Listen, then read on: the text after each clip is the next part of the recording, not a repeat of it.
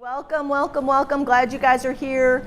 Of course, there's our vent going on here. We've got a big crowd. There's one of us didn't get to come. She had a stomach virus. That's Abby. So, Abby, if you're watching on the live stream, I hope you're feeling better really soon.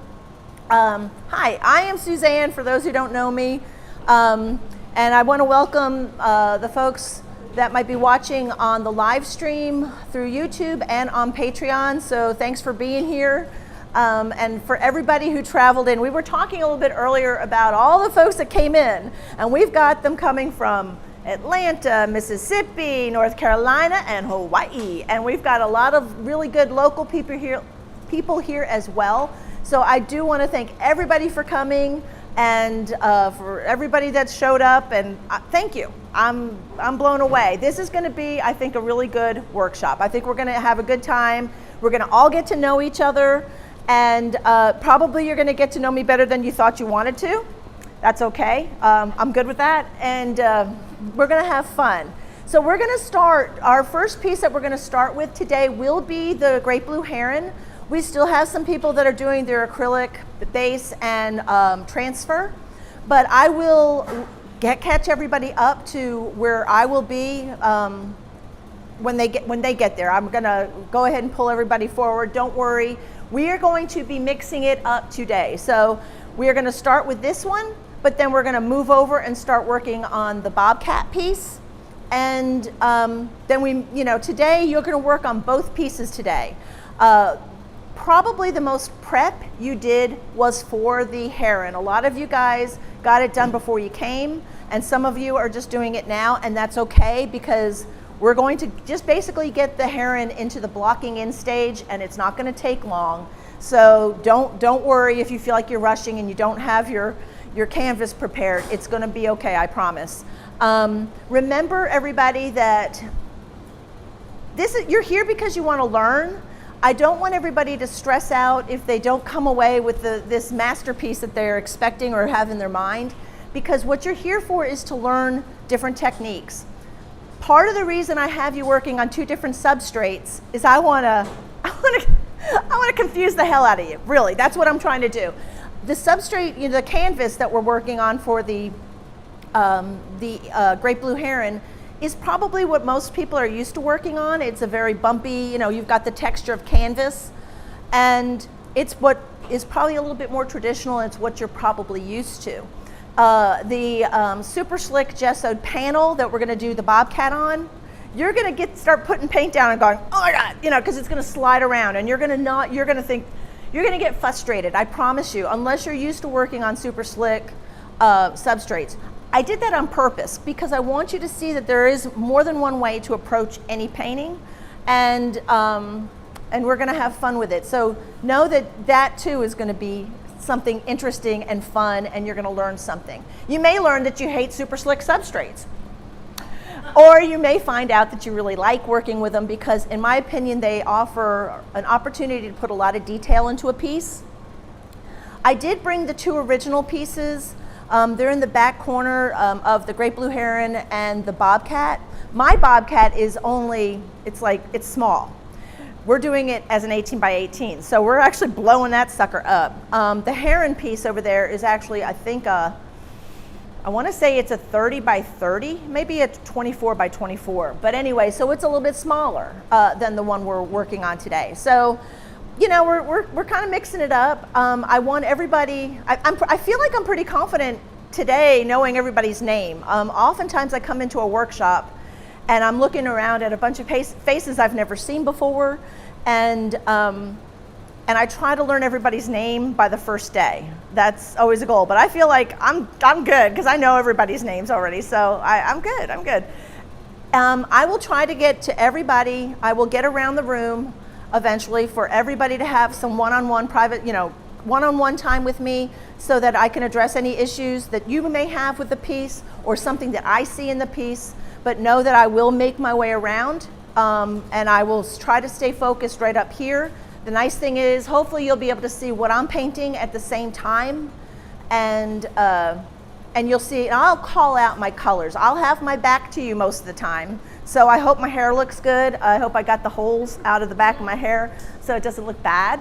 Because you'll be looking at the back of my head, but I will be calling out the colors. I'm Mike, so even if I'm not projecting my voice this way, you should be able to hear me. So as I'm mixing colors, I will tell you what I'm mixing. So you'll know what, we'll all be on the same page, okay? So soon I'm going to be starting to squirt out my palette. And the reason I chose these particular subjects, the Great Blue Heron and the Bobcat, is that the palettes are actually very similar. Except for the fact that in the Bobcat piece, I do a different background on it.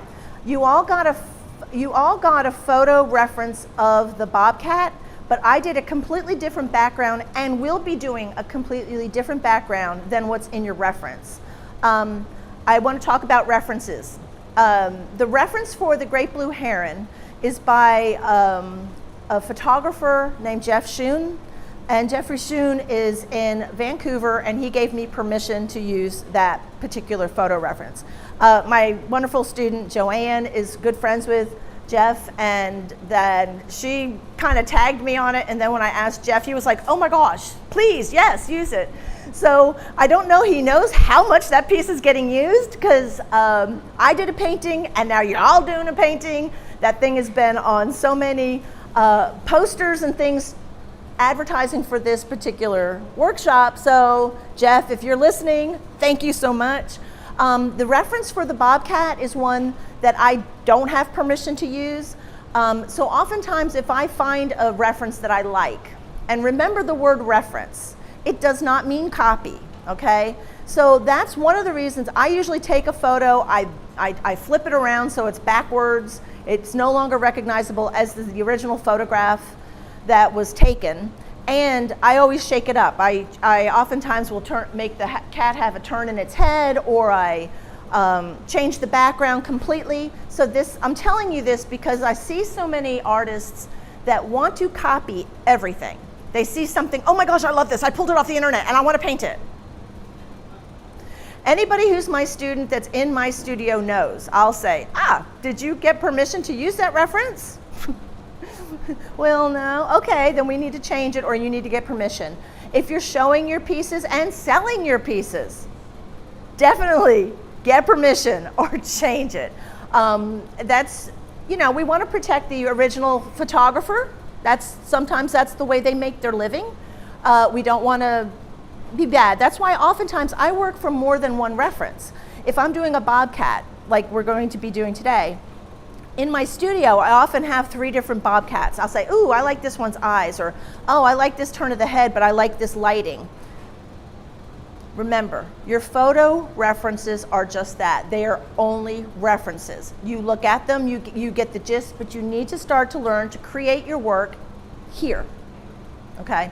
So I throw that out there for everybody to hear. Let's see, what else do we need to talk about? I'm glad I've got my son Matt. If it wasn't for Matt, I wouldn't be able to do a lot of this. He makes it possible for me to be mic'd and live streamed, and he does all the technical stuff that I am clueless about. He's also the guy that probably helped you with your iPads, or he's good for all that kind of stuff. So thank you, Matt. Couldn't do it without you, sweetheart. But I guess, is that good, Matt? Did we do good? We're good for an intro? Okay, I'm gonna go ahead and start squirting out my palette. I've got to get myself set up, but as I'm doing it, I'll tell you what I'm doing. And oftentimes, just FYI, I oftentimes will do my colors either warm to cool or cool to warm, or something like that. So I just want to go ahead and throw that out there and let you know that I often change things around a little bit. So you'll be able to follow along. If you have questions, since my back will be to you, I won't see anybody raising hands, so don't raise your hand because I won't see you. Just call out to me and say, Sue, what about this or what about that? And don't be afraid. And like I said, I want everybody to feel confident about what they're doing. Remember that you're here to learn, and that's why we're, so everybody's going to be at different levels. I always have so many people said, oh my God, I'm so nervous. But I say this because almost everybody's a little bit nervous. Everybody's kind of thinking, oh my gosh, she's going to be so much better than me, and I won't be. you're going to see everybody's on the same page, okay? Trust me, I get nervous. I get nervous when I'm standing up in front of people, and no, I don't. I really don't. I'm not nervous about it. I can stand up in front of people and talk, but I get nervous about the fact that I've got to make sure that I give you guys what you want, and that's why I'm here, and that's why you came here. So, don't raise your hand. I won't see you, except the eyes in the back of my head. But that's what my kids always knew I had eyes in the back of my head. But just holler at me, okay? So I'm going to turn around and I'm going to get my stuff situated here. And get my iPad going. I generally work off of an iPad because it allows me to, I can zoom in and zoom out. Believe it or not, I actually organized all my paint colors. So I'm going to put my titanium white, since it's one that I'm going to use a lot of. I'm using Winsor Newton titanium white. It's probably my favorite one to use.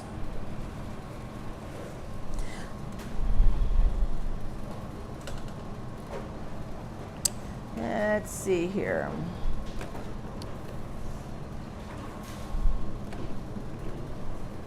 I'm going to put a little burnt umber down. I'm going to put it down low on my palette so you can see. Can you see where it's going? Oh, I do have a hole in the back of my head. Because, priorities here. Matt, is there a way, while I'm doing this, can we move? Let's see. There's a really bad glare. So here's my titanium white, and here's my burnt umber, okay? I'm going to put down some Van Dyke Brown. Van Dyke Brown is it's an interesting brown. I like it. It's not as hot as burnt umber, but it's not as cool as raw umber. Did you tell us to get I think so. Raw umber. I'm putting raw umber down.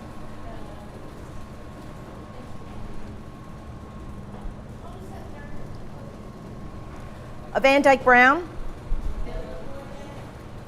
I'm sorry?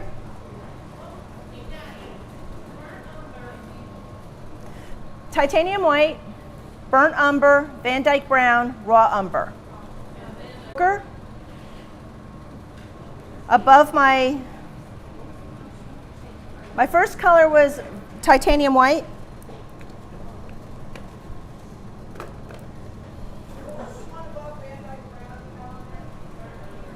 This is burnt umber.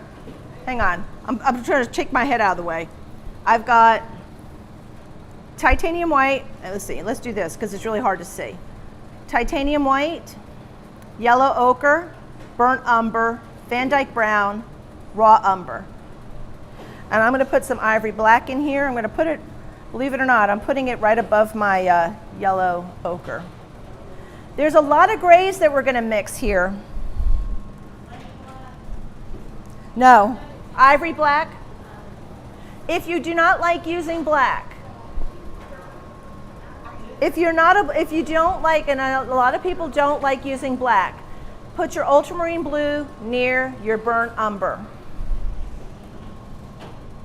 I'm going to put down some ultramarine blue. I'm using, this is Blue Ridge. The Blue Ridge paint is new to me, but I'm loving it. I'm going to put this down on the bottom.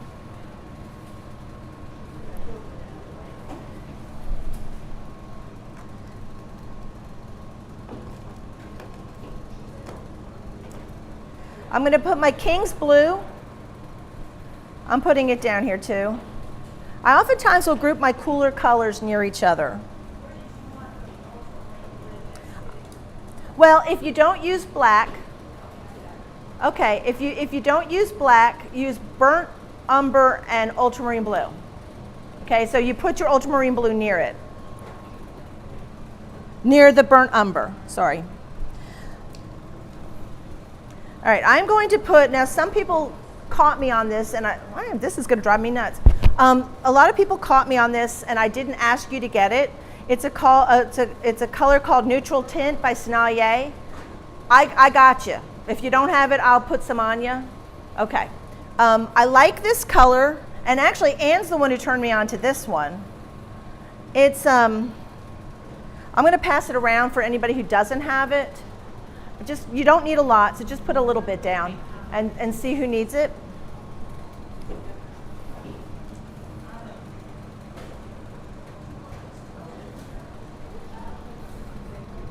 Yeah, oh, you have it? Yep. It's kind of what I like this color, what this color is good for is for toning. And everybody knows what toning means, right? It means putting gray or graying down a color. Since this is a very gray bird, it's a brown gray, right? This is a brownish gray bird. Deanna, did you need that one?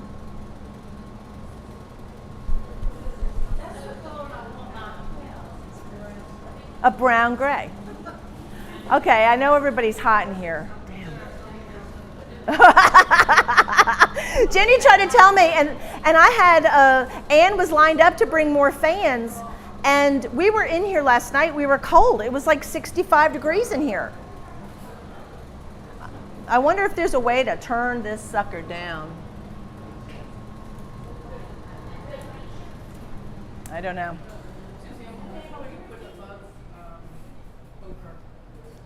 So I have, oh, that's ivory black. So it's ivory black above my yellow ochre. And because we have yellow ochre, if you have your dioxazine purple, or any of your purples really, you need to have so I'm going to put a little bit of, if you have dioxazine purple or ultramarine violet or any kind of purple, you can use Purple Lake. But Purple Lake tends to be a little bit redder, but it'll be fine. Why I say, I'm putting Purple Lake down too, and I'm putting it over here. You don't need a lot, and it's mainly so you can bring colors down. I was just curious, where is my neutral tint? Who's got it? Is that it? Okay, so who else needs neutral tint? Or ivory black and titanium white. Is that good? This side? What do you want to, what? This one is Van Dyke Brown. Okay.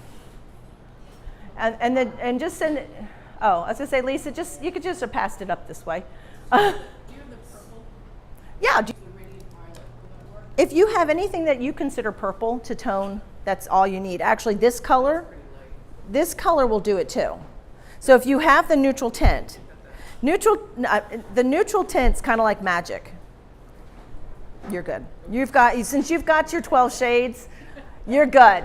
12, for anybody who doesn't know, 12 Shades of Gray is one of those, it's a cheap box of paint, y'all. It's 12 shades of different grays. But and I hate to be this girl to start, but like a lot of the paints that are made like in China, they're usually not, they're not consistent. They don't have a lot of pigment. They're just meh. This is one of the few recommendations that I have, especially if you do portrait work and you're not really good at color mixing yet. 12 Shades of Gray is wonderful for toning. Just throwing that out there. Yeah, it's like $15 for the set. It's like nothing. Okay. That would be Jenny. Jenny has Van Dyke Brown. Who needs it? I don't have it anymore. The big tube. The big tube of Van Dyke Brown. Here it is. I'm getting out my gam saw, putting it in my little cup. I'm gonna get a little bit of oil and put it in my cup. I almost always keep my oil on my right and my gam saw on the left. I'm not putting out a lot of oil. And then of course we have our spool of thread. Yes, because why do we need a spool of thread? Because you have that. That's a very important piece of equipment. Now you'll see that I often will have a rag in hand because I wipe. I'm a wiper. I'm a wiping fool. Now I'm looking, and I stand back off of my piece And I'm just kind of looking at it, looking at my reference here. And I start by usually doing my darker values first. So where is everybody at this point? Still doing transfers? Who else, Anne, are you the only one still transferring? Okay, don't worry, I'll catch you up, okay? I'm gonna jump in and start talking, but it's okay. I will get you to the same point before we're all done today. We'll all be in the same place. So it's all good. I'm gonna start with, and I've got my palette knife. I'm going to get a number 5 Rosemary Shiraz filbert. It doesn't, so depending on the size, I'm just looking at a brush that's like this. I'm a big filbert fan, so don't sweat it if, oh, I didn't get a number 5, I got it a 6. A 6 is fine too. I'm not sure what everybody has. And Penny, you tell me if you need something, because I know you got your order didn't come in yet. So I'm just going to start with just a brush that I can start blocking in. It doesn't really matter at this point. Just don't use your biggest one. I'm using one that's like this. That'll be perfect. That's perfect. You'll be fine. As long as you're comfortable with it. Okay. So what I'm going to do, I'm going to take my I'm going to look at all the dark values on my bird. And the darks here are not really black. The coolest aspect of the dark values is that little crest over his shoulder and the crest over the top of his head tend to be a little bit cooler, but even the dark colors that are inside the wing in this area are actually very brown, okay? So I'm going to take some ivory black, and I'm going to take some Van Dyke brown, and just kind of, that looks like a good color. So we're going to go there. And I'm going to take a little bit of paint thinner, not a lot, just a little bit, because it'll run since I'm painting vertically. And I'm just going to start, and know that since you have this, if you've got the vine charcoal on here, you're going to see that this vine will actually mix kind of nicely with your paint. I try to stay as much as I can within the confines of my vine, especially on this particular piece, because we painted this background intentionally, so we didn't have to, with the acrylic paint, so we don't have to paint a background. And you'll see I'm not really putting this down very heavy. I'm actually going quite light with my paint at first. Because, like I said, if you're familiar with my work, I make a lot of corrections on the fly. Now, a lot of you guys have excellent transfers. Me, not so much. I just kind of like, all right, we got to get this on here. And so oftentimes I kind of flip around and change things throughout the piece. Now, I did talk about this shoulder being a cooler color. I'm going to take ultramarine blue. And I wish that you can see my palette better. And if I was able to turn this off, I'm going to call out everything, okay? I'm taking ultramarine blue. And I'm not really getting the color I want. There we go. Ultramarine blue and ivory black is working out better. Ivory black and ultramarine blue. And I'm just going to hit this area here. And so I know that a lot of if I'm going to be fixing anything, is within the interior of my sketch or my drawing. So,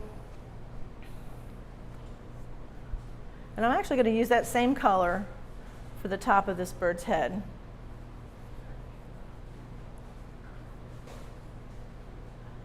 And I know I'll probably change that eye placement, not a big deal. Okay. And oh yeah, there's this little area here. Same cool black. Is my head in the way? Is everybody doing okay? Can you see where I'm working? There we go. There! Now, where did you put the ultramarine blue? I put the ultramarine blue black combination, the cooler black, here, here, and here. It all probably looks very close, but I used my brown black on the interior wing aspect and over here. So you know what I'm going to do? I'm going to walk around for a second, okay? I'm going to see where everybody's at, just so I know what you're seeing, and you'll still be able to hear me, and you'll hear me talking about it. Oh yeah, you're doing it. Okay. Nice. Need help with getting your colors out. Looks like you're doing.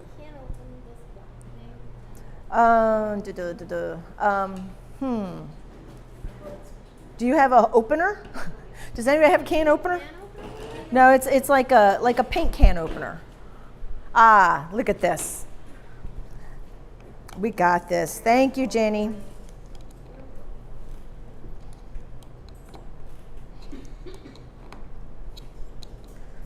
And just when you guys get all comfortable doing this one, it is ivory. There we go. You are good. What else do we need? You need the ivory black, and really, if you want to start off with ivory black, ultramarine blue, and these colors, you're going to be fine at first, even with what you got down now. So here's your ivory black. Okay, and still walking around. Don't forget, guys, there's like snacks. You'll want to go a little bit blacker than that, okay? I mixed ivory black in it, but I like your transfer. Looks beautiful.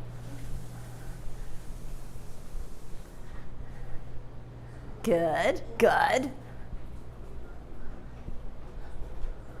Oh, it started lifting up on her. Wasn't quite dry yet, huh? Yeah. It'll be okay as long as you can see it, right? Because the interior, it's gonna be fine. Don't worry about it. Huh? I took ultramarine and ivory black to do ultramarine. This is like the ultramarine blue, ivory black, and here I did more your like you could even take the Van Dyke brown and ivory black combo. This is more brown, and then this is more blue. Okay, and you'll want to go with the bluer on the top. So you're going to mix. Blue? Yeah, you're going to use like this. Is that not it? Yeah, but it looks brown. It's a lot bluer. So just take your ivory black. Isn't that ivory?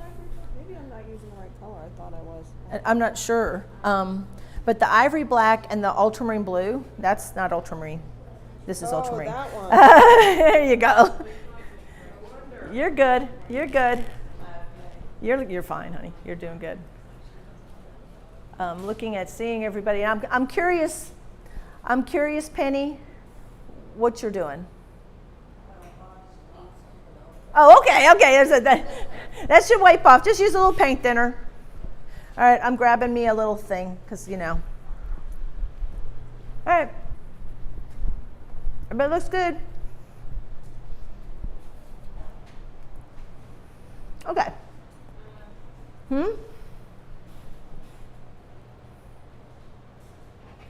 I heard somebody go, huh? Okay. Good? So this is the ultramarine and ivory black combo that's here, here, and here. And this in here, I mean, if you look at your reference, you'll see that this is a lot browner. It's dark. These are all dark values, but some are warmer and some are cooler. That's why sometimes it's nice to use like the ultramarine burnt umber combo, because you can take just two colors and slide between both of them and make a warmer black or a cooler black. Okay. And I'm going to wipe off my little palette knife. I'm going to mix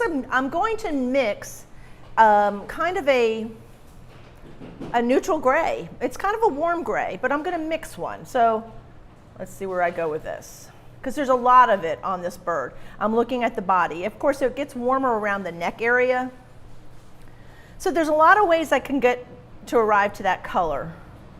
I'm going to take Van Dyke Brown and mix it into this titanium white. And if it looks like it's not quite warm enough, it actually, to me, it looks like it does have some purple to it. I'm going to get a little bit of the Purple Lake, just a little bit. So you can't take it back out if you put too much in. Yeah, that's nice.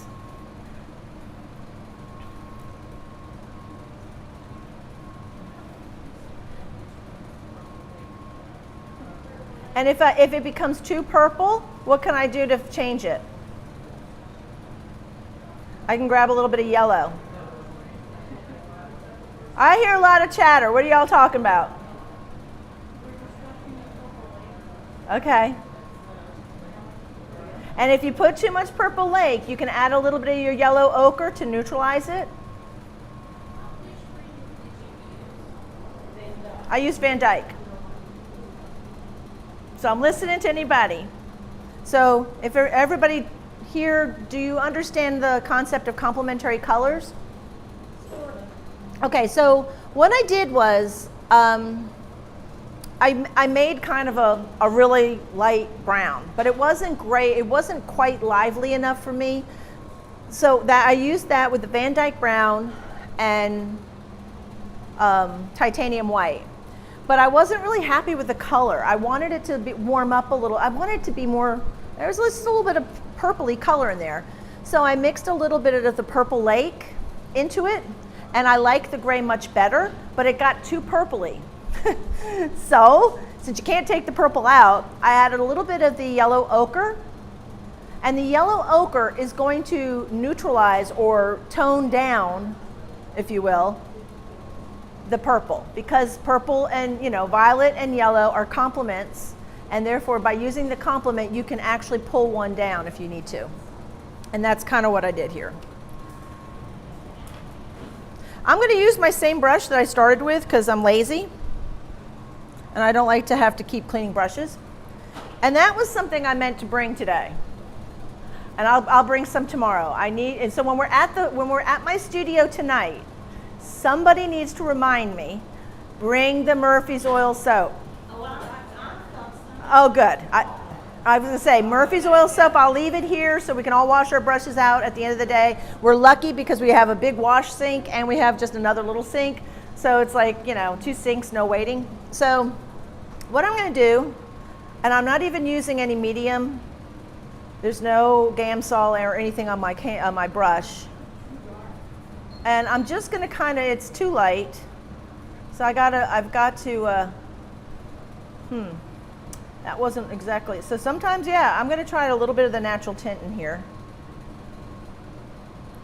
I'm going to put a little bit more Van Dyke Brown in it. And yes, I do the cardinal rule that you're not supposed to do. I use my brush to help mix.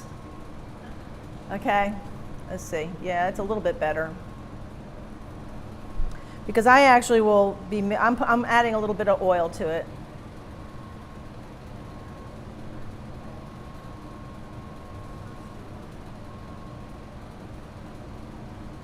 Put this a little bit ivory black off to the side. So I'm actually kind of making a gradient here of color. Putting a little bit Purple Lake in. So you can see, can you see what I'm doing? Yeah. Can you? Okay. I have kind of like different values going across here. I keep hitting the little bit of the violet here.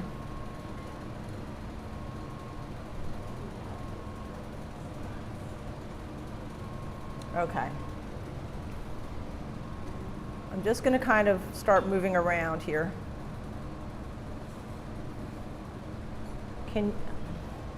How does your image look up here? Can you see it? It'll be easier when we have the Bobcat. It's very hard.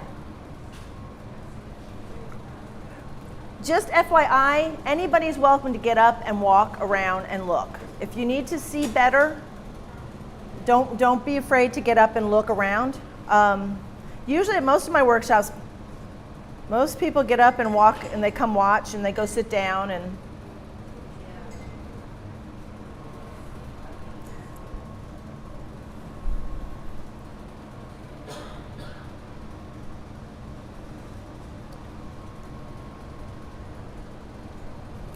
so you can see that I'm just kind of going in with these darker grays in here at this point.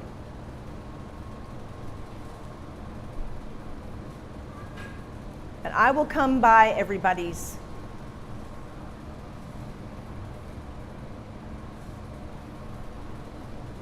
I will come by and check. How's everybody doing? Okay.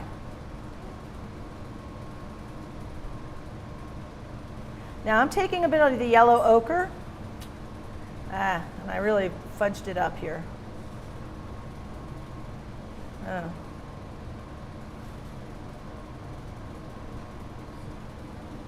I'm trying to do this with as limited a palette as I can do. Get this color right. With the colors that I already put down. Like I know I could reach into my palette and my container and pull out the perfect color, but I'm trying not to. All right, let's see here. Now that's got to be a little bit of burnt umber into this. And I'm taking yellow ochre, burnt umber,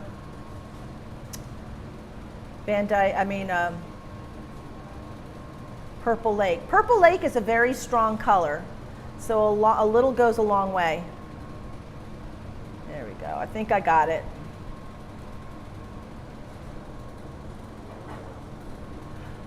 I'm wondering, Matt, we may end up moving my easel this way towards the camera. Might be more helpful. When we go for break, we're going to change that around a little bit. So I'm mixing this into this part of the neck. Can you see? Damn, this is like... Now, what is that you mixed? I used yellow ochre, burnt umber, titanium white, and purple lake until I got what looks like a good mixture. I'll want anybody, because I know this is challenging, and I think I'm going to end up moving this way because you can't see my palette. Now, when you're moving your brush over your canvas, knowing how to move your brush so that you either pull one color in but don't pull it entirely into the whole piece, that takes a little finessing. And that will come with time. So if you're watching me, sometimes I don't even take my brush off the canvas. I don't peck, and all my students know I don't want a pecker. I will call you a peck. I will call you right out as a pecker. Okay. So I was still working on the purple, but you were mixing yellow ochre and white? Yes, titanium white, yellow ochre, and I put some burnt umber in it. If anybody has burnt sienna on their palette, that's okay too, because that might help. I just didn't put any on my palette. There is some burnt sienna that I know I will have to add that's over in the wing area, but I thought I could avoid it for now. Just trying to keep it simple. Anybody, I'm gonna walk around, see how everybody's doing, and you'll want to darken yours up a little bit. Your gray. You'll want to get it a little bit darker. You're good.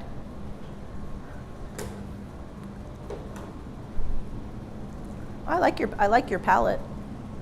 Thank you. Now, what is the tape for? Keeps things from sliding? On my lap and it goes to my desk.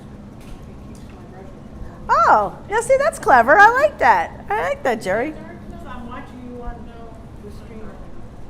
Awesome. I'm sorry, honey. Is that dark enough? For the neck area? Yeah. Well, the thing is, you're going to put it down, since you're putting it down on something that's already gray. That becomes the challenge, but you're mixing on a gray palette, and that's helpful. So it's interesting, right? We're painting. It just occurred to me. It didn't even occur to me till just now that we are painting on a gray surface. Our substrate has gray. So with it being gray, Some, like I know Bonnie's got a gray palette that she's mixing on. I'm working off of a gray palette. Some of you are working off of white palettes. Didn't even occur to me till just this minute that sometimes the color will look ideal on your palette, but when you put it on your gray, you put it on your gray surface, it looks too light. Okay, that's because I'm mixing on gray, she's mixing on gray.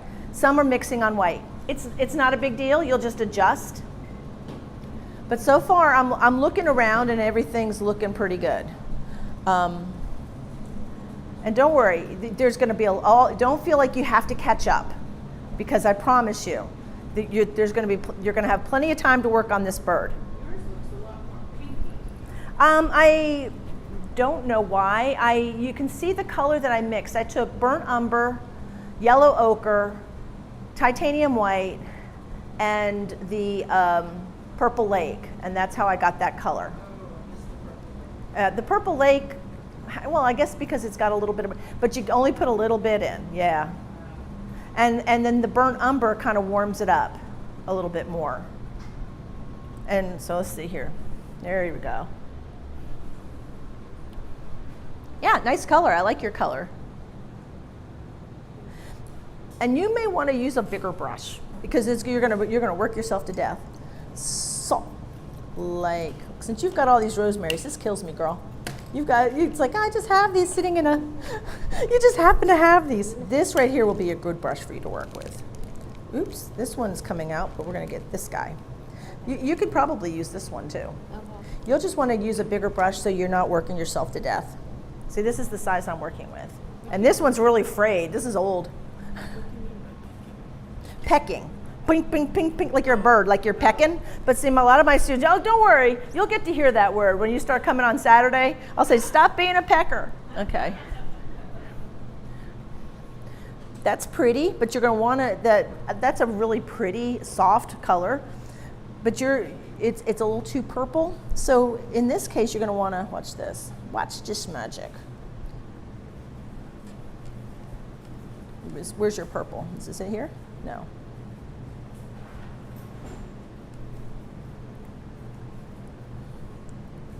And this is your Van Dyke. Oh, is this what? Raw umber? Yeah. And you can go and grab a little bit more extra of the white. Okay. This is what I'm afraid of. Where's your ivory black? There we go. See if that color doesn't do it for you, okay? Yeah. Do you have the reference that has color in it? Okay. Okay. I'm gonna come in behind you. How you doing, sweetie? You're doing good. You just want to soften that part up. Yeah, your colors look good. Where's this color? Your gray. Okay. Like the body gray. It's like I'm looking at this gray. Use titanium white. You can use ivory black and the Van Dyke brown. And then I added, it was too flat for me, so I added a little bit of the purple lake, and it was like it punched it up and made it better. It was good. Okay, that's good. Yeah, that's a good color. You've got a good reference. You have an awesome reference, and I'm going to say something. I'm going to do this. Deanna's holding her reference in her hand. I love that because she can't not look at it. So, and everybody who's been my student knows that I say, hold this reference in your hand. Keep watching it. Don't stop watching it. So, yay you. This is good. Now you're doing it. You can tape it. That's fine. As long as it's so in your face that you can't not look at it, then I'm happy. Okay. And, oh, what is it? Oh. Thanks, Lapika. I appreciate that. Here you go. There you go. Okay, and how are you doing? Okay, I'm gonna come over there. I'm trying to think of, I'm gonna sneak in behind you. It's good things that this is just the leg part. Okay. Ooh, and I can hear me, Matt. I'm getting close to the, okay. You need to lighten this up, sorry honey. So let's see here. Since you've got this color down,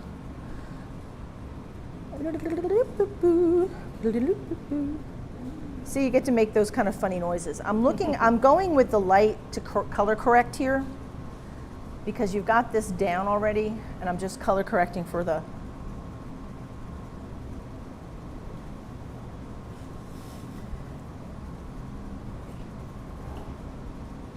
so don't worry about getting all this detail in yet, because that's going to happen later.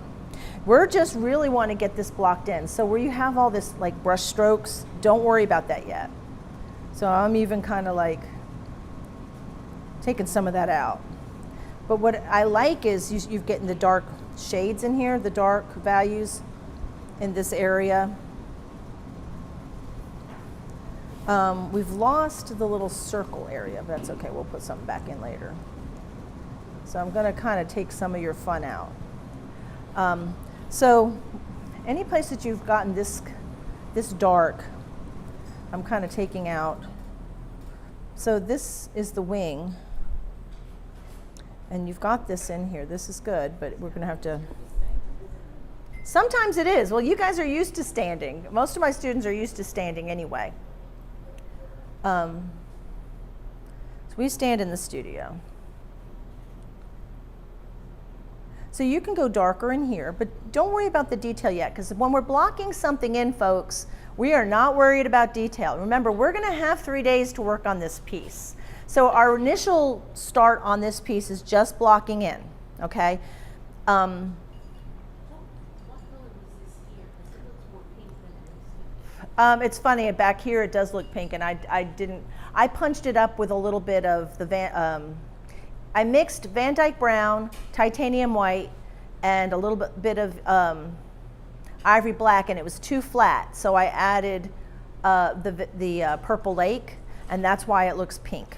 So does it really need to be the same as this? Or No, because the neck area is, and I welcome anybody if you want to get up and take a look at the piece and look at my palette, because you'll see I will be changing as we go. So a lot of it will be changing, and I'm wondering. Because this is the color of the ones that you just mentioned. So That came out. That's perfect. So But do you see that it's purplier? Do you see that gray is purplier? okay. It is. It's a gray that is kind of got a purple. It's a purpley brown gray.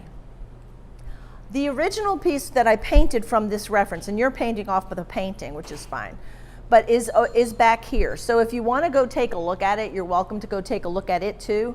But this is, and I could bring it, I should have it sitting up on my fan since the fan is not working. I might as well have it up there. But you're going to want to flatten that out. And yes, and you see this all has to be just dark. Just do it dark like I have it, because the detail will happen later. Let's see, I don't know if I can do that way. I'm going to go in behind you, Penny.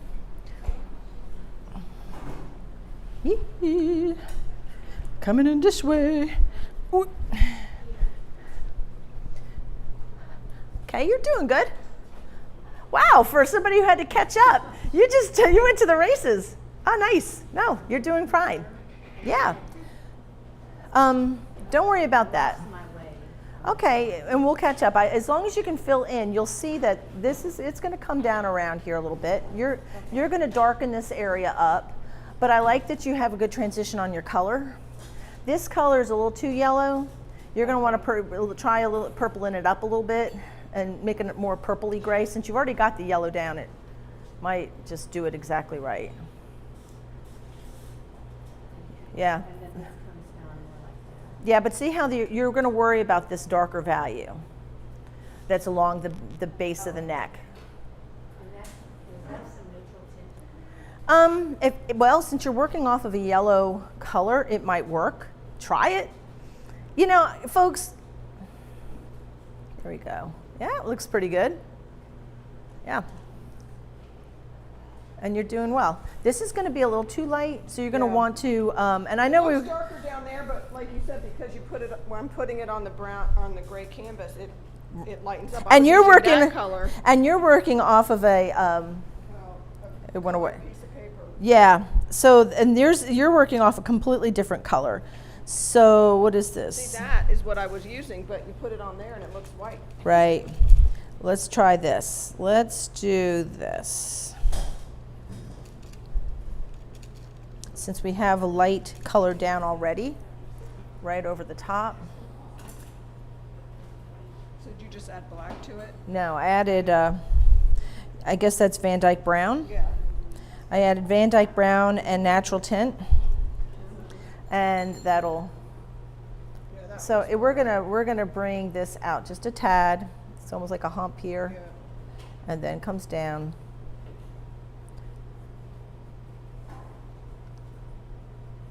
And so so this is the color. See, it looks much darker here. Yeah. But I was going over the color that you had, which was very light. So don't worry about the details yet. And so you'll see that this becomes more neutral brown. And that's where you'll want to use your raw umber.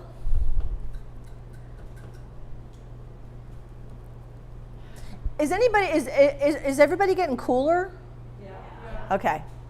Yeah, I thought it seemed like I was like dying. I was like, yeah, I was, and I saw you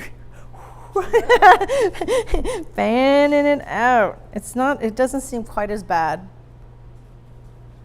So you're going to want to squirt out some more of your raw umber because this really needs to go into this area. Okay. Good job getting this all dark here. So no, you're off to the races. You're good. You're good. You just need Now, to. for this body part, what are we gonna do? Don't worry about Make it the light or dark? don't worry about the nice, fun, long Right. feathers. If you squint your eyes, and I'm a firm believer of squinting. When you squint your eyes, you cannot see the detail.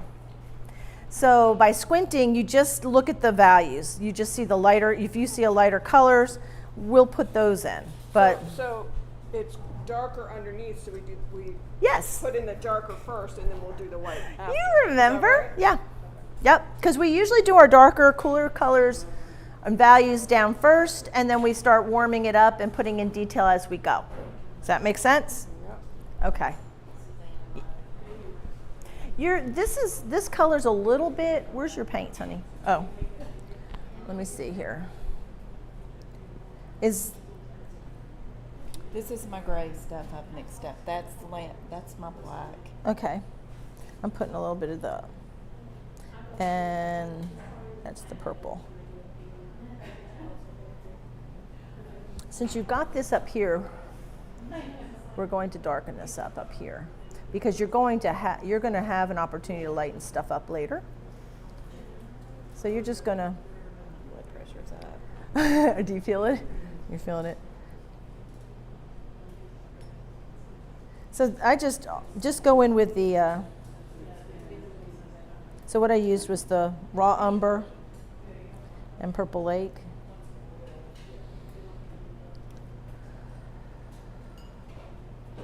Take a deep breath through your nose and out through your mouth. You'll be good.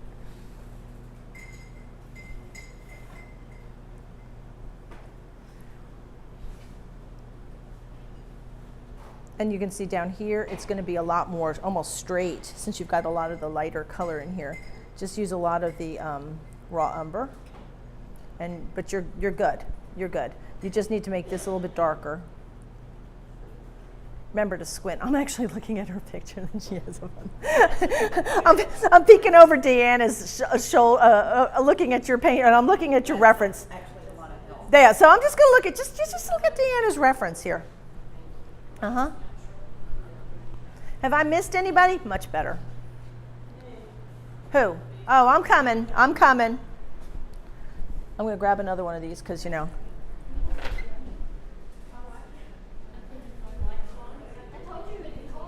Mm-hmm. You did.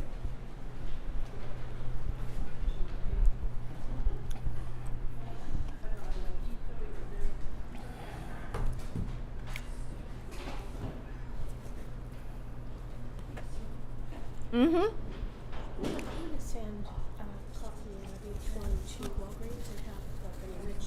Oh, that'd be nice. If anyone else wants one, if you want to ask them, I'll just have a copy made for them. Oh, that'd be nice. Thank you. All right, I'm going to put that here. If hopefully that helped. Been there the whole time? Well, it was actually hiding in the corner. That's the actual painting that we're working from, or that I did for the reference. Joanne just offered at some point, I guess at the break or tomorrow or whenever, she's going to go ahead and have copies made at Walgreens of the photo references. So for anybody wanting to, They're just, they're under $1. They're nothing, but if you want a copy, just let me know and I'll send you the order. we're looking. So I'll let anybody get with Joanne, and let me come see where you're at, girl. Same to get this color up in Which one, honey? the pinkish. I'm adding yellow ochre to it. Yeah, but that's going to just make it yellower. It's not making it pinker. Right. Where's your, Right down here. is that your purple? Yeah.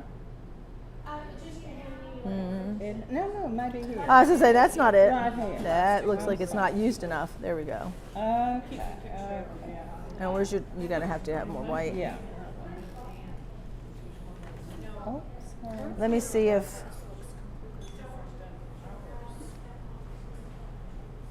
huh? Her photo reference looks completely different. Some people are, what reference do you have? That's the correct reference. That is the actual photograph from Jeff Schoon. Now I know somebody was using the actual painting reference. She's using the painting reference. Okay. That's why it looks different. For whatever reason, you got that. I know I sent you the, Well, pink. I get it. I get it too. okay. Gave it to me. So So I she's, shouldn't use that? if you had the actual photo reference, it would be better. Well, But it's okay. But the colors that I'm going off of is the actual photo reference. okay, there's more. So, Some money, and I'll get her to get me the. Is that, okay, I see it now, you've added some of that. Cool, no, that is. yeah, we're good on time, folks. But I think that when we come back, I may actually reorganize try to get it to where even the light hits this better so it's not so glary. Because this is a good tool, right? To have this if it was working, correct? Yeah, okay.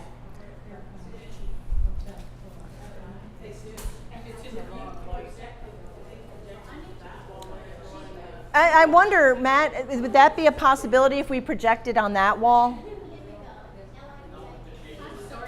Yeah. There's no place to put the projector. Unless we move that thing again, and I don't know. We have to regroup.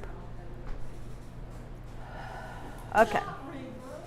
It happens. We sometimes have to regroup. I'm going in with my lighter gray at first. I'm going to kind of hit this area of the wing. Put an order into Walgreens for, I'm gonna try 8x8s, because I need to, I like to hold something. Yeah. Just give me like a dollar and have more than. Oh, now that'll work. Yeah. Lighter. This one's fine. Yeah. Thank you. Oh, yeah. Now I don't have the burnt sienna down on my palette yet, so I'm not going to worry about it yet. I'm looking at the wing area. Yeah, this is really, I'm sorry, but this is really bad. So you're using that, The lighter gray, I'm just kind of putting some paint down, and it's really kind of bluer than what I have, and I'm going to kind of blue it up a little bit. So I'm taking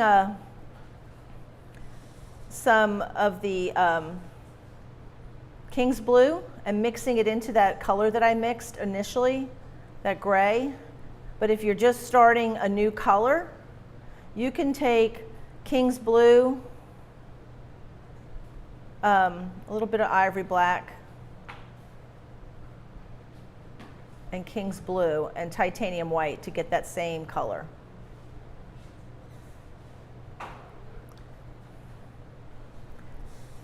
Yeah, this is actually a much bluer gray than the pinky gray. So I'm kind of color correcting here. funny, it almost just disappears on my because we have the gray background, right?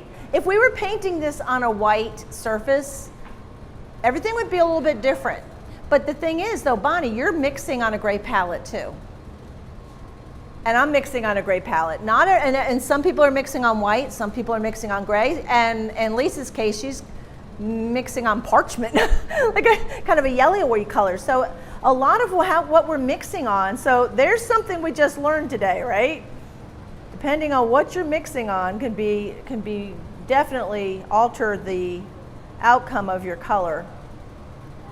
And I'm just kind of doing this. I'm almost like cleaning my brush off over this area, and I'm using a stroke that is it's just very fanny and it's kind of a light stroke. It's almost like what you would do if you're just cleaning your brush off. And I'm just putting this paint down because I want paint on all my surfaces. Whoops.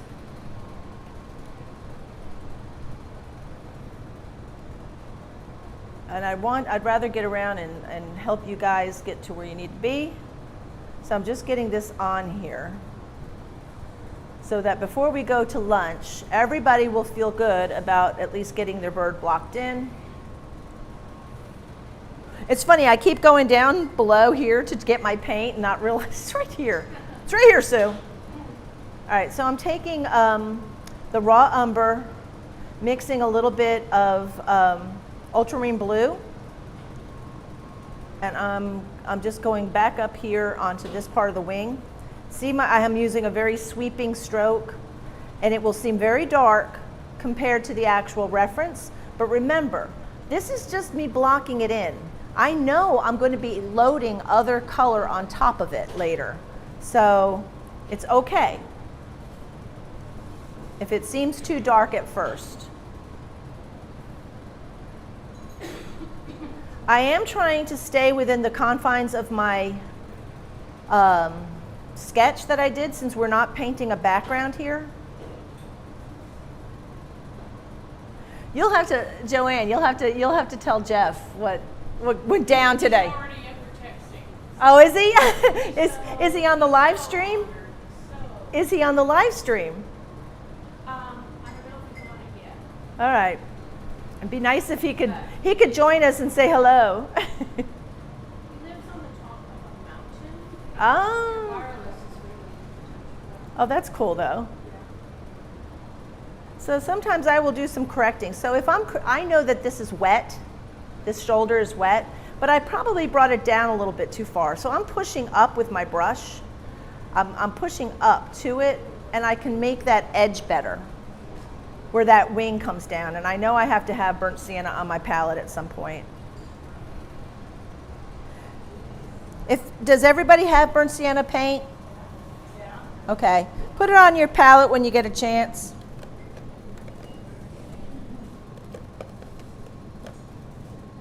Brown matter.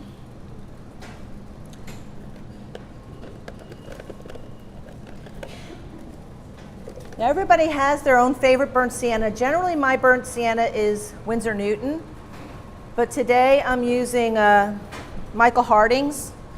It's different than, it's a little bit orangier or redder. I have ones that I like and I have ones that I do not like.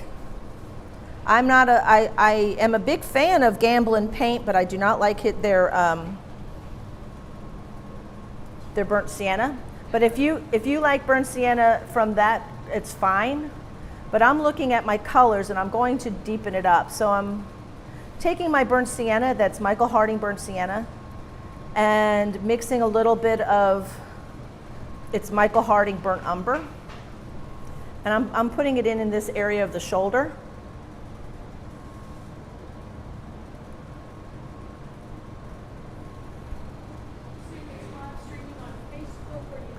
It's on YouTube. Okay. It's also on my Patreon channel.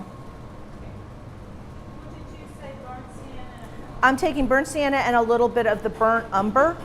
The colors that I'm using happen to be Michael Harding's, but if you have the Winsor Newton, you should get this pretty much the same effect.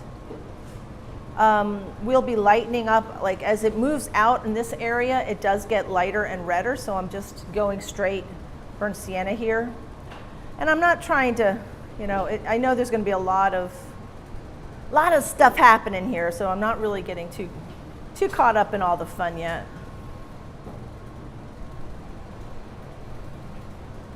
Does anybody have any questions so far?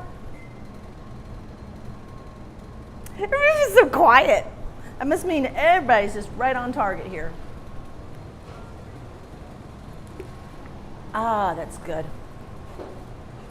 So yesterday when Matt and I were here setting up till 10 o'clock last night, I get into my my Edge Pro gear case, and if for those who aren't familiar with Edge Pro gear, it's what I often take it with me to do demos. It's what I use to go do plein air. This thing's been all over the world with me as far as this usually how I set up. Well, I guess I hadn't been in it for a while, and so in the container that holds my brushes, there was a whole bunch of really good rosemary brushes with dried paint on them. And it was one of those and they were like bent over like this. They were just dried like this. And I'm like, oh wow. I love my brushes, and I hated that I left it. But last night, I just actually washed them off here, kind of softened them up with linseed oil, and they're as right as rain. They're good. So I just throw it, but I couldn't believe that and they were good brushes, like Sables, and some of them. I know, right? I lost my mind. One of my little daggers is still a little bit bent. Murphy's will fix it, but I have a couple of my brushes, but I couldn't believe that they actually snapped back a little bit. All right, guys, I am going to go forward on the face aspect of this bird. So I'm using a little bit of the same color we mixed for this part of the neck, and I'm mixing white into it, the titanium white. And I'm going to grab a little bit of linseed oil too, because I don't necessarily need a lot of paint. I just want to mix it in there. And I'm just softening this edge here. Now I know there's a lot more white in here, but I'm not worried about that yet. I'm just softening the transition between the neck and the head. It's the color that I had already mixed for the neck, which was it was yellow ochre and Van Dyke brown and the purple lake initially. But now that everybody's got burnt sienna down, there's like I said, there's more than one way to make this color.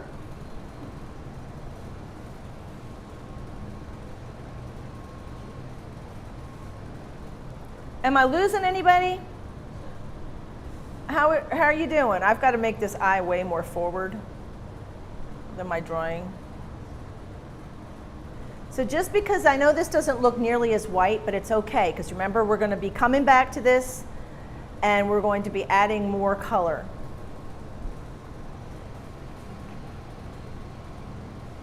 Now there's a lot of dark values that I'm missing. I'm going to go ahead and put this brush down for just a second.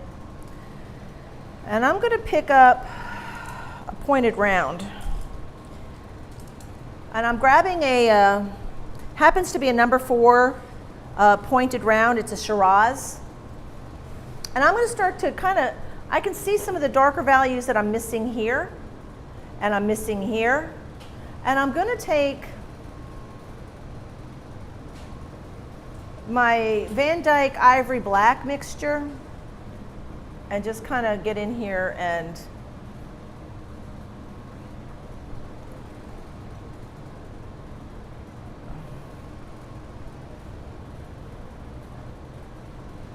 actually and this is the ultramarine blue Ivory Black mixture too. So I've got a brown black and a blue black.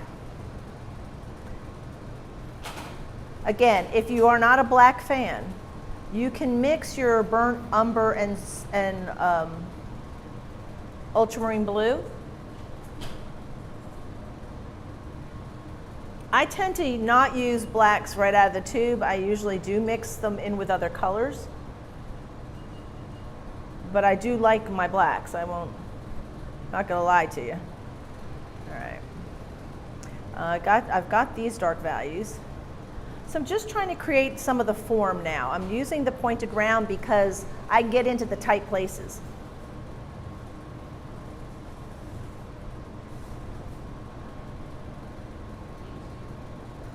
You too? I'm going to sneak a little bit of the the yellow ochre and burnt sienna. Since I didn't have it down earlier, I'm mixing it on the side here, and I'm bringing it up on this part of the neck. There seems to be almost a straight line here. I like that.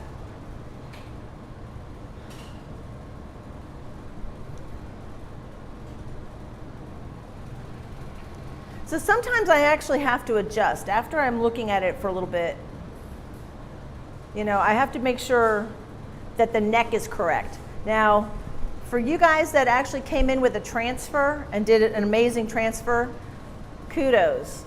For me, I did not. So I am having to fix some of my bad drawing.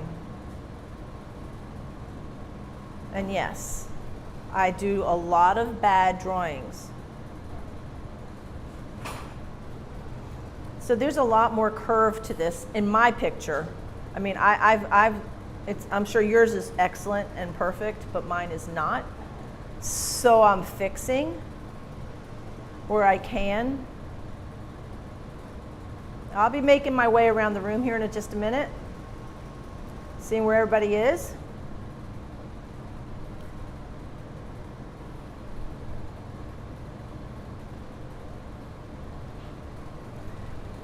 I haven't heard too much from you, Jerry. How are you doing over there? Okay. Well, that makes two of us then. Because I'm trying to pull this neck out a little bit.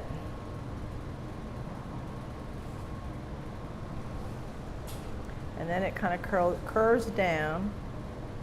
What did you mix for what you're doing now, Suzanne? It is well, I'm actually just playing with the dark value that was already there and pulling the neck out a little bit. But I like the little straight line that's there. You got to think of this bird's neck. It's almost like a snake. It's all, it's got all the same vertebra. It's just long. They've got that long neck, and they can kind of S-curve it. And so I'm trying to get my anatomy correct because I didn't have a good transfer. So the color that I used here, I actually mixed burnt sienna, because now I have it on my palette and didn't have it on there earlier. Burnt sienna and yellow ochre to make this color, but I knew it was going down on something that was already wet. So I knew it would be okay. I am bringing this out a little bit here. So here I'm just putting a little bit of the ivory black brown mixture. And it kind of comes out a little bit before it comes down, and then it curves in. So I'm good with that. I'm going to leave that because I think as far as how I did the drawing, it's a little bit off, but it's okay. It's good for this. It'll be fine. But anybody who goes to my workshops always has a chance of actually getting a piece before we leave today. Before we leave for the workshop. So I always do a drawing with everybody's names, and 2 people will be chosen, and one will be going home with my Great Blue Heron, and somebody will be going home with the Bobcat. So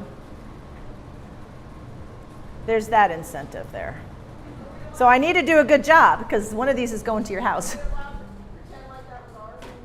That's it. Did you have bragging rights? Did I see what I did? I'll sign it for you. I'll sign it.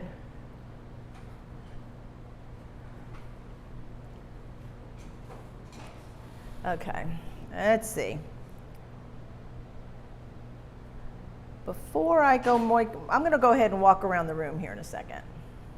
Before I do that, I'm taking my my cool black. And what was my cool black made with? Ultramarine and Van Dyke. Well, it can be Van Dyke brown and ultramarine blue, but I used ivory black and ultramarine blue. Okay, but it actually has Van Dyke in it because it's all one big hot mess here. Now, I'm sure that there are people who go to workshops that are like, their instructor is like so on top of it as far as their color mixture. They're going to tell you, I used 1 part ivory black to 2 parts ultramarine blue.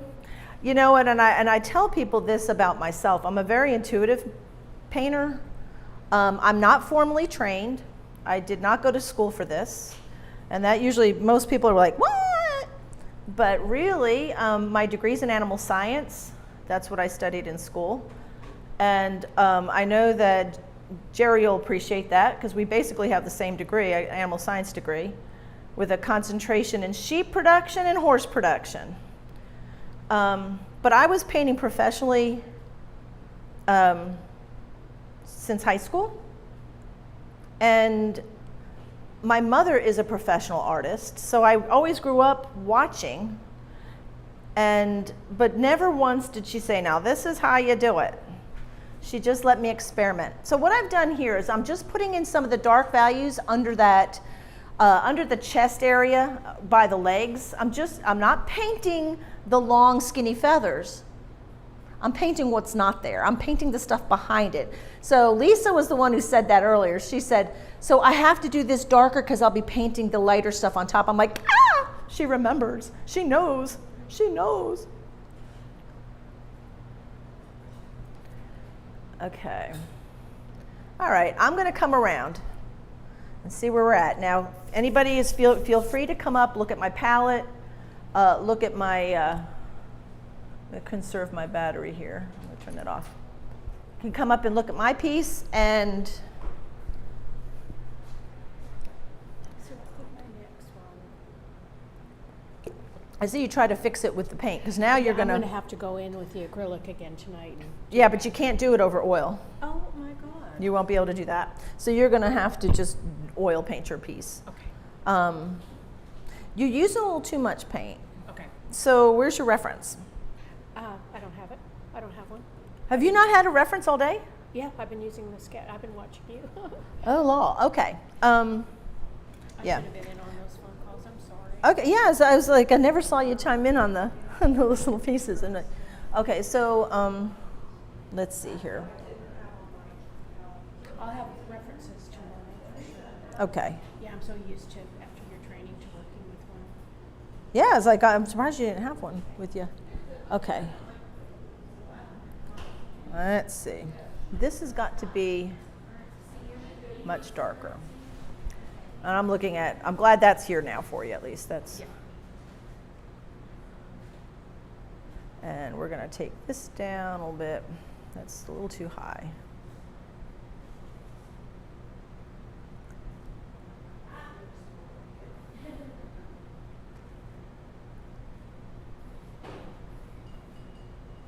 We got to do a little color correction. So don't worry, and you're actually doing pretty well. You'll want to make sure you've got this clean. You're good about getting this. You got the umber down here. This is a little too warm. You're going to want to brown that down. Where's your? What is that? Neutral tint. There's Van Dyke. Where's your black? Right there. I need to. Oh yeah, you gotta have more black. So here, this whole thing has to be dark. So you have to fix that. As far as the neck, we've lost some of our space. This is not that far off. Since you've got the oil paint down already, I'm gonna go ahead and. So, if you wanted to go with a gray that looks similar to the color that we have down, you did a pretty job on your gray. Use the Michaels acrylic. But that's a nice one. Yeah, yeah. Yeah. Let's see here. Let's get that right.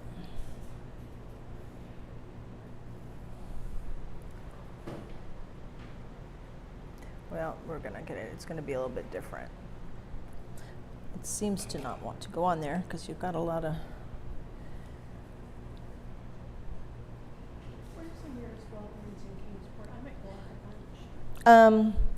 There's a Walgreens. If you go, On Stone?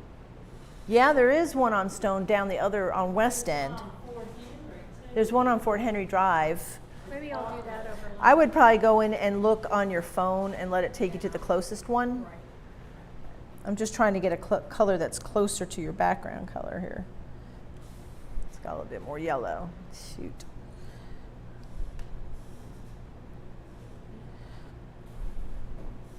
You guys are so quiet. I do. It's all that brain power. I know. It's all that brain power. Yeah, I'll be going at lunch to Walgreens for images, so just let me know, give me $1, and we'll get one of each image. Yeah, and it probably won't even be $1, they're so inexpensive, but. All right, I'm just covering up this stuff. So you'll go in there later and get that. You're just gonna have an oil painting is all. It's no big deal. To get your, there's umber. Now we have a cooler gray here. I hear lots of exhaling. That means you're just like, you have to let, it's like the steam coming off of a boiling brain. There's so much going on up there. Okay, we're gonna put a little dark, there's gonna be a darker value. This is gonna come out a little bit and then down. So this dark color,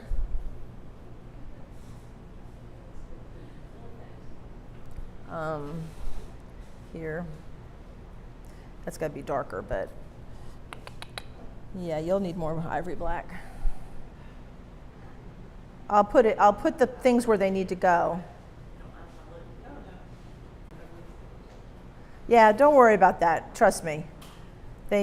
She's exactly right. There will always be the ugly stage. For me, that was 10 and 11. Oh no, really? Oh, before braces. I had braces too, but my teeth were so jacked up. And then I was also the kid who hated, like, I didn't even want to comb my hair or brush my teeth. And I just wanted to play outside. And I'm sure I was like, ugh. I was that kid. I had like 2 teeth. They had to extract all these teeth to put braces. I mean, God, it was super awkward. Oh, I hear you. Brutal. All right, you're back on track. Okay, is right in here. Oh, I'll worry about that later. You'll have time. Okay. If you need to make that color to carve back in some of the area, we've lost our little negative space here, okay. So you got to put that in too. Thank you. Mm-hmm. How you doing? How you doing? That's my Joey Tribbiani. Just so you know, friends, you know, Joey Tribbiani. How you doing? That's looking good. You're doing a good job. Huh? I said, I totally got it. You got it. You're good. Oh, the Joey thing. You'll want to not have the streaks in here. You're going to want to, I know we have all those fun feathers. Those will happen, okay? So we'll get there. Well, it wasn't really intentional. It was just. No, you're good. And in here, because the transition's really smooth. I say, do as I say, don't do what I do. I mean, I really don't want you all using your fingers. But, I say, you're doing great. Good job. What part what are you confused about? All right, so you only have a black and white version? Yeah, and one is my transfer didn't come out that great, so I tried it 2 times, so I think I have some. That's okay. I don't know the proportions, are they right or are they off? Okay, I'm trying to see what you can see. Can you see this piece okay? The one up front? Yeah. So let's see where we're at. What brush are you using? Just anything, I mean everything, whatever. Lafika, you're doing great. All right, I'm going to grab this guy. So, you're doing really well on your color mixing, by the way. And I've said this to other people. I mean, I tend to be somewhat of an intuitive mixer. Yeah. And I'm looking for the Purple Lake. The one that you passed around is that one. But did you have one called? Yeah, that's a neutral tint. Okay, you don't have a purple. Yeah, if you've got some Purple Lake. All right. Right here? Yep. Okay, I got you. I got you. Now you were the one. You were the only one I had that was on Instagram, Yeah. and so it was a little bit different, a little bit trickier. Okay, so I'm going to put. See, this is going to add a little bit more. We're going to bring that up a little bit, and see how I'm going to just roll that edge. See how I'm just rolling it down. Because I usually, when I'm painting, folks, I tend to go in the direction that the feathers are going. So if you'll see me almost finesse the brush a little bit, and okay, I see that that's going to poke. Where's your? I don't want it to. See, it's going to poke your canvas. Let's see. Let's drop that. Hang on. Let's see if we can paint like this. That's going to be better because it's poking your canvas a little bit.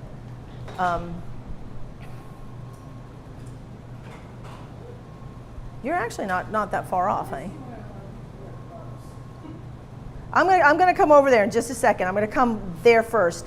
Actually, Bonnie, from here your piece looks good. Because you understand, everybody understands we will be layering color. Right now, Jerry, your top of your bird's shoulder is a little pink. Because mine probably is too light too. I turned my reference off. Yeah, if I keep splitting over. Yours looks really good. I'll come over there and take a look. I'm gonna come over there and help you in a second. You're actually doing really well. I'm gonna just go ahead and firm up some of your lines so you'll know.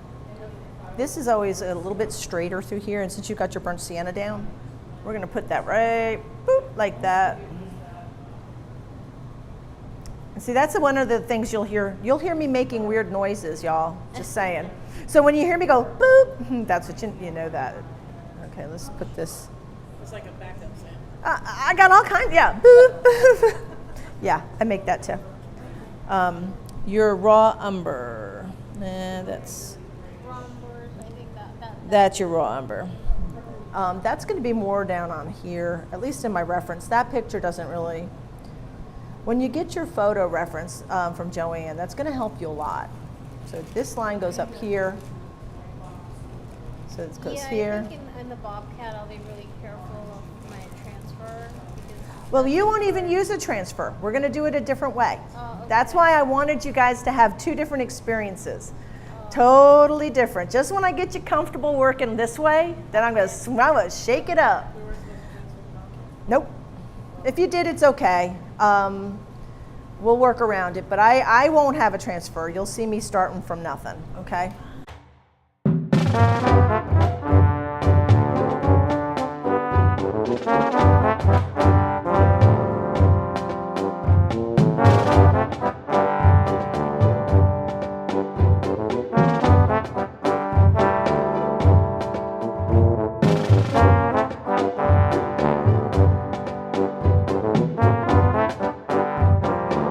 Outside and I'm trying to keep up with him, and he may be pulling me a little bit more than.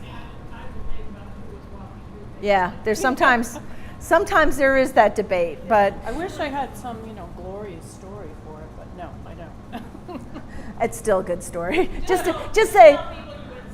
That's right. Yeah, I did it in Vail. I was on a ski trip. Okay, let's see if we can't get that pink on target. What brush are you? Is this your filbert? Yeah. So I know you're looking at mine and it is very pink, but yours is very light. My value's a little bit darker. I'm not sure what color you used around the shoulder area. Okay. See, I'm looking at my neck, and I'm seeing my neck thinking it looks really wonky because I just free-handed it. And I'm like, and I did it super quick. All right. it's a gift to be able to draw that well so quickly. Well, Okay. and only if it's done accurately and you're not screwing everybody else up on it. What is that color? Oh, that's the natural tint. Okay.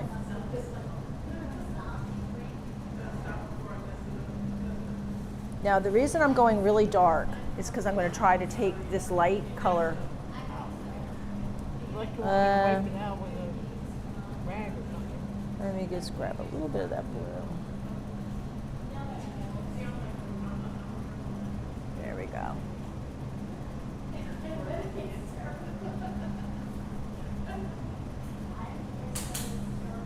Where's our purple lake? Oh, is this it? Oh, Yeah. Is that it too? Both places, yeah. aren't you clever? You're like me. You probably put more than one color down in different places. You put white down at least 4 or 5 places. I do. I often do. Depending on what I'm mixing, it's kind of having a little forethought into what. I'm still not getting the purple aspect. I'm looking at I'm looking at my painting and I'm looking at that picture. Yeah, that's so Well, I mean, it's funny because if you look at this, it looks very brown. That's probably more accurate. You know, this is artistic license, right, folks? Again, remember I said references are simply that, references. Yeah, this is going to work out better. Yeah, that looks nice. It's going to be light right through here. But you're going to go much darker here. Okay. Yeah. So you want to get that dark in And here. that- what is that dark? Is that just some? It almost looks like kind of like an umber. You can probably just do straight raw umber. If you need to mix a little bit of ivory black, play with it a little bit. Just try it a little bit and see where it goes. Okay? Uh-huh. Sure. You're doing great. Okay. Is she ready? All right. What do you think? I think you're trying to put detail in and you've got a little bit too much line. Okay. So, I'm looking at yours more than I'm looking at that. okay. After lunch, I will have my. Right, but then you're going to be completely thrown. So like this is going to be straight across. We lost our little circle here. Do you have your paint scraper by chance? I do.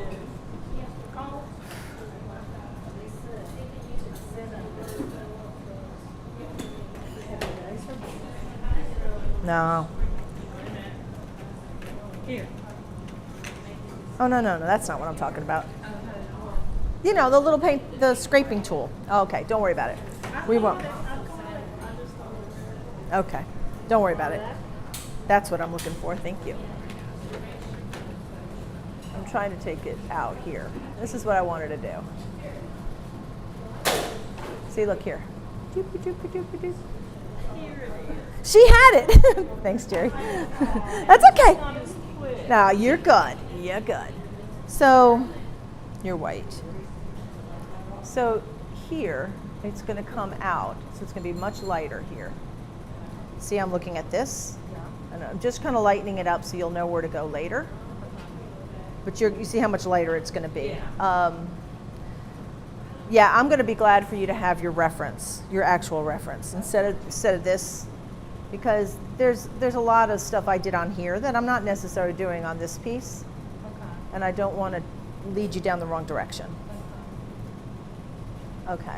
There's going to be a lighter area here.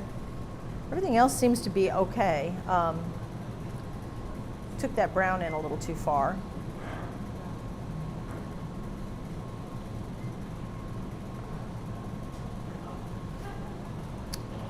In case Abby...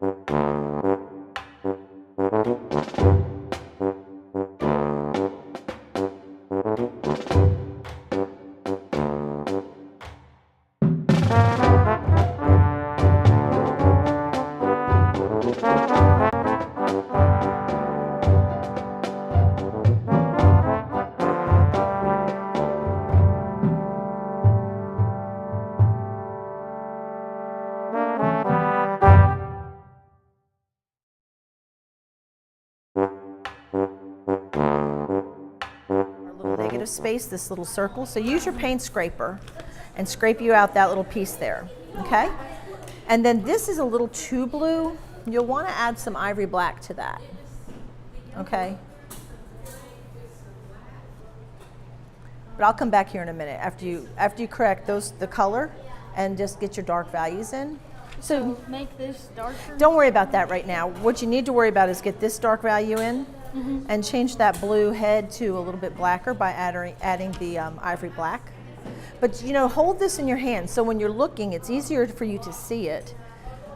And you're I less. was just putting it down just long enough to do that. Okay, that's all right. Then just hold on to that. You act like your ankles are hurting. You're like me. You're switching your weight off to either side. That's why I wore sneakers today. Oh, who did I miss? I didn't get over. Hang on, I'm coming. Look at you guys are doing great. Well, my feet were freezing yesterday. I don't know why, but it was my feet. I was cold all. Oh no, when I was, and that's looking good. We want to warm up the neck a little bit, and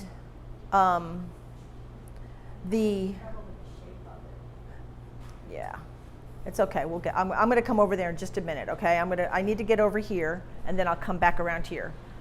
Are you covered? Oh, do you have a way? You're doing okay.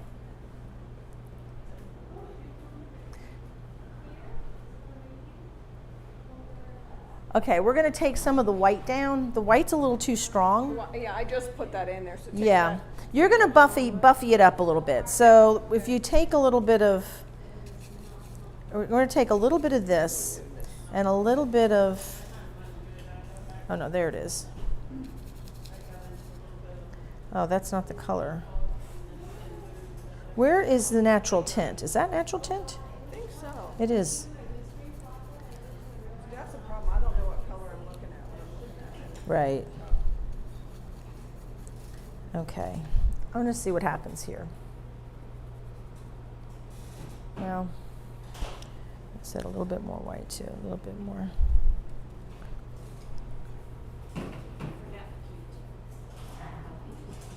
Yeah, that's going to be better. Anne's got Q-tips if you need a Q-tip. So you added more yellow. Or Yeah, I did because you're gonna need to have it darker at first so you can add the detail. Yeah. So now I'm adding a little. Oops.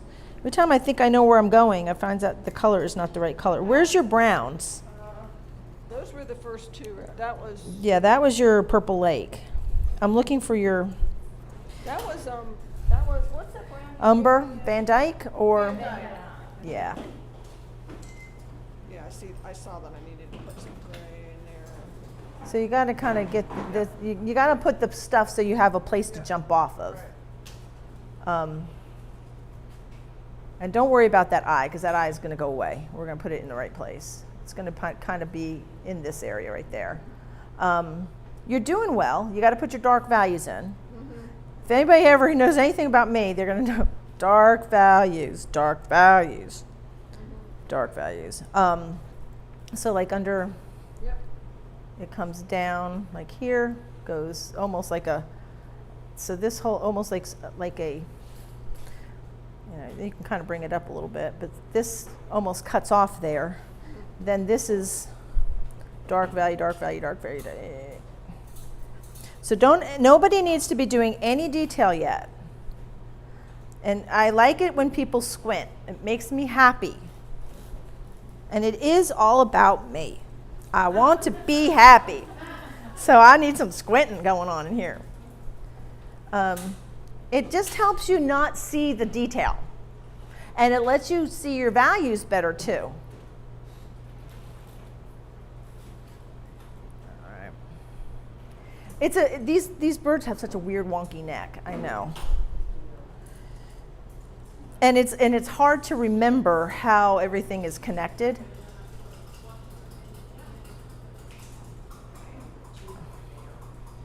Duke, Duke,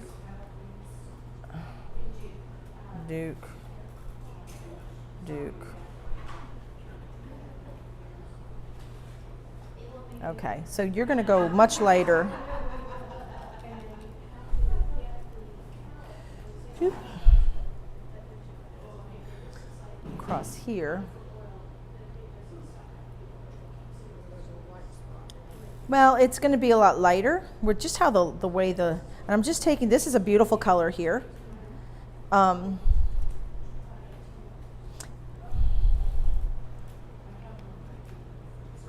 I would tell you, since you're working on a yellow parchment color, always mix a little cooler in that, because it's probably not going to be, because you're working off that light. Yeah, it doesn't look right.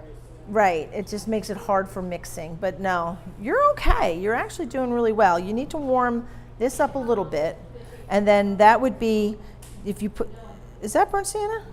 Yeah. Yeah, okay. Grabbing that. What brand is that? Is that? Probably one of these little ones. Okay, Winsor Newton.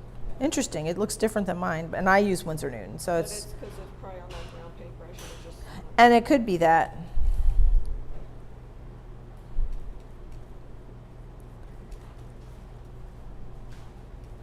I'm just trying to make a little bit warmer color here.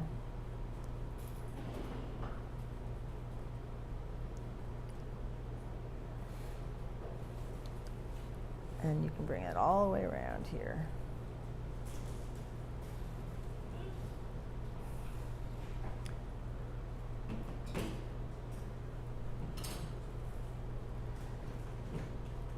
Has anybody learned anything yet? What have you learned? I'm learning how to look at the photo and decide where to put the darks and the lights. Okay. Really has helped. How do you normally work? From your imagination? How? I'm certified. Right. So what does that mean though? What references do you have? It's just a Bob Ross reference? Bob Ross, Marion Dutton, just several different ones. Okay. Now that's how, and so, okay, Marianne Dutton, she's the one that Buddy's always bringing in? Yes. Yeah. Have you met one of her classes? I have not. I have not. But I know she's very popular. Okay, you're fine. That wasn't too bad. No, you're doing great. You're doing great. Yeah. I'm gonna go see how we're doing. Still okay, not putting too much. Yeah, you don't want to get a lot of detail in yet, because remember, we're just getting at this point, getting the bird blocked in. And after we come back from lunch, which we'll break for here in a little bit, we're going to jump on the Bobcat. So we're switching modes, completely switch modes. Are we doing the beak yet or no? Not yet. You can put it in. You're welcome to. And I haven't gotten there yet, so I may get the legs, but we got time. We got time. How's your bird doing? Which one are you looking at? Okay. You're doing fine. What part are you thinking? You're doing. I know you. Let's see here. It's interesting when I'm with people that I know how they put their, like the palette. Everything is, I almost know where everything's going to be based on where you. Because you know me. I know where it's going to be. I know how to find it.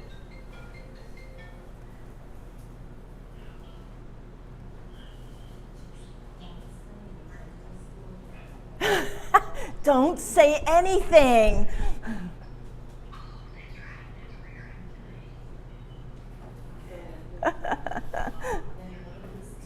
But it's blocked in okay. Yeah. Yeah, it looks good. I want to just get. The shade. No, it's not the shape. We got to get the dark values in. So I'm going kind of intense here. Ooh, that's the wrong color, Sue. Thought I knew what I was doing until I got the wrong color. That's black. That's what I want. I'm mixing it in there. So, whoop, whoop.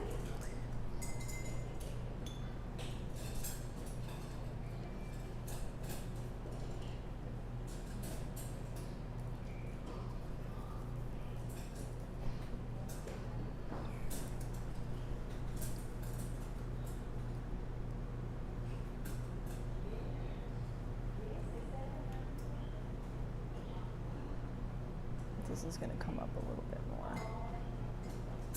Where is your black? Is this the black? That's black, lamp black. Okay, good. Lamp black, It's the ivory black. ivory black.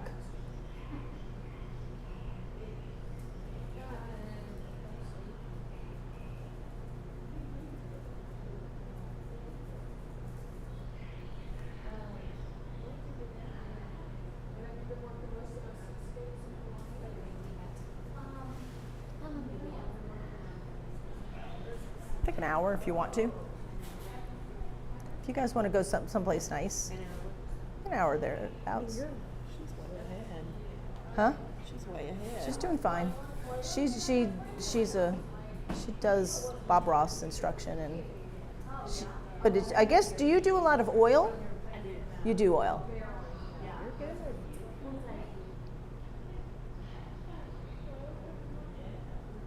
But I haven't done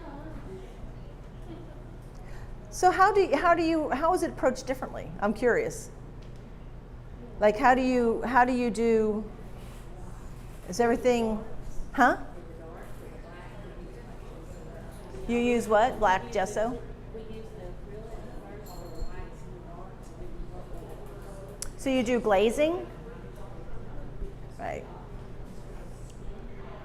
You've got some paint on your forehead. You look like it looks like it's been Ash Wednesday. Is it Ash Wednesday?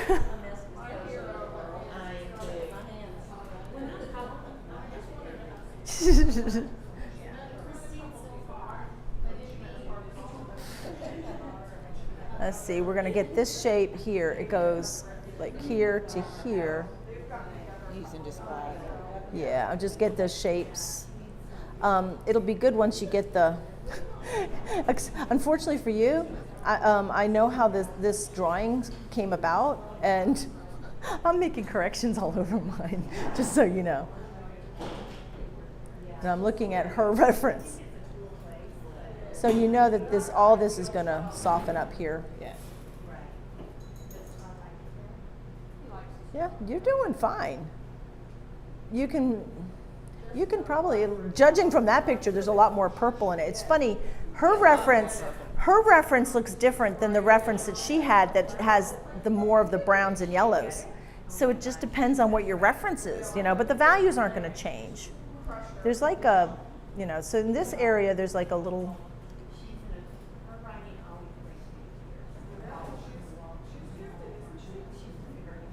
so this, you're gonna wanna bring this dark part down like this. There's a lot of paint on here. You can probably use a little, you're fine, honey. You're doing great. Probably used what? Little. You could probably use a little. Oh, I'm sorry. It's some darker values and some of this same purpley color up there. Okay. Let me go see Anne, and I need to go see Penny.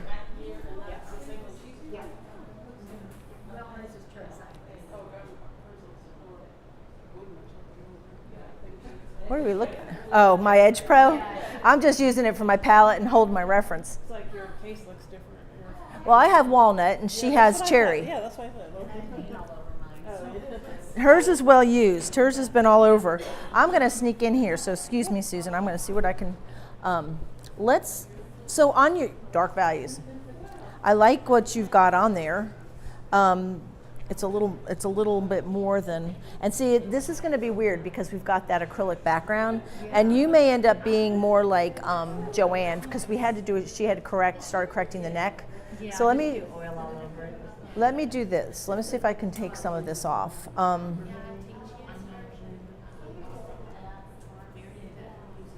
Do you have a paint scraper? Yeah, let's get that. Oh my gosh. Anne. It's like, what is that? Okay. Well, at one point, I asked what all big ones I should get, and you told me. And Yeah. And there they are. Then I'm like, Because this lifted up, and that's, unfortunately, that's not your fault. I mean, it's just, it happens. You're actually not off that much. That was the weirdest thing right there, was that. Hang on. So I know you've got the blue in there. This is a blue or black, you're right. This area here won't be. So I'm gonna just grab,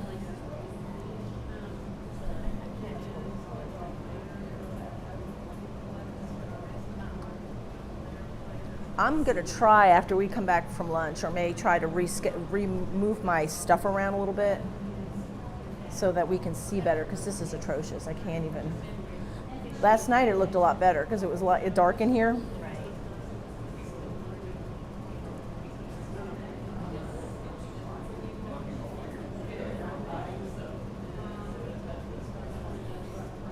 Try to brown this up a little bit.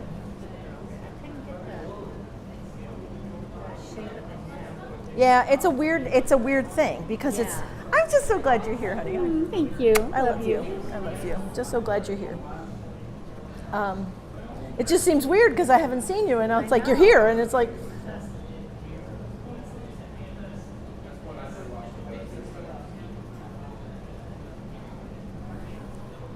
yeah, you got it. Just put a little bit, and we're just going to warm it up a little tiny bit.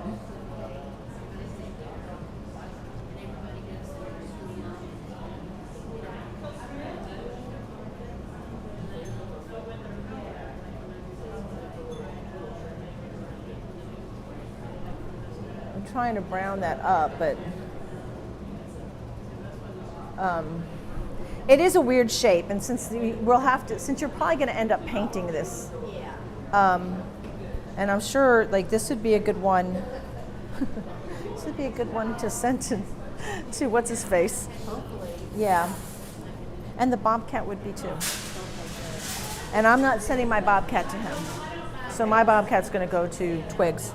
So it's not like you're going to have two of the same things in the same place. Okay. Okay.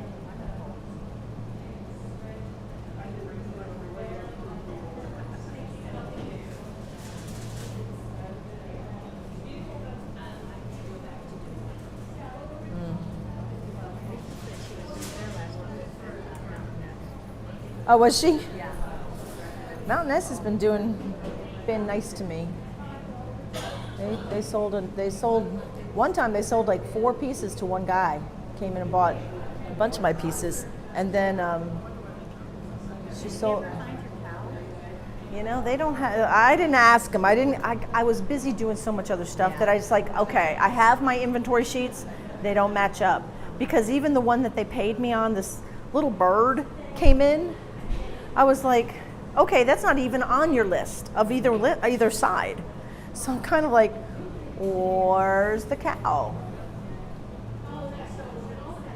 Well, they better have it because I know it went. And you even made comment about it. So I know they Yeah, like I said, I kept saying, I think that house.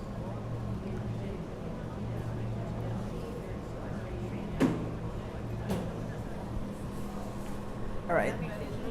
That'll be okay. Yeah, you're good. So yeah, your eye's going to be. So you just got to.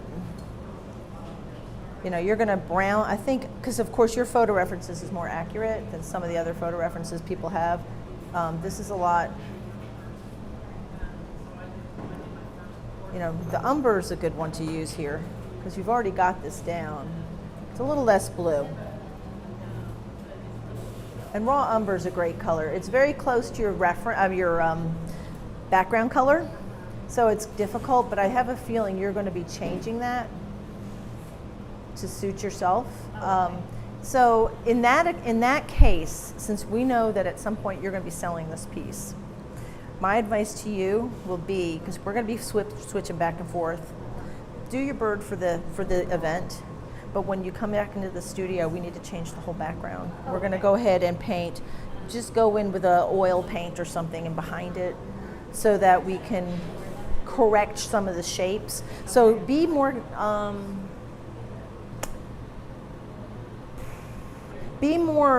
concerned about the interior aspects of your bird, okay? Because there's going to be some things like I may want you to change a little bit of the shape here or whatever, but we're not even going to be worried about the background. Okay. How about this stuff in here? Okay, you're doing it correctly. You're not putting any of this detail yet because we can't. So like in here, you can warm this neck up considerably. It's a lot warmer. So you've got this burnt sienna mixture here. And if it looks, yeah, that's getting closer. Oops, there's other color on here. This color, go ahead and fill this in. And you're going to see you're going to bring it down and around. But that's the idea. You're fine. You're fine. This is going to be a lot more just raw umber. So you're going to, don't worry about the detail yet. You remember the light colors are going to come after. Yeah, so that's more of a raw umber. Let me see where Penny's at. Oh wow, it looks like it's raining now. Okay. Yeah, that looks good, honey. You're doing it. And I was helping with Ann is getting, just to make sure that we may end up shrinking the bill down a little bit. Yeah. That's my fault. That's your fault. Hang on, I'm going to sneak past you. Hang on, I got to get this through here. Ooh. Let's see here. Yours is looking good.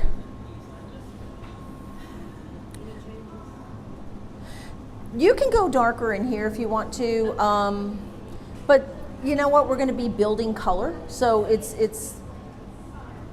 there's a lot of it is a building process, so we're going to get there.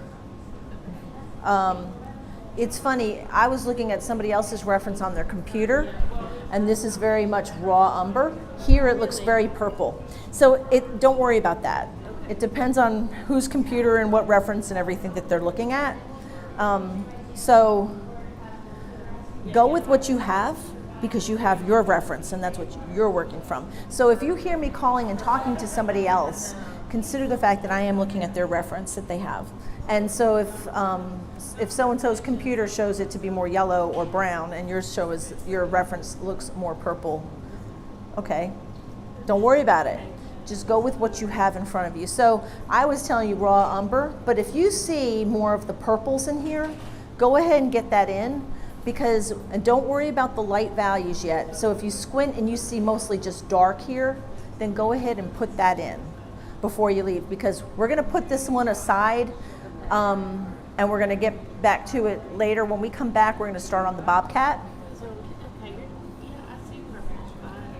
That's how I see it on your reference. When I was over there, it's brown. And when I'm over there, it's more yellowy brown. So I'm going with, you know what, everybody's gonna have a different reference. So however they pulled it off now. So just go with the reference that you have. That's what you need to go by. That's what you need to go on. But no, you're doing really well. It's looking good. And don't worry about the detail I know you kind of got that on there already, but that's gonna come later. That's where you're gonna use your dagger. Because the dagger brush is so much fun. Yes.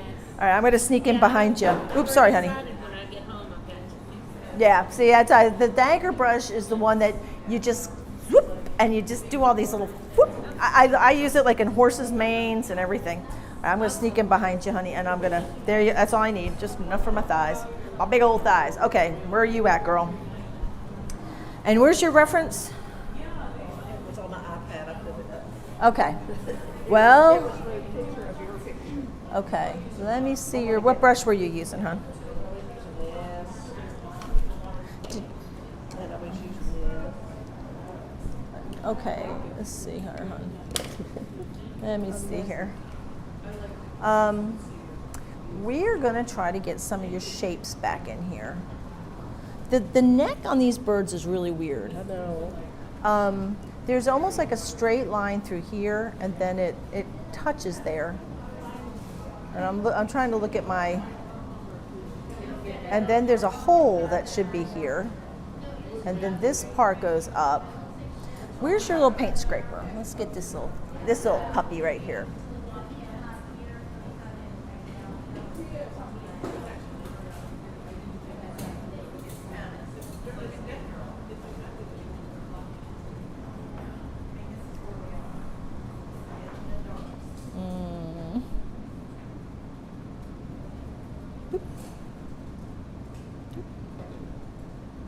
I'm going to warm this neck up a little bit.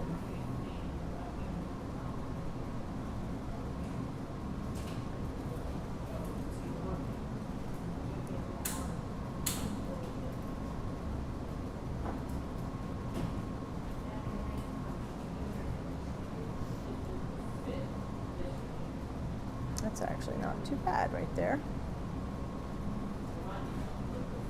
I'm going to go with the lighter value. And I'm just grabbing any value at this point. I'm looking at my piece. Going straight down. And your purple, this color is a good color.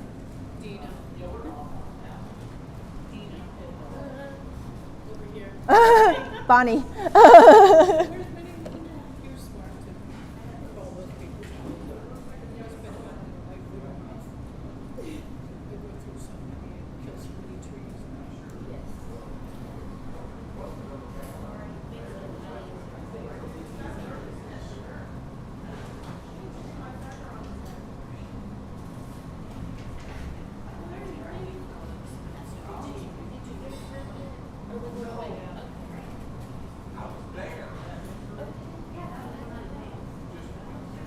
We're going to try to get that a little bit right.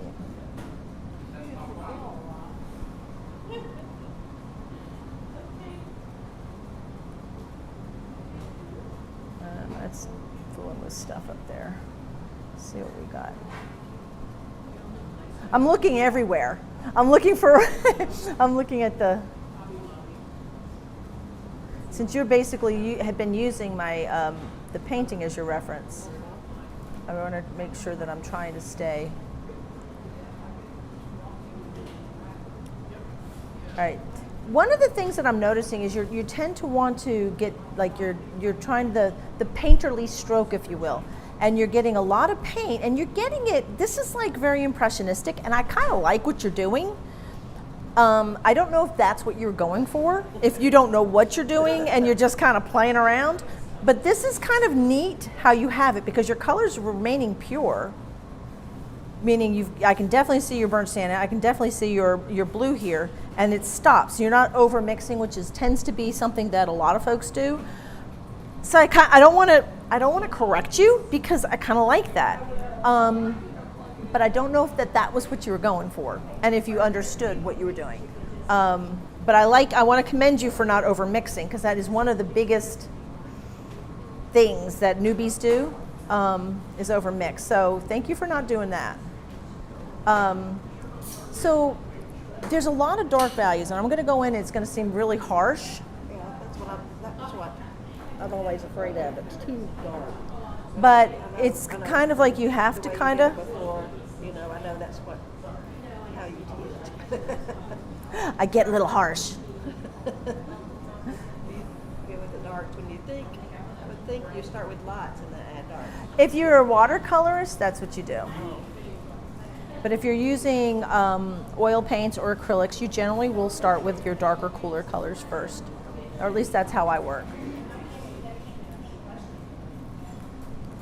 So we're going to put a little burnt sienna right there.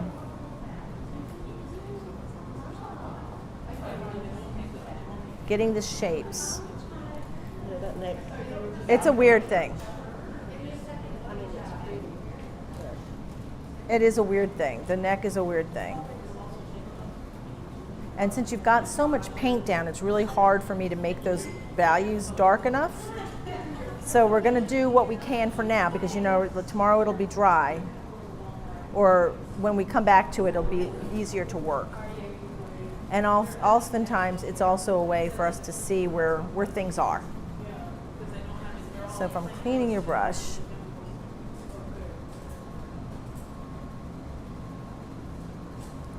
I'm I'm just trying to soften everything up. Everybody looks like they're in good places with their works. I'm going to go in with a darker value from right underneath this neck.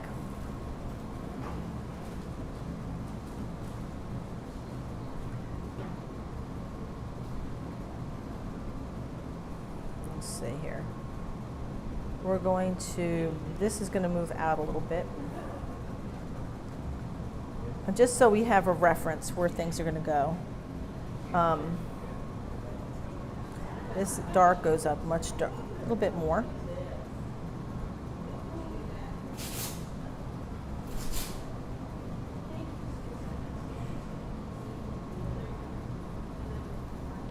Don't worry too much about the, this will come out a little bit more.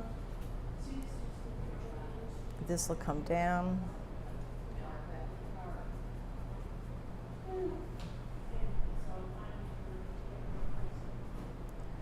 That's good. You're okay. This is going to come straight up. This is going to come out a little bit more. So that's going to fill in here. Okay. So on your gray, it's kind of hard to get that in there because it's so wet. And at this point, is it raining? Oh, just in time for lunch. Yay!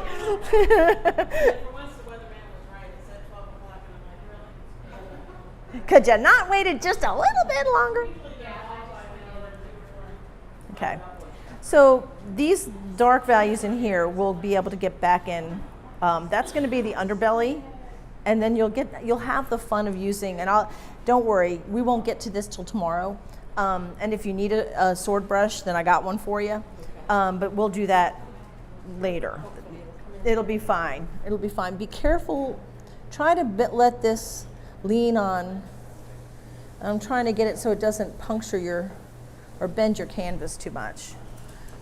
You see what I'm saying? Because from behind. Actually, you could work it that way, but you can have it sit on here and then hold it reverse-wise. So you don't, do you know how this works really? No. Where did this come from? Somebody, I bought it from somebody. Okay, let me show you how this really works so that you can actually use it for reels. This part is adjustable like this, and you're going to flip this around, and this is going to tilt back a little bit for you. Yeah, you're going to be like, oh, it's a whole new world. It's a whole new world. You just didn't know. And now this puppy will go in here. It'll be in this little lip. And this goes up like that. And now you don't have to worry about puncturing your thing. So this was a good little purchase of yours that you found. And now you're good, and you won't hurt your canvas. See, there you go. You learned something today. Phew! Now I feel good now. All right, Diana, you're doing good. Yeah, we're at a good place to stop. What time is it? 11:52. Does anybody have a major thing that they need me to address before lunch? Yeah, I am so sorry. I ran it $5, no, down to the tube. How we doing, Matt? Good? Whenever you want to break the streak for lunch, I'll have you Okay, do I have paint all over my face? Do I have mascara on my upper lid? Because I'm sweating. I'm just like, am I fabulous? Okay. Am I, okay. It's okay. Tell me when.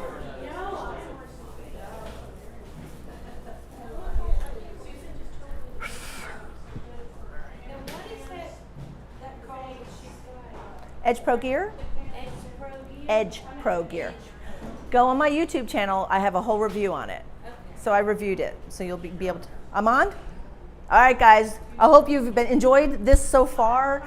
We're going to break for lunch, and just our luck, it just started a huge downpour here in Kingsport, Tennessee. So we're going to be wet and yucky when we come back, but we will be back soon, and we'll be joining back in just a little bit. So see you later.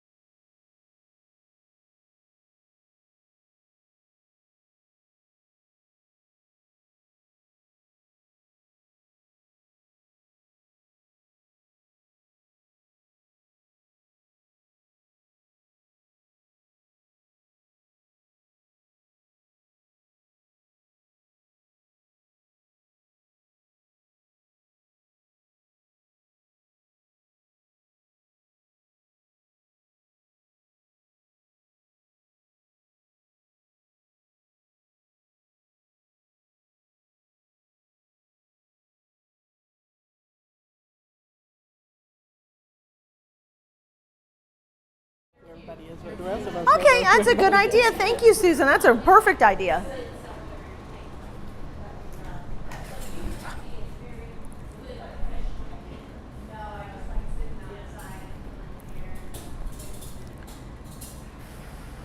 Whiskey Sky Public Wi-Fi.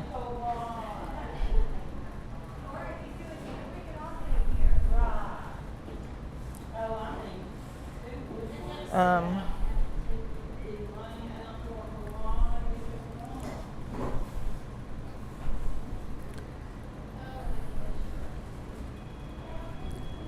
babe.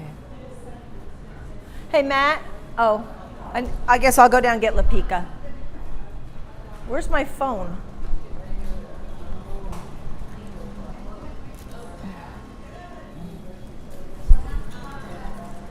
Are you stuck downstairs?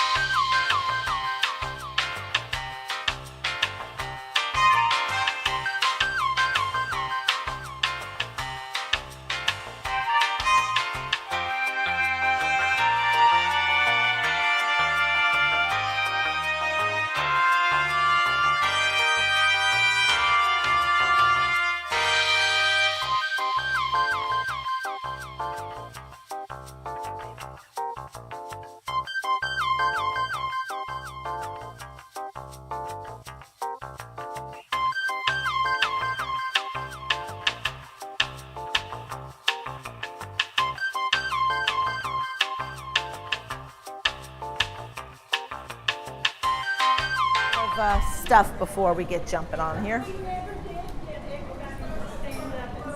That's actually, Susan actually just suggested that we do that. So we will do that. And I also want to pass out some questionnaires that the Cultural Arts, Kingsport Cultural Arts asked me to do. So once I get, they figure they've got a whole bunch of folks here like a captive audience that are art people. So they've sent me a whole bunch of questionnaires for, I guess I'll read it to you here once we get all settled and Matt tells me it's time. I'm back on? Okay. Hey everybody, thanks for joining me if you're joining me on the live stream. And I'm really excited. Joy Lynn, if you're watching, thank you. Thank you, thank you, thank you. And Covey Dog, also thank you for joining me. We're going to, I want to talk about like something that the Kingsport Office of Cultural Arts asked me to hand out these surveys.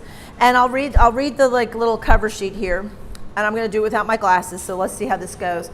It says, thank you for partnership in the AEP6 surveys. Please find 2 different ways to survey patrons for your events.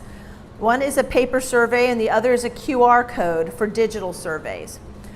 Please dispense randomly and encourage your patrons to take the survey. The surveys help advocate for the arts in our area and help us receive grant funds. With your help, we can keep bringing art programming to this area. Please collect any completed paper copies and return them to our office. We will happily submit them. So if you have the opportunity, even if you take it home tonight, fill it out, bring it to me tomorrow, that'd be awesome because I can give it to Hannah, who is our cultural arts director here in Kingsport, and that would be awesome. So I will hand these out to everyone through the course of the day. There's also, and if you choose to do it online, that's great. So I'll let you all decide how you want to do it.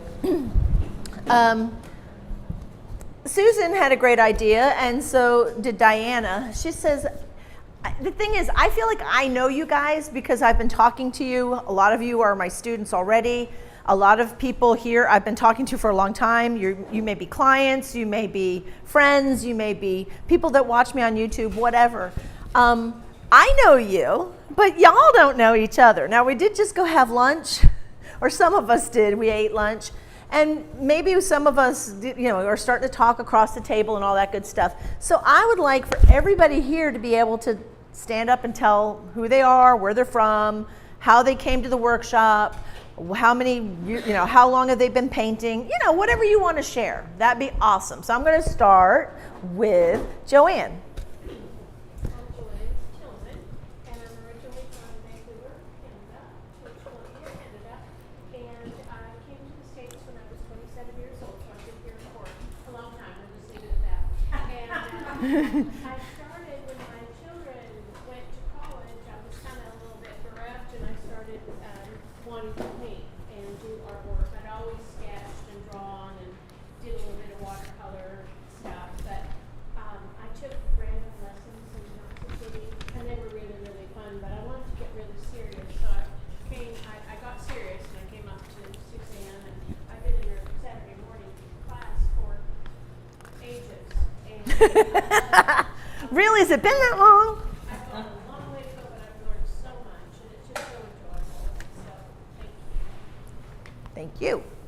Okay, Bonnie, let's hear it. I won't stand up, but I'm Bonnie Persinger. I'm from Holden Beach, North Carolina. I've worked in corporate for 35 years, and last year I was able to retire. And I said, I need to find something to do. I'm going to go crazy if I don't have a hobby or a job. So I said, let's try painting. I had some old antique colored paints I made. I started putting them together, and one paint led to another, and I started following Suzanne, and I wanted to look at how to paint my Maltipoo dogs. She's got some great Maltese and other little fluffy white dog pictures. So that's how I started following her, and then I randomly came across the info for this workshop and said, I can drive there. I can go. So that's how I ended up here. Thank you. All right, Jerry, let's hear it. And Jerry, and I thought I was from Kingsport. That's where Kingsport is now. And I started working on 7 months together with the yellow drawing. I wanted to get to it. Following Suzanne online, I found out she was in Kingsport too, so that was pretty neat. And all the drawings she does now.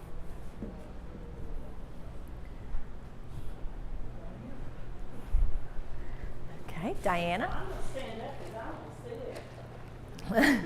I'm Diana Bishop, and I'm one of Suzanne's students. I'm in the same Saturday morning classes today. And I actually graduated with a degree in art years ago, but never really had used it, just taught some art in Pennsylvania at middle school.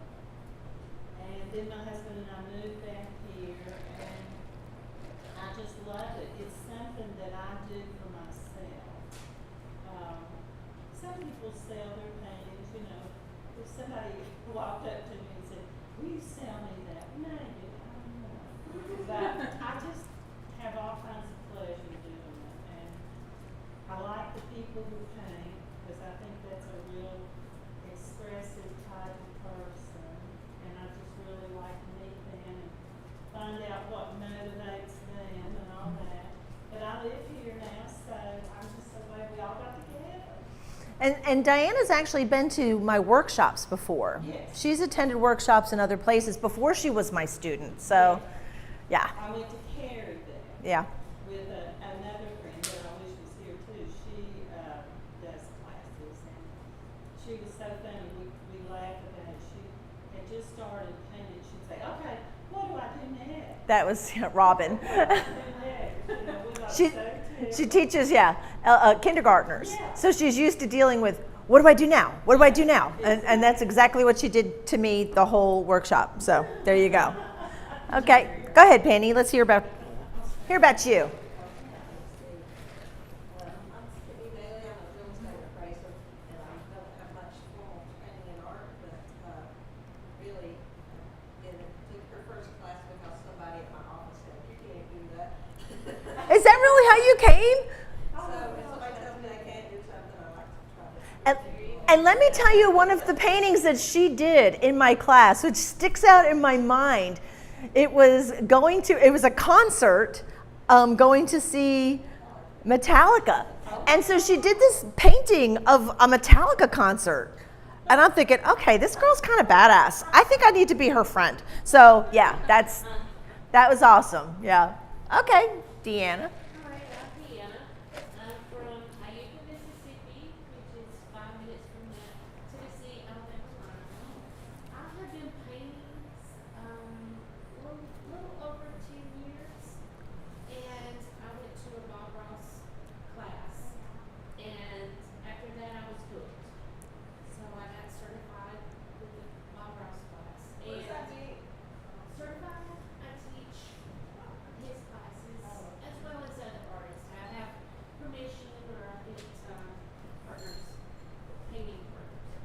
But I was scrolling on Facebook one day and I happened to see this workshop and I said, "Oh, road trip." That was awesome. I'm so glad you did. So I'm glad I'm here. Good. I'm glad you are too. Lapika? So I'm Viveka. Came here from Atlanta.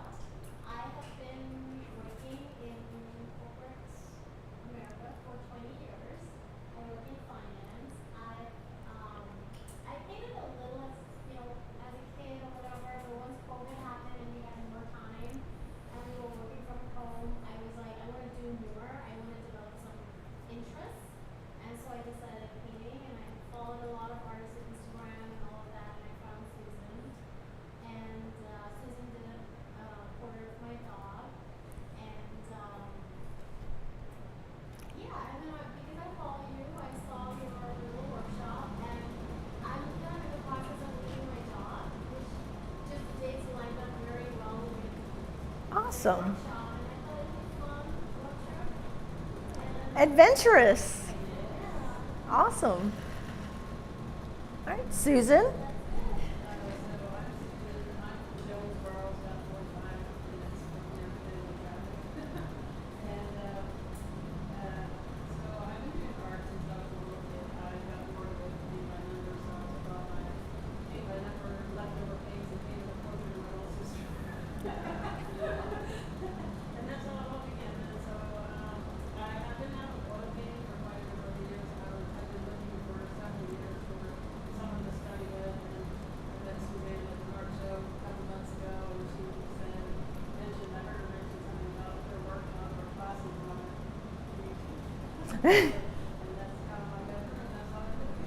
We're glad you're here.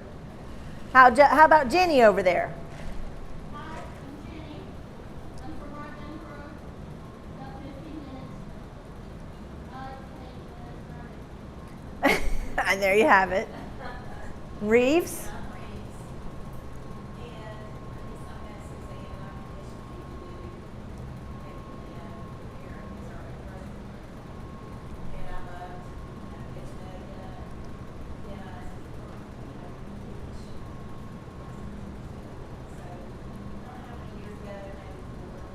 It's been a while.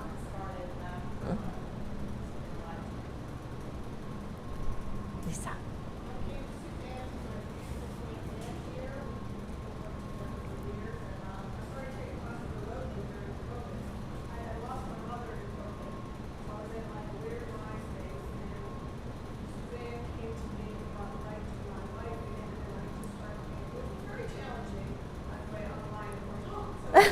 But you did great. I'm glad you're here. Ann? I'm Anna, here from San Diego, and found myself in Tennessee and decided to try painting. So I looked online to find my art lesson, and I found Suzanne about 5 years ago, and I moved and changed my life. She's done so much for me, and I'm another tribal painting, and I love it. And it's also my story. So it's really good. And Ann, when I first met Ann, she came to the class and she was wearing her little cute beret and was like so hip and cool. And I'm like, oh my gosh, this woman is like totally cool. Like, oh, she's gonna think this is weird. But we just hit it off, and you did furniture painting. That was kind of like your side hustle. And beautiful furniture stuff, and I thought, wonder what she's gonna, what she's gonna stick to, and what she's gonna learn with me. She's painting professionally now. That's like her thing now. She's taking this is for reals here, and The parade was to cover a bad hair day. Not because I had paper tools. I do, but our bad hair days. But yeah, she taught me. I said I'm not going to make it really pretty. She said, nope, not in my studio. So there you. When I started with Sue, I was relatively confident, and I had been successful in a few other endeavors in my life, but I really lacked confidence, especially in art. But Sue's brought me to where I'm actually doing commission work now. Yep, and Joanne is also painting professionally. Yeah, and it's only just because of Suzanne. That's the only reason I've gone to that place. So I'm very grateful. And she's doing a great job with it too. And not to say that everybody's goal needs to be painting professionally. I'm not even trying to suggest that.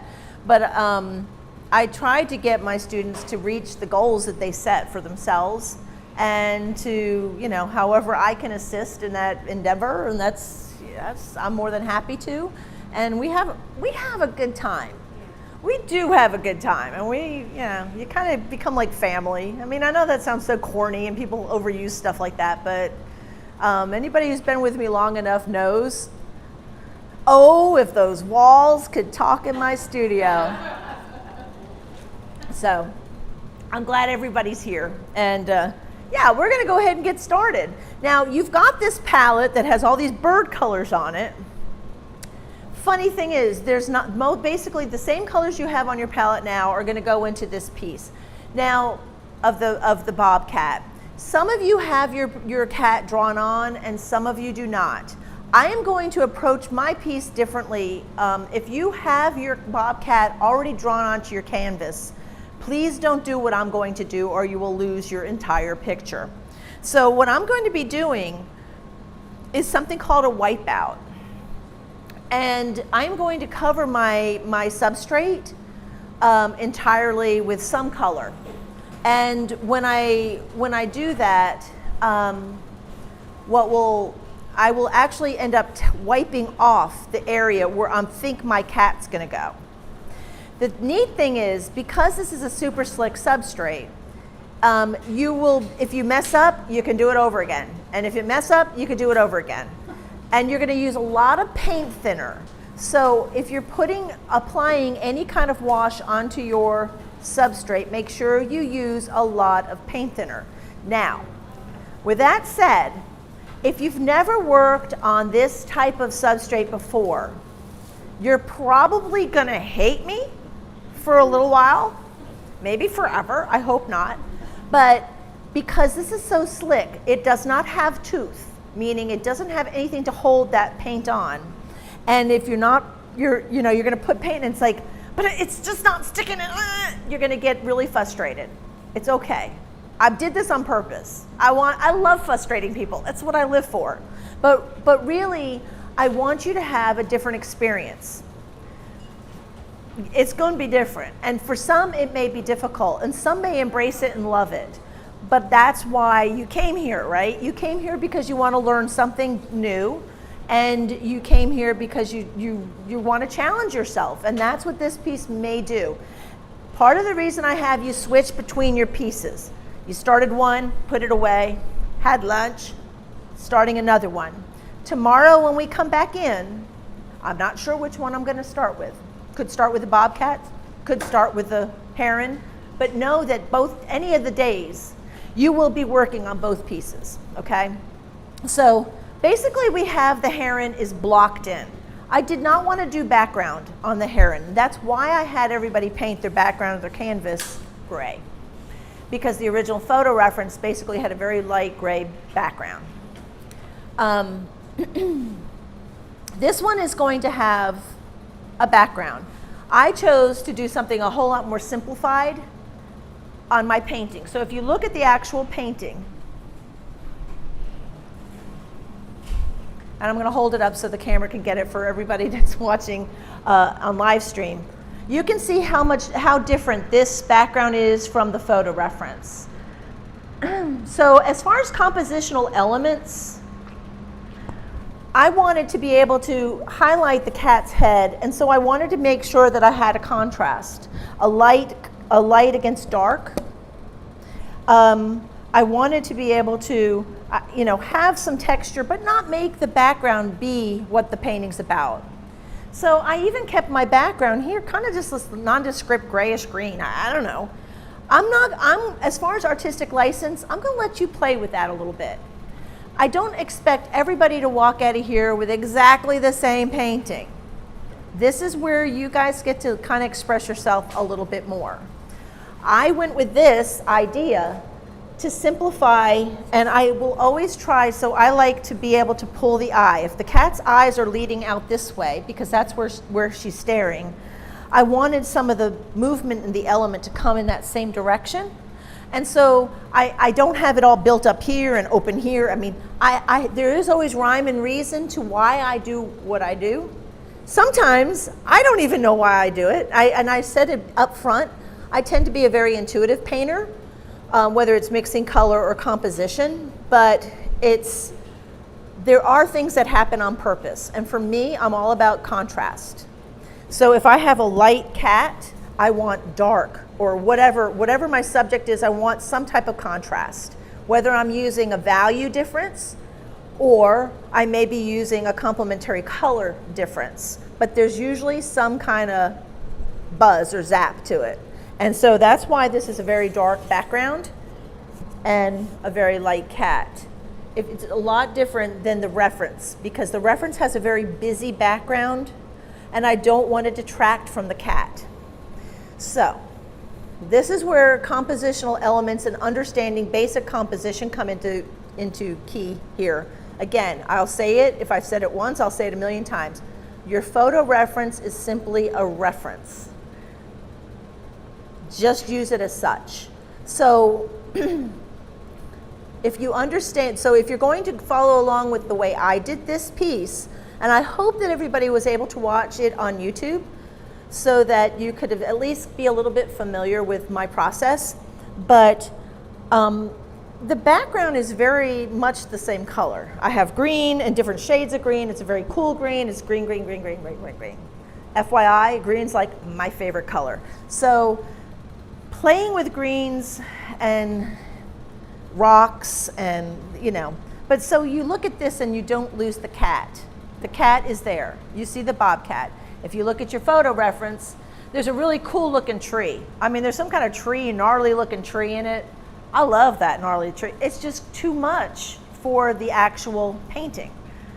I wanted the focus to be on the cat. So eliminated that. So I want to have, if you look at the background on your photo reference, the background here is very light, very similar to the color of the Bobcat.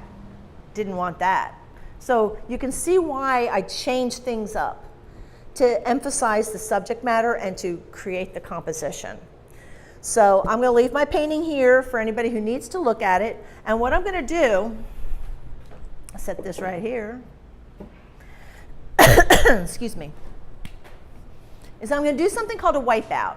Now, again, I'm going to say this, if you've already got your picture drawn on your canvas, do not do what I'm getting ready to do, because you will lose it. You'll lose your drawing. And if you have a really good transfer, I'd hate for you to lose that. I'm going to do this as a wipeout. I'll go ahead and verbalize what I'm doing as I'm doing it. I know Jenny's got hers drawn on. I know that Susan has. Are you painting over yours? Okay. Who else has a transfer of their Bobcat? Okay, good. So it's just the two. And I would rather, Jenny, since you know where you've got your drawing, you spent a lot of time on yours, I don't want you to lose your piece, okay? So you'll catch up when we get in there, okay? But I don't want you to do the background that if you drew out the background as it is, we're gonna jump into a different background, okay? So, are we ready to rock and roll? Okay. So what I'm going to do is, this is where you need to use a lot of paint thinner. And since I'm working vertically, I have to be really, really careful. So what I'm going to do is take a larger brush. One of my faves, most used, and if you watch my YouTube, you've heard me say it a million times, the number 12 Long Flat Series 279 by Rosemary. And it's actually a mongoose hair soft brush, but it's like a mop. I mean, it will suck up the paint thinner, and I can throw it down fast with this one. This is also the brush I use oftentimes for blending. It's a great blending brush. You totally love this brush. So I'm gonna actually grab up some paint thinner, and I'm just putting paint thinner down. Because I don't wanna put it on my vertical palette, otherwise I would have a big mess on my hands. So I'm just putting down some paint thinner. Now, the color you choose, okay, this is where I will be adding some greens to my palette. But for now, I'm just gonna take a little bit of blue, a little bit of yellow. The yellow ochre.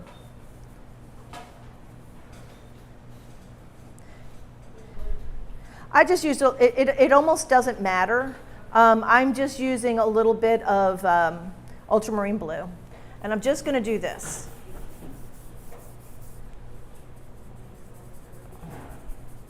I just need to get some pigment down. And see, I got some King's Blue on there. It doesn't matter, because you're going to be wiping a lot of this off.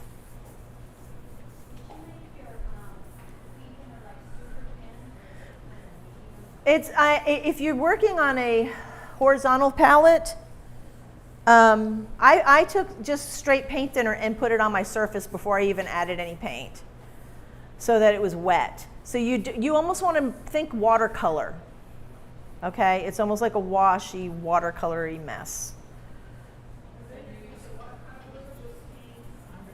I'm just using it. The color you use, look at this. I'm making a big old hot mess. It doesn't matter what your color is at this point, because you're going to be wiping a lot of it off. This is just so you can start creating your textures. I'm sorry, your actual shapes, not your texture. And so don't worry about it. So now what you get to do is you take a clean brush, and you also dip it in paint thinner. And this is where I always use a rag. If you have your paper towels, this is beneficial. I'm looking at my cat reference. I am looking at the distance between how far the ears come up. If I know that I'm going to put my cat basically in this, I want this rock here, and I'm using it, so I'm just kind of sketching it out. I know that the top of this cat's head might be about here, and I'm actually sketching where I think this cat's going to go. And I'm not putting detail, I'm just kind of getting the shapes in. And you can always refine it, okay?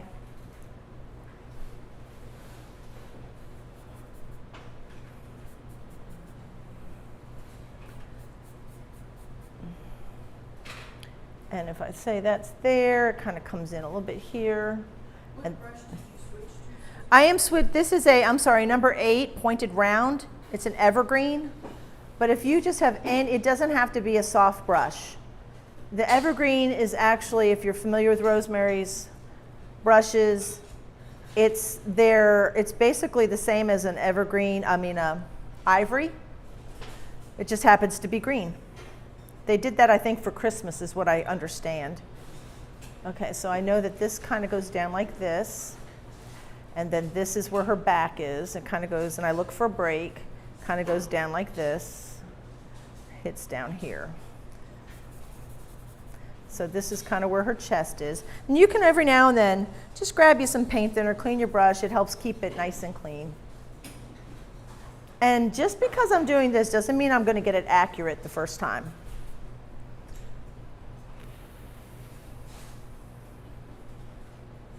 But I keep my eye on my reference. So I'm actually going to move my rock down a little bit. Put that foot here. Her little tail's right there. Hip.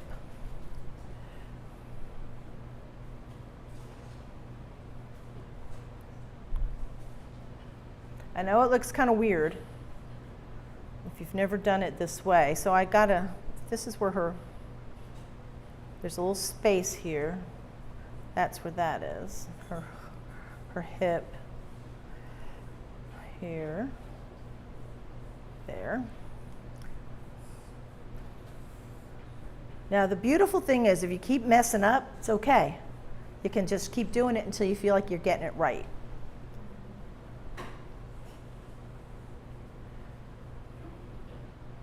And I'm going to put the rock here.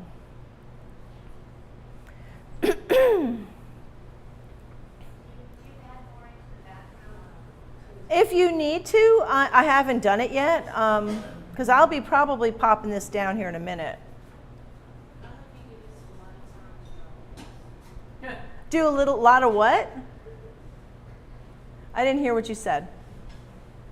A lot of time to get this done. Don't worry, we're good. We're using the rest of the day for the cat. Oops, I got it.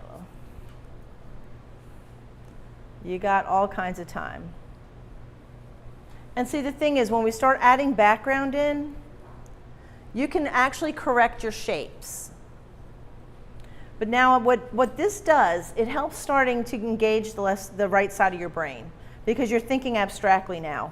You're used to painting things by putting paint on the canvas. This time you're taking paint off the canvas. So you're really engaging that side of your brain now. Now remember, the cat's gaze is in this direction, so I'm kind of just looking at my shapes, making sure I'm okay. This is a little bit rounder here. There's a lot of refinement that's going to happen. Don't worry, you're going to be doing more refinement when you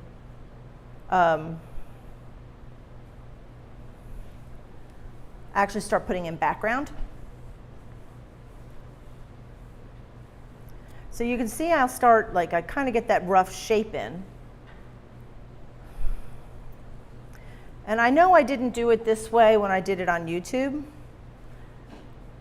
I like to confuse people. It's what I like to do. But I'm glad if you watch because everything else will be basically the same. Now, in a lot of my other workshops, it always bothered me when people came in with an already drawn canvas. Because I thought, well, why are you coming to me if you're already expecting this to be completed? Because I like doing these wipeouts like this. I think the wipeouts are really helpful because it does allow you to really render.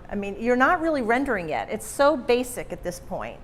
But you're able to concentrate on shapes. And there's her little tail. So I've already moved her tail out a little bit. That's right here, here.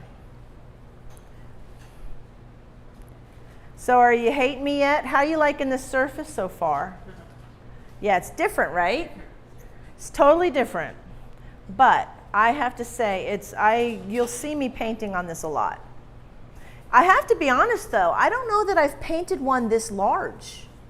I'm trying to think if I've ever used this slick a surface on this large a painting. Usually it's, that's like a 12 by 12 is the one I originally did. Okay, I'm feeling good about that. I'm gonna walk around and see how everybody else is doing. Turn that off.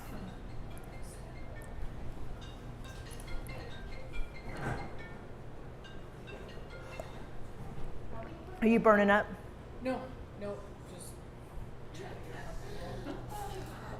Diana, when I saw this with the little mug on it, I thought, oh, who brought me this beverage? It looked like some kind of it's like a Corona. No, it's not Corona. Okay, I'm there. Don't worry about the eyes yet. So far away from the eyes. So you're working off of the painting instead of the photograph. Did you not have the photo? This is the image I just had made up at lunch. Okay. Yikes. That's all right. That's the painting. So what you're going to look at, Okay. I want you to look and see the angle. You've got your ears going way in. So you're going to bring that. So this is the beautiful thing. Yeah. Where is your paint thinner? So if you're standing here, and you should be standing here like this. Mm-hmm.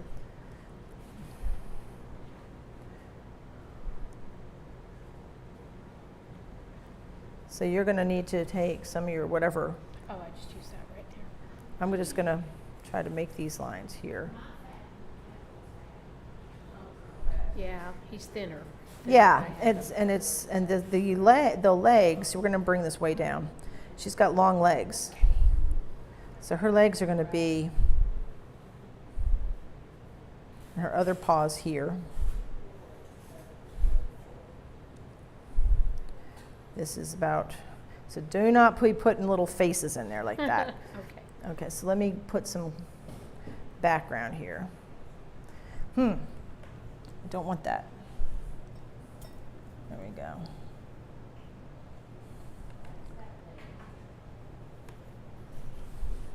So if we're looking at this,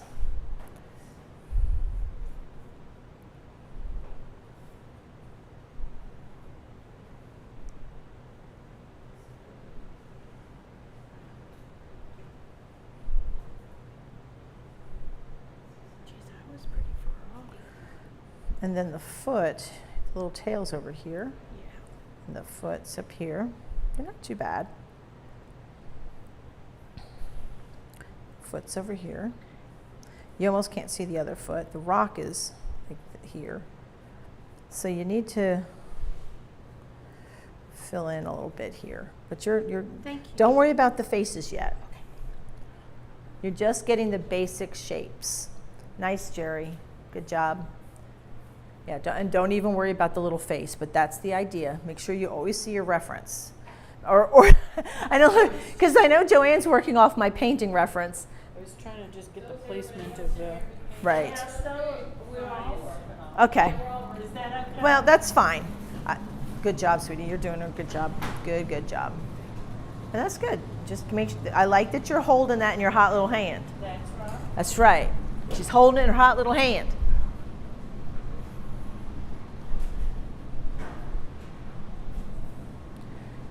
Okay. I see what you're doing. This is more of an angle down. See the angle that's not as steep? Where's your paint? Still seeing too much. I know, and that's I see that. So I'm not gonna. Okay, so you can if you're and we'll tap that so you can see the. Okay, so, oops. It's a lot softer. It's closer to your actual picture. And instead of using actual paint to make I want you to learn to take it off. Since you've got this little hot brush here, and this is your paint thinner. So you need to kind of look at your, I know this looks messy. Where's your paper towel? There you go. And you've got a nice amount of, we can make it much bigger than what you have. So you use the paint thinner to take it off. So you can kind of look say, okay, this is this side, this face comes out a little bit here. You dip till you need to, and then this looks good. And then you bring this in a little bit.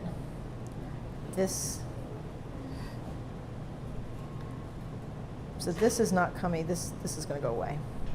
So this is going to come down here. And then let's see what happens here. If you can get, if you look at this line here, you can almost say, this is your ear. Hang on. Yes, thank you. It's almost like it kind of goes in and then goes out. Then you see that it goes down like that. So here's where it starts out.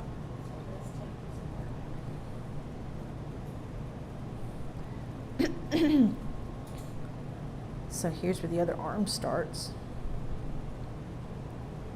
It kind of comes in. So her little paw is like in this area. The other foot's kind of like over here. Little tail's over here. So your rock is going to kind of go down here, kind of where you have it. But that's, you just want to refine it now. Okay. Okay? You're welcome. It's hard to see because there's not very much paint. So, where is your paint thinner? Right here. And right here. Yes. Gamsol paint thinner? Yep. Well, yeah, the Gamsol is what I use. I don't use any other. Just leave it open. Leave this sucker open for a second. If what did you use for your color? I had that and that. So let's put this out here like this. Let's give it a little bit more something to work off of here. Oh, I had more before I started wiping. Yeah, I get you. You know, this cat has relatively pretty huge ears compared to what you think of a house cat.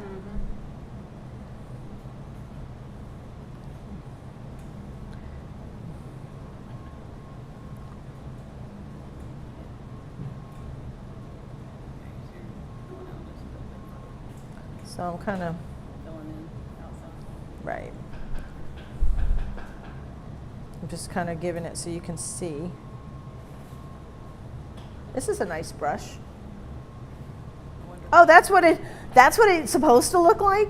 This is my favorite brush, and I'm like, I almost don't recognize this brush. Mine is so old. Mine doesn't look like that. Mine is old. Mine is ancient. I can tell yours was well used. And well loved.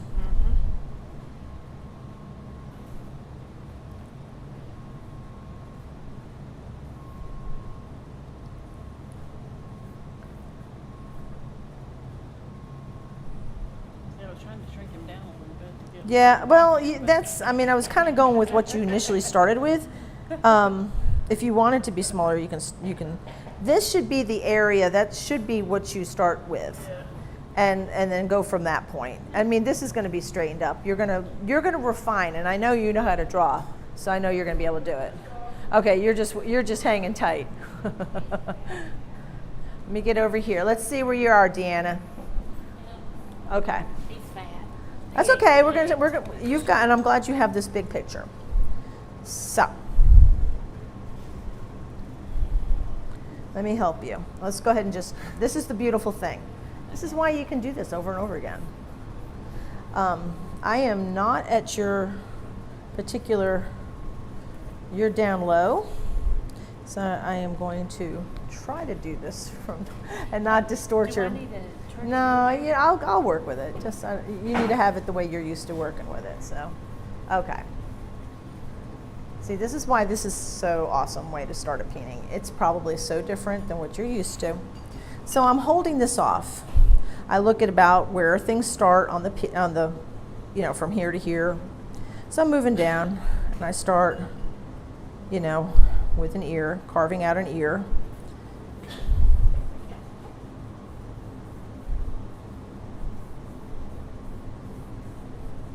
And then I see how it kind of goes, almost like a L or whoop. So I look at weird shapes, and I make really weird noises when I find them. Whoop, like this. All right, so I'm going to go wipe this off. And it's a little straighter through here. Then it kind of bunches out a little bit here. Don't worry, things will come together.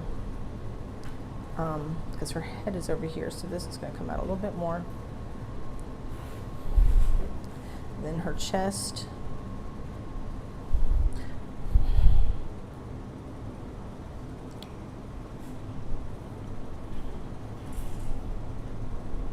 Figuring her paws over here, her other paw.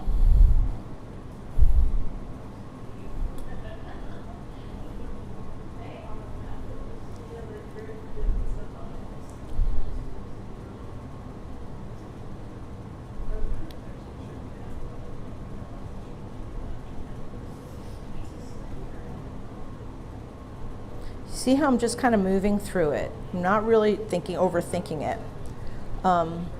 This comes up at an angle a little bit here. This is like her haunch or whatever.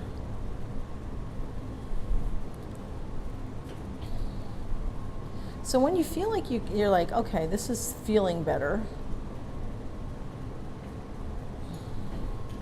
there's always a lot more refinement, but this gets you your basic shapes. You can see like here, then you start filling in, backfilling, if you will.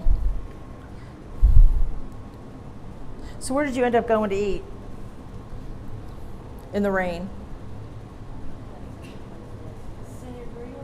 Center Street Grill. That was pretty good too. Oh, okay. Did you get a hamburger and Barbecue. center? Okay, good. Oh goodness, they are good. That's where what, Matt? Oh, okay. I wasn't sure. I got their sweet potato fries. Oh, I love sweet potato fries. Oh my, yes. They put brown sugar on top of it. Oh yeah, that sounds good. Now see what I'm doing? I'm just kind of going backfilling and just seeing if there's other places that you can pull out. But do you see how you can basically get the shape on? Does it make sense? Does it? It does. Okay. So, but this is the outside of him, right? Yeah, this is the background. Okay. So you keep, this doesn't matter. What you keep doing is you refine the inside line. So if it kind of swoops out more here, and then it comes down at an angle, it's okay. Because you know this animal's gaze is kind of going, there's a little round curve here. This is her whole forehead. You know, the ear shape is a little bit off. That's okay, you can fix it. And we know that she probably has an eye here, an eye here. You know, we're kind of getting an idea of where things go. And you're going to start to fill in when we start backfilling. So even if you want to, do you have paper towel? Yeah, you do. So this is another thing. If you got your paper towel, if it makes you feel better, you can start doing this. And just like finger painting, okay? You can start to kind of refine, you know, where everything goes. And it helps get some of that off. Okay. Thank you. Does that make sense? Come back. I will. I'll be back. Okay, and I'm looking at what you're doing, and you're painting. Do not paint. I want you to take paint off. Yeah. So what we're going to do is your paint thinner? Okay. So where is your colors that you're using? Whoopsie. Okay. I want to get, no, taking it all off, because you're painting. Don't you know I was going to do that to somebody? I was going to have to. I was just dying. It just happened to be you today, Penny. Just happened to be you. Yeah, sorry. What you're going to do is take the paint off, and you're just like Diana. She's got the same size canvas, whatever the substrate. I bought the wrong one, and she traded roughly with me. Oh, so she had two of these. All right, so this you'll fill in. So what you're going to do? Oh, honey, don't let me get that on your phone. Gee whiz, I didn't see that there. So you're going to clean your brush, And if we're looking here, we're going to say, okay, here's, like, I'm looking at this little part of her head and saying, okay, here's an ear. Wipe it off so you can just have a clean, and see it goes kind of straight here, and it kind of bunches out a little bit there, and kind of goes at an angle. Then it goes a little straight here, and then there's another ear, comes out this way. And she's got this forehead over here. And it kind of comes down like this, and it goes out. And then we come down.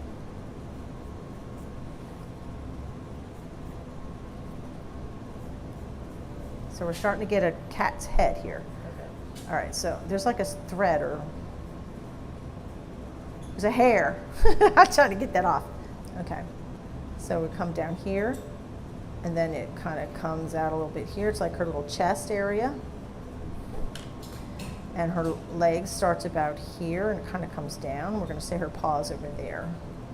This comes here. Her back kind of comes down to here, stops. The angle changes. Again, it changes again. It comes down. Her back hind foot is kind of comes up at a little bit of an angle. This is where her other, hang on, what did I miss here? Okay, I did that wrong. So her other foot is this way.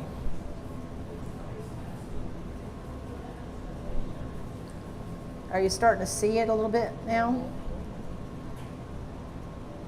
And her haunch is here. You're just going to have a lot more other stuff in your background, but it's fine. So now you can take one of your paper towels if you want, and just make sure it's, yeah, a good clean one, you see. And you can start to take some of this off in the inside, so you can get your shapes that way, okay? You're on target. Is that looking okay? Yeah, you're looking good. And you know, remember, you're not making lines, you're making shape.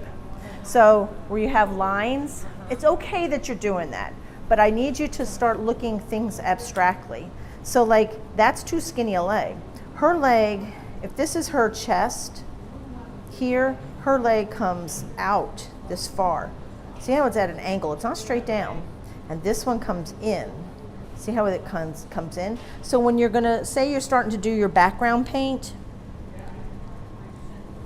so you have this background paint. Now you're gonna get to refine your shape. So if you know that the shape of, I'm looking at this background.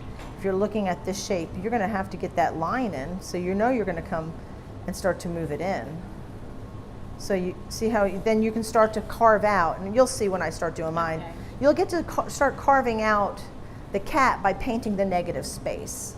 Okay. Negative space is your friend. So embrace the dark side. Okay. You've got the right idea. You just gotta go for it. Just gotta go for it. Well, I just wanted to make sure that you were going. You have the right idea. You do have the right idea. So no, obviously. Yeah, you did. I'm just going in your lines and just making sure. But I don't want you to draw it. I want you to take it off. And I'm following your lines that you did.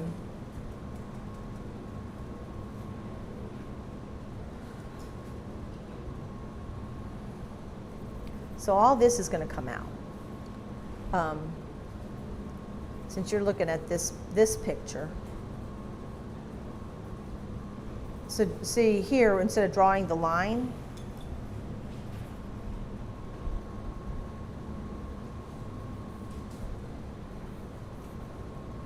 so here, you got this, and the little forehead comes down here, and this, you've got your stuff in the right place.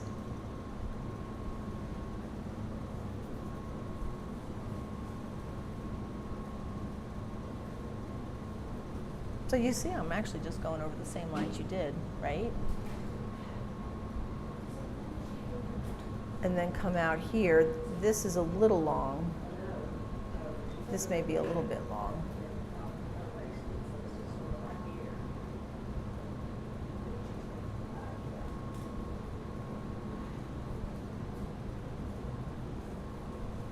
So if you had you have a paper towel? You're gonna just want to take all this out.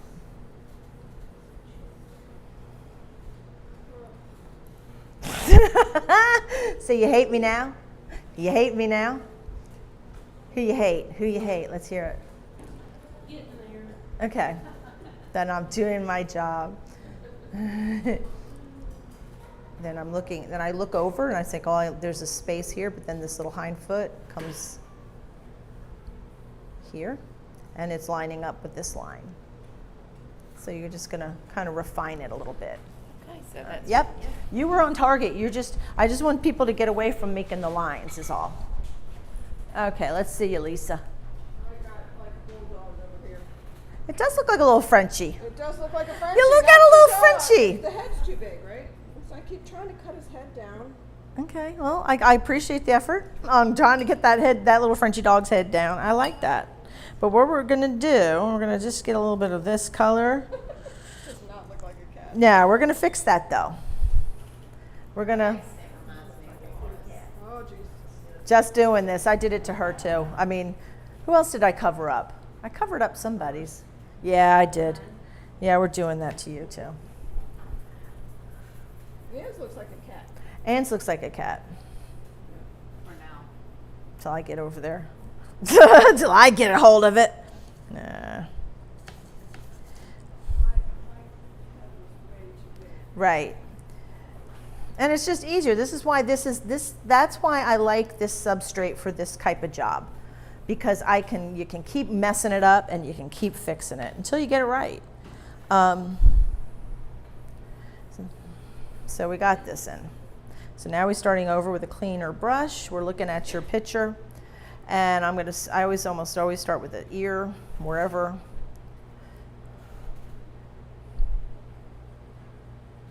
That was way too big.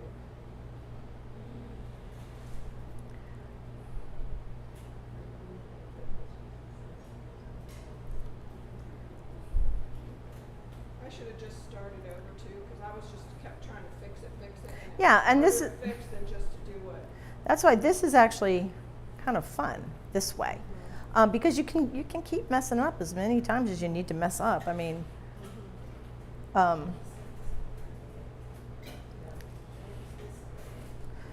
so all this is going to be coming out. So we're not even looking at faces yet. So then you kind of go from this little angle down. We see that it kind of goes straight out a little bit.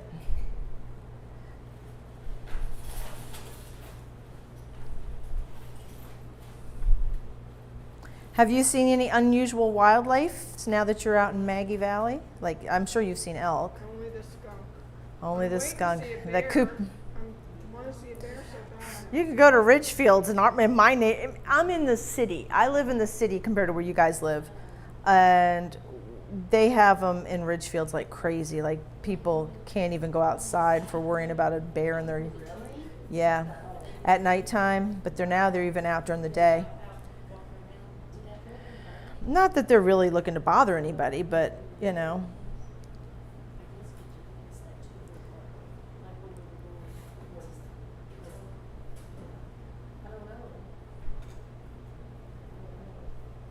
So your rock will be like in this area. So then I'm going to bring this out a little bit higher.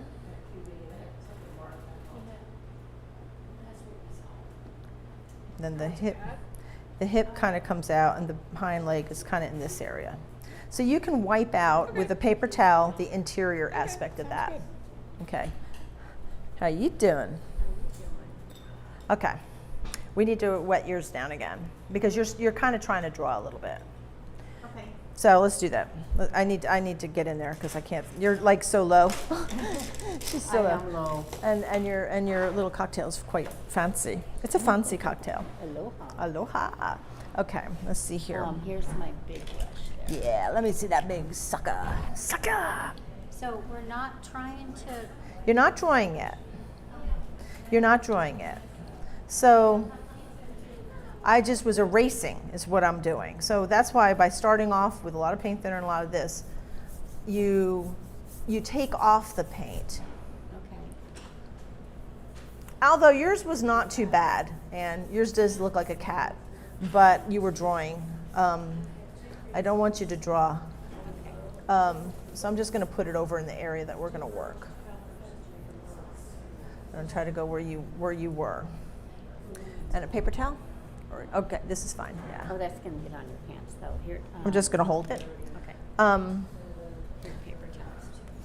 Let me see here. I'm going to use this guy right here because it looks like it's like a virgin. Yeah. I'm going to pop that cherry right now. Whoops. There we go. You have your wipey towel. Here, cleaner ones. Yeah, I'll take one of those. So I'm going to put this in a little bit of paint thinner. And I'm looking down and I'm saying, okay, this ear probably starts about here.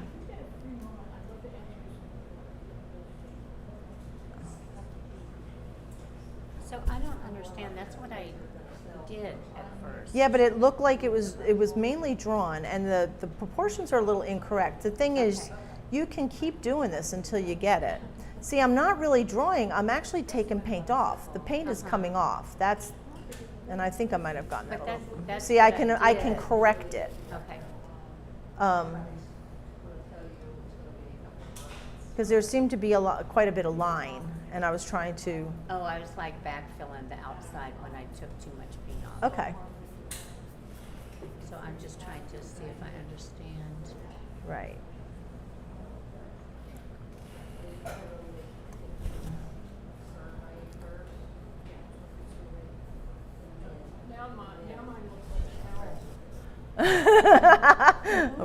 Who? Yeah, right? See how I'm like, I keep correcting. I'm moving from the inside and moving out a little bit more. Yeah. And then it starts to swing on down. No, we'll get there. So I'm looking at this ear, and it's I'm not really refining the shape yet, but I'm looking at this part, and it kind of goes out, but then it goes in. So I'm taking that off. So it's a lot of removal of paint. So if I think I've got this kind of in the right place, then I'm going to come down and say, oh, this is where the back starts. And it's at an angle. About there's the break. And then it's still at an angle, but not as steep an angle. Kind of humps over a little bit. Then you know all this is coming out. So we know that in this area there's a chest. This other leg is going to start probably about here, but it kind of comes out towards the other foot. There's this little foot. I'm not doing any detail, but I'm just taking off.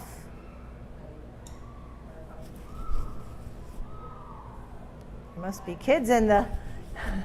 Yeah. Sounds like a party. Sounds like it.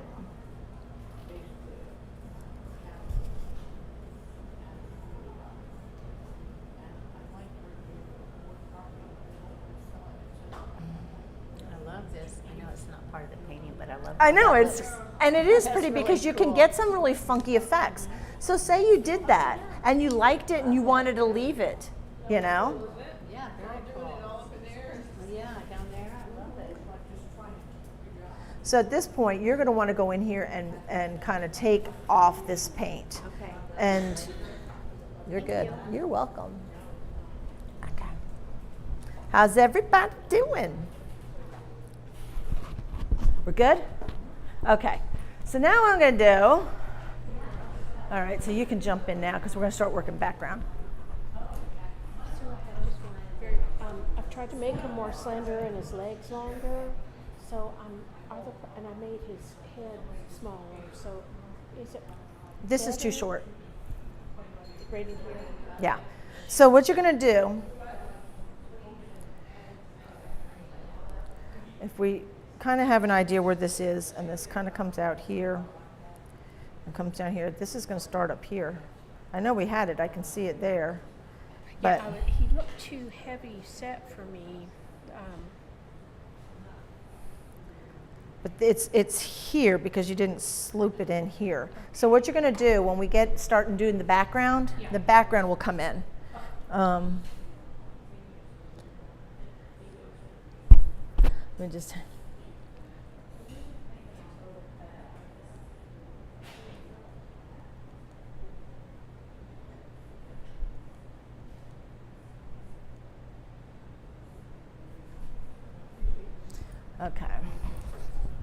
Okay, so let me turn my thing back on. So talking about the background. So a lot of you are probably going, but wait, we haven't talked about the cat. Trust me, we're going to work on the background now. Now, this is going to be one of those things, like I said up front, about a little bit about how we're going to do our own artistic license, but have to understand composition, contrast, all those good things. Now, you can follow along and do what I'm doing, but if you have a really strong opinion on how you want your composition and your contrast to factor in, I'm confident that, I'm going to just let it go. As long as you explain to me what you did and you're confident enough about your defense on your piece, I'm good with it. So, but if you're following along, this is what we're going to do. So I'm going to actually squirt out some greens.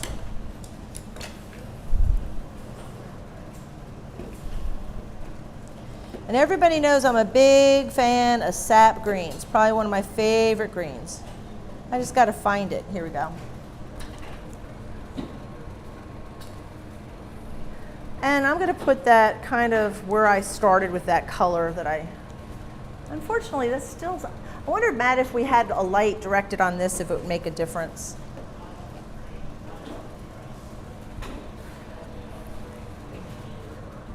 Yeah. I'm going to put a little, I don't know if I asked you guys to get Caribbean turquoise. If you don't have Caribbean turquoise, it's okay, no problem. Just as long as you have sap green and you have some ultramarine blue, you're going to be fine.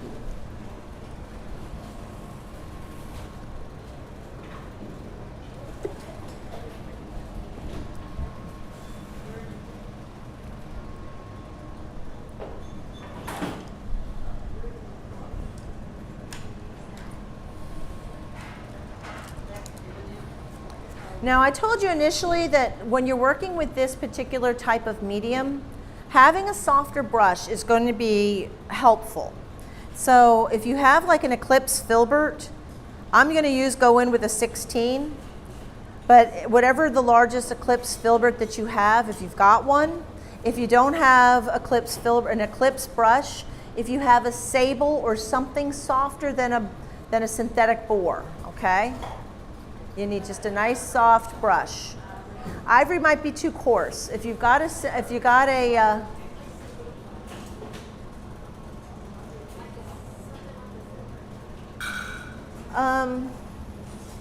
be fine. Just use a lighter hand. If you want to use, yes, that's a evergreen. It's flat. Can I feel it? Oh yeah, you're soft. I just don't want you to use a boar bristle. It's just trying to keep it soft, okay? So I'm gonna, I almost always mix browns into my greens. So I'm taking sap green, a little ultramarine blue, and burnt umber. Yes, I almost always put browns in my greens. I put browns in my greens. So I'm taking sap green, ultramarine blue, and burnt umber, burnt umber. And I'm going to start refining my shapes. So if I'm looking at my cat here, I want that ear to be a lot more refined. So I start to actually adjust.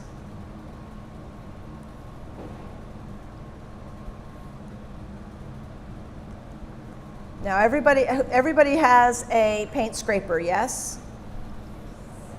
One of these Wipeout tools. Yep. I have a whole bunch of extra ones. Awesome. Anybody wants You never can have too many of those, I don't think.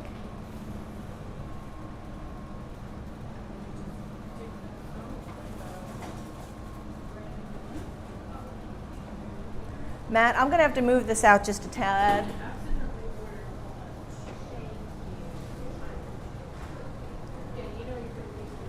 because I'm bumping into it.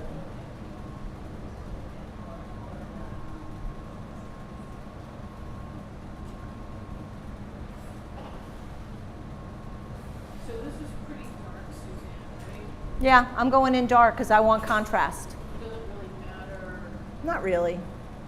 I'm going with the greens because that's what I want to. But so you'll see I'll start carving off edges and points and stuff while I'm painting.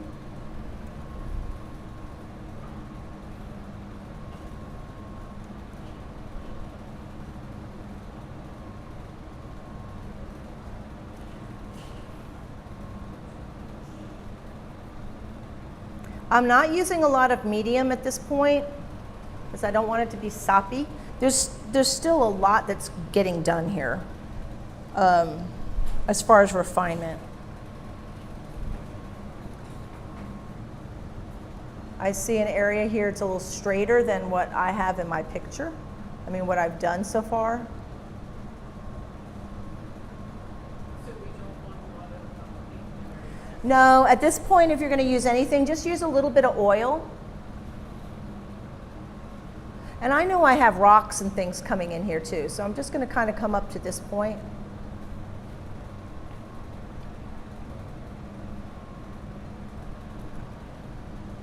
And I'm just going to kind of start to make this look a little treesy.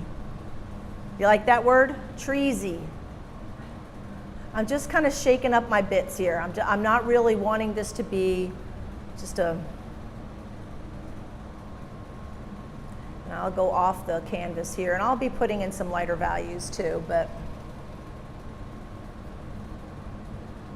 this is how I'm starting to draw my piece in, okay?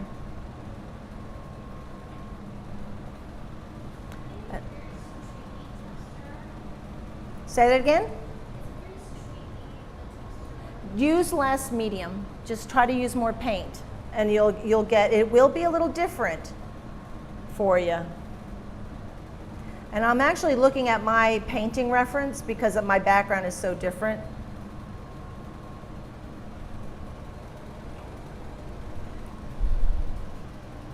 If you're going to use any medium at all, just use a little bit of the oil. So I'm looking at my cat and I see there's my back line. Okay, so I'm still okay. And it may be exaggerated, and I get to do, I'll use my Wipeout tool if I need to. Because this is obviously, a cat does not have this kind of back on it.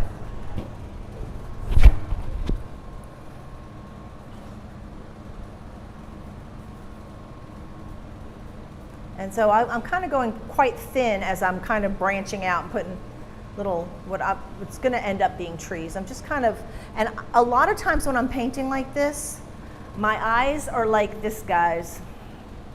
I'm looking through little slits. Because if I'm looking through little slits, I can't be looking for detail.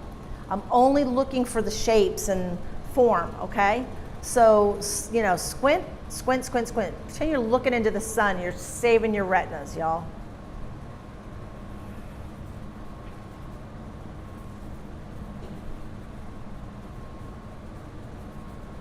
And I'm just kind of, you can see how my brush isn't even leaving when I'm painting. I'm just moving it around and it's not even leaving the surface. Now, I can tell you I'm probably going to thin my cat down a little bit.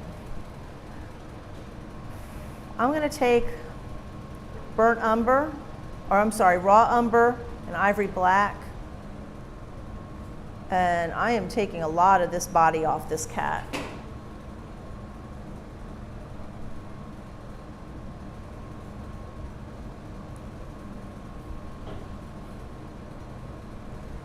Not too bad. It's not as bad as I thought it was. So if I know that this is going to be a rock over here. So I'm looking at I like the rock that's in the picture, okay? So I'm looking for shapes. So I'm looking at the side of my reference and I look at how this line following the leg almost creates a backwards, sorry, I'm getting a spam risk. From Elmira, New York. Nice. Elmira. Okay, so I'm looking for letters. I see almost like like a loose letter J over here. So I'm just kind of, it doesn't matter. I'll figure out the details later on this rock. But I know that's going to be a rock. I've got lots of other, and I love this. If you look in here, it's almost like a sage or something. And I love the color of it. So I will kind of keep my sage plant intact over here, just like I did in the picture. So I'm going to take the sap. I'm using my King's Blue. I'm going to grab a little raw umber.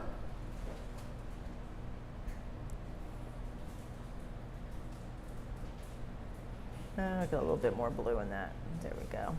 And I'm not looking for shapes necessarily. I'm just looking for form and contrast here. See?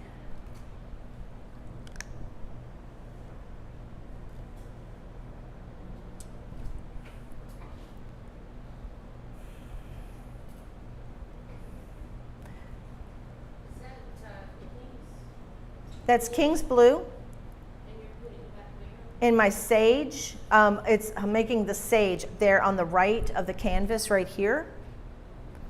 I'm mixing the King's Blue, sap green, and raw umber.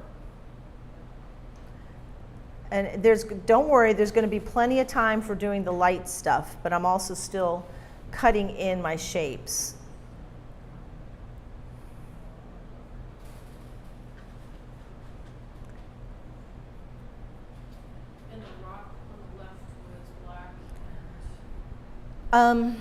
I did. I used ivory black and burnt umber. The colors still are almost secondary to what we're doing right now. I'm just trying to get my basic shapes on. So, but I will call my colors out.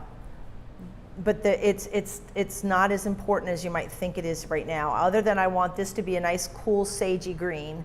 This is going to be a rock color of some sort.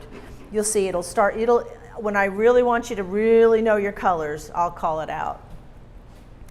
But I'm just trying to get my shapes. And so if I see lighter areas, I'm using just the King's Blue, a little bit more King's Blue instead of using white right now. Because there's a lot of dark values in here that I'll have to get. So I'm not even really painting the cat. I've not even painted the cat. I've just not painted the cat. How's that for an answer? I'm not painting the cat.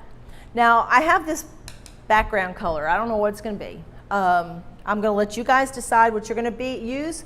But because I want my tree to stand out in the piece, this massive bush or whatever, I'm wanting a lighter value. So, if you want to go with a lighter green or if you want to go with a completely different color, say you want blue sky. You know what? I want you to use your own artistic license to decide what you want this color to be. As long as the value is harmonious with the rest of your colors and that it's something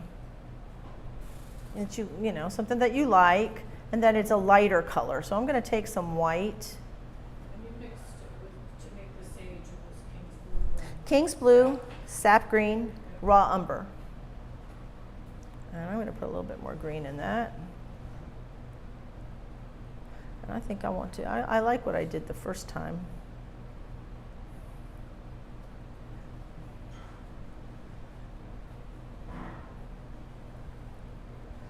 Boop, boop, boop.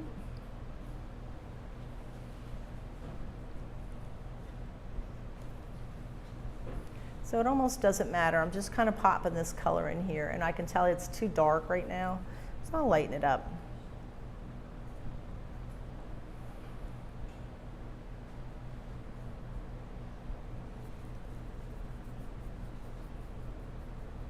I will not be painting on the sides of this one. This is a 1/4 inch, So whoever gets to take this one home, it's up to you what you want to do with it, but it normally would be framed since it's just a quarter inch. Is there a rule? Kinda. It is if you're showing your work or if you have your work going into galleries. A lot of my pieces that go to galleries, if they're on a 2 inch deep or a 1.5 inch deep, I don't always frame them, and they hang them that way and they sell them that way. If it's going into a show, yeah, I don't always frame the large thick pieces like we're doing on the the Great Blue Heron. But in a quarter inch piece where it's just a quarter inch deep, technically you are supposed to frame it. So I'm putting this down, right? And I'm kind of like, you know what? I'm not digging it because there's not enough contrast for me to make neat little painting hole, windows and stuff like that. So I can keep adding white to it, no big deal, until I get happy with it. So I just added straight white into the color that I already put down.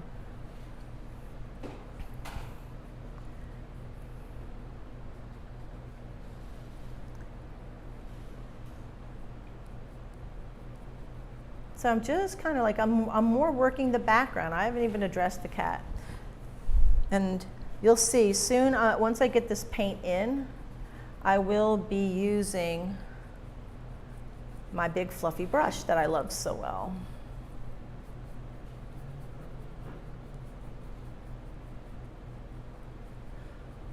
How's everybody doing?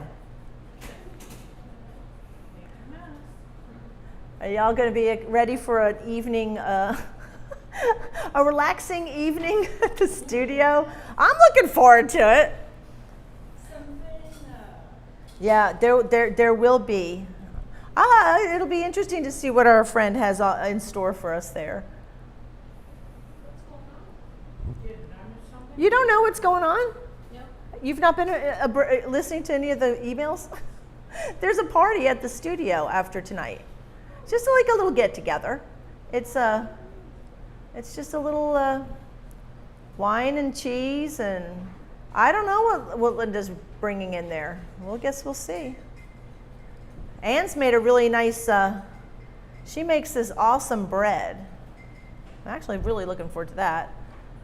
She makes this bread. It's almost like a focaccia bread, but it's. How would you describe your bread, Anne?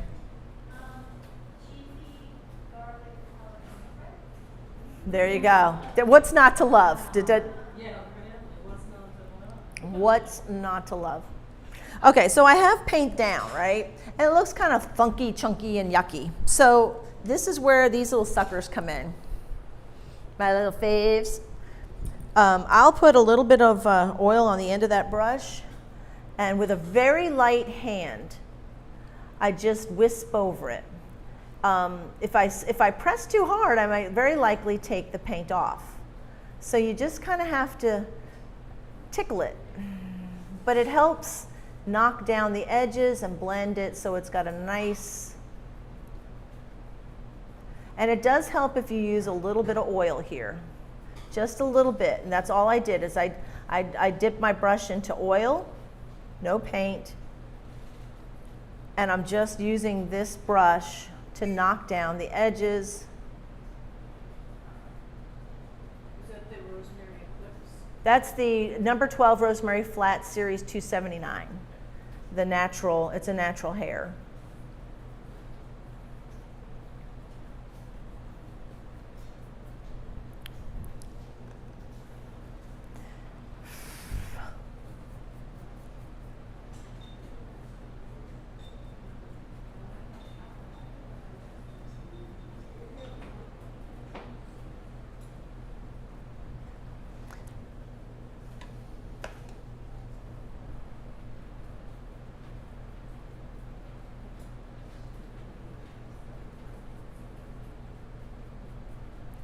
Okay.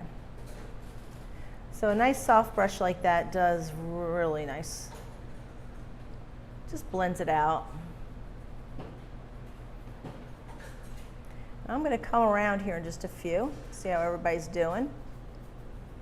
Suzanne, how do you say the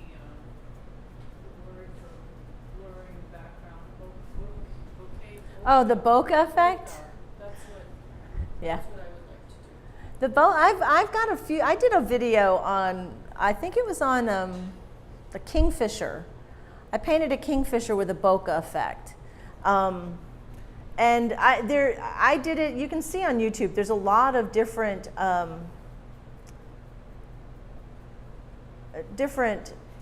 versions of that. And I mean, all of them are good. Some are better than others. It's a photographer's term. I don't know what it means other than it just has that blurred light that looks like little balls. I mean, you've done it in some of your bird pieces. Okay, so I'm going to come around, take a look, see how everybody's doing.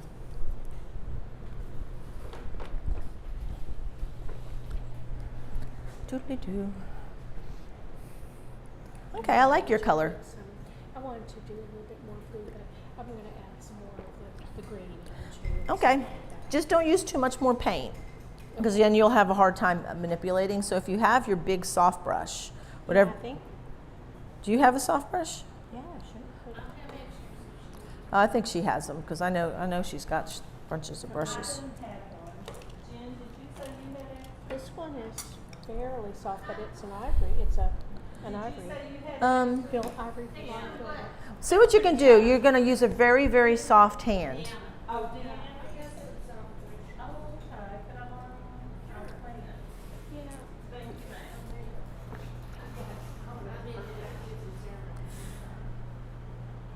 And do you oh, she does have she's got this nice soft brush. You're going to be good. I'll come back to see how you're doing with it. Try not to, like, I'm watching how you're doing your stroke. Ooh. Where did that, oh, is this you? Is that you? That's me. There you go. I know, these are not the best easels. I'm sorry. These are the ones that, hang on. This thing is so heavy. Yeah, let's see if we can tighten this guy up.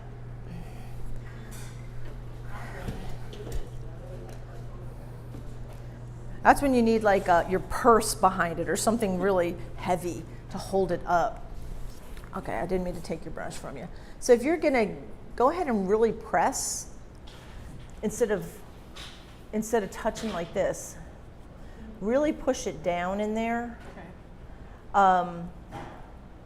And if you need to use a little bit of oil, it will help get that in there. Just really push it in. And then once you get it in, then you're gonna dip this guy in oil, kind of tap it out, and then just light. You can get all the other shapes, but you're doing fine, honey. You're doing it good. Oh, good. Here's somebody who went with a different color. I like that you went with blue. I love King's Blue. I know, King's Blue is like one of my faves. I like it too. Yeah, you're doing fine. Just remember to use your soft brush when you want to blend it all together. Okay, Diana, you're doing good. I'm mixing that. Okay. So when you get your background color, let me know, and I'll come back around and check. And we'll see where you're at. Yeah, I mean, here's the girl who thinks she wants to paint, and I'm looking at all her different products that you have. Not only does she end up with rosemary brushes, she's got her Geneva Fine Art brush dip. You must watch a lot of good people. I'm telling you, the Geneva guy. Michael, yeah. Yeah, he almost got in a lot of trouble. Really? Because he was telling people if with every order if you order your Geneva paint, he was going to do something. I forget what it was, which is a federal offense. So he came on and said, he says he deleted the video right away when he found out that he said something, like did a bad thing. And so he wanted to thank the person who warned him that he can't do that. And then, I don't know, it was interesting, and I thought, it's so good to see that there's other artists that are, we say things we don't mean harm by it. It's just like we didn't know. So, yeah, it happens. But that's beautiful products. You're using wonderful products. Oil paints are terrible. I got some of those. Terrible. It was just like liquid and Did it separate? It was just liquid. Yeah. It was like Yeah, that's what I've heard. I've not used them, but I know that it's a well-liked product. For some people have really enjoyed his products. And I like his videos. I've watched his videos, and I think he's very talented, and he does great advice. But I loved that he was capable of making mistakes, because I make them all the time. And then I catch myself and go, oh, I shouldn't have done that, or oh, I shouldn't have said that.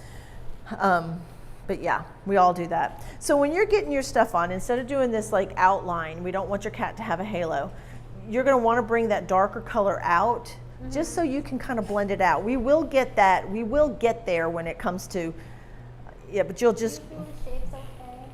I think the shape of your cat's okay. So let's see, how are you doing? Are you okay? Okay, no, you're doing fine. So when you come in this color, you'll want to use a little bit more King's Blue into this, but it looks good. You'll just want to make sure that you have a lighter color out here, and I'll be curious to see. I'll come back around, see what you come up with, because as I loop around, I'm sure I'll see. Okay, I'm looking from back here. I'm looking at Deanna's piece. Oh, and look at your little brush. Is that a little like a Monday mop, or what do you have? Yes, I've got several Little mops. That's a nice little goat hair. Yeah. makeup mops. Good. Those are good. And it'll be interesting. I want to see what your light color is going to be. I think I like what you're doing. And okay, so. All right, Penny, explain to me your purple in the back. Okay, so we're not going to do the tree. So it's okay. If you go like with the reason I didn't want to do the tree, because it will distract or detract from the cat, and I didn't want to copy this guy's reference. So even though I switched it around, I still was like, let's leave that tree out. But I'll be interesting to see where you go with it, because you're working horizontal. Everybody else is square or vertical. So, I mean, it's really you and Diana are the wildcats here. Ha, get that? Wildcats. That was kind of funny. It's a wildcat. You're a wildcat. You must be all these Kentucky people. It's got to be. No. There you go. That must be what it is. But it'll be interesting to see how you do your sides. You know what? This is where the compositional element will come in. I can make some suggestions. Since you've got that really interesting purple mass over there, you can make that a dark bush or something over there, and then put a lot of the light color bush to the right of the cat. So you have a dark bush and then a light bush in front of it. If you're looking at the photo reference of the painting, okay, there you go. Well, now you've got a lot more space to deal with on the right. So it'll be interesting to see how you handle that. But keep going, just keep going, don't stop. Okay, you're doing good. So when you get up in here, you're gonna not wanna have it, but I know you're not there yet. Okay, so I'll come back, you're doing good. Nice, Lisa. I like your background. It's very dramatic. Now this will probably end up being a rock, but if you decide you want to do something different, yeah, that's all a rock. It doesn't have to be. If you guys, like I said, the background is going to be your own interpretation. I'm going with what I did before. As long as you can explain to me your compositional explanation for your piece. Like you can say, well, I did this because. I wanted it this way because. Tell me how your composition was going, what you were thinking, why you did it that way. Like I said, I'm looking at Lisa's, and it's not what I expected, but I kind of dig it, and you know what, good, go for it. And yours looks good too, Anne. It's different. I like that you went with the blue sky. If my cat's too skinny, he looks too skinny. Like This is going to come out a little bit far here to this point, okay. And then it's going to come out a little bit more. Okay, and how about on this side? I think it's like your cat might be well, I don't think it's too long. He looks. Yeah, the proportion has to come. Through here. Yeah, this is going to come out a little bit, So, like. and it might be that we end up shortening them up a little tiny bit. Yeah. Yeah.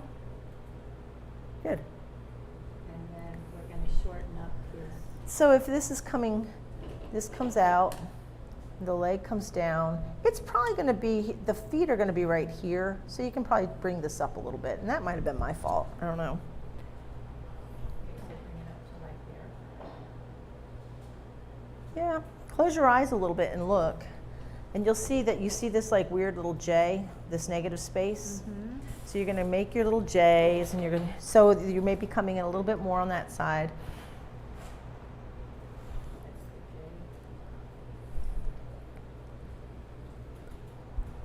Yeah. Okay. No, I think you're doing a good job.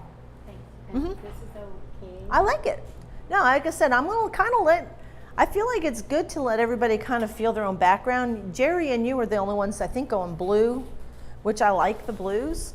I think. Yeah. Oh, I like it. So everybody's doing something different, and I like it. Ah, the paint scrapers. Got to love the paint scrapers. All right. Let's see.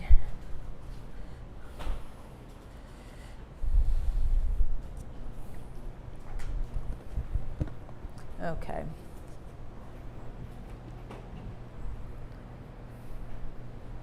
Turn this back on.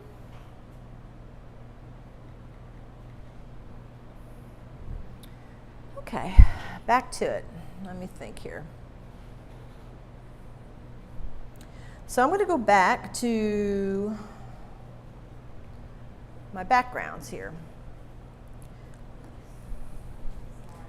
So I'm going to go switch back to a pointed round. And since I've got this wet surface, I can go ahead and put some of the trees and leafy feelings that I want back there. So I'm taking my sap green, ultramarine blue, and raw umber. Actually, I'm going to put a little burnt umber in it. I think I need the red in it. And I'm going to start to go with a smaller stroke. And I keep it very,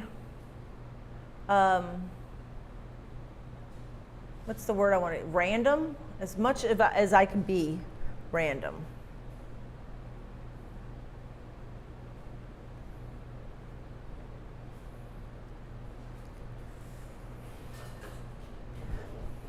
Now, I have a really bad glare on my brush, on my surface. I'm trying to see past it. So I'm going to leave some of my lighter values, almost like I'm creating those little windows. Now, if something's far away, it tends to be lighter in value and cooler in temperature. So I'm going to make a little bit of a lighter version of that same color and actually suggest that there's something else back here, like some little bit of bushes and brush that's a little bit further out, and I'm trying to see it for the glare. God, you gotta love the fluorescent lights.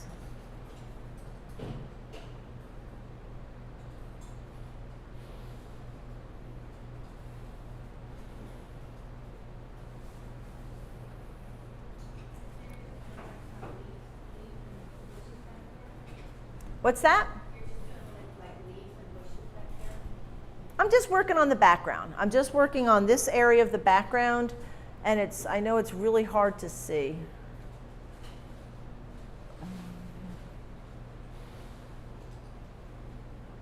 And anybody's welcome to come up and take a look. If you want to take a look of where I'm going with this.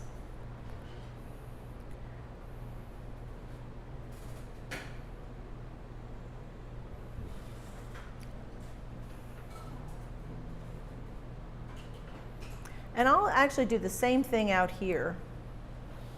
So I have this light value out here, and I'm just kind of letting it blend.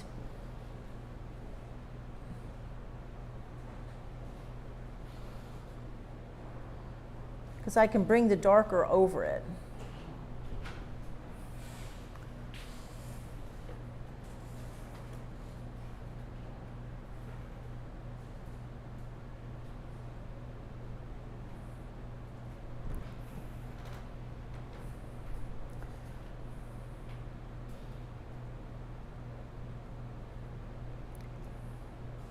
You're probably thinking, but I don't get it. It will make sense. Oops, I got that one a little too dark. I got some of my heron color in there.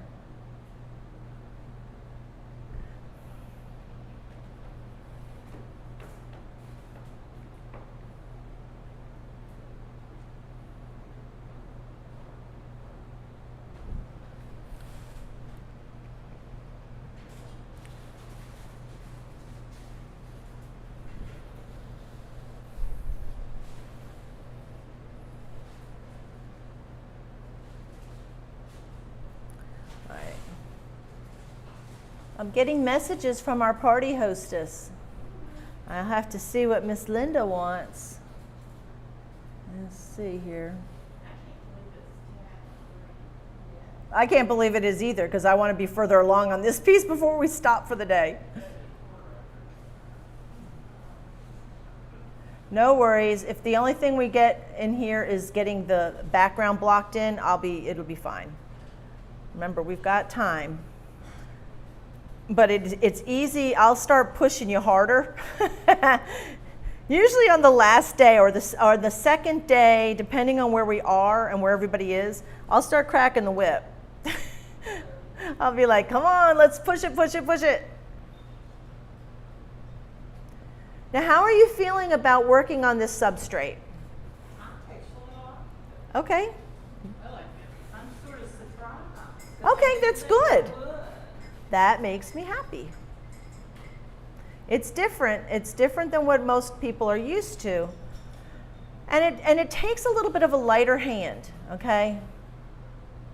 So I'm going to leave that for a second. I'm going to tell you what, I'm going to take a break. I'm going to stop for a minute. You keep painting. I'll be right back. I'm going to check my messages and I'm going to go to the bathroom. And so Matt, turn my mic off. Thank you.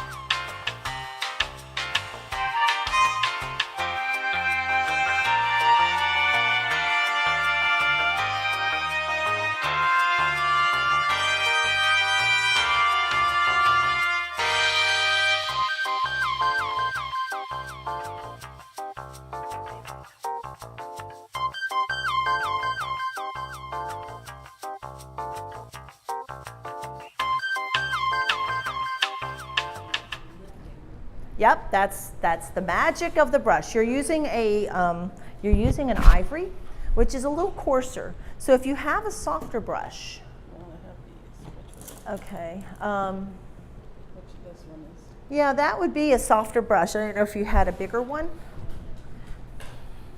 Let's see what you got. These are really soft. Yeah, but I was trying to find one that's big, so you're, This might probably my softest, biggest one. well, let's see. Those are pretty stiff. Ah, but it's knocking down. What are you doing here? I'm trying to do like we were doing. Okay, so remember, what you're doing, you're using a wrong stroke. What you're trying to do here, let me show you, let me take this off. Okay. What you're trying to do here is to make it look like trees. But trees don't grow in little stubs.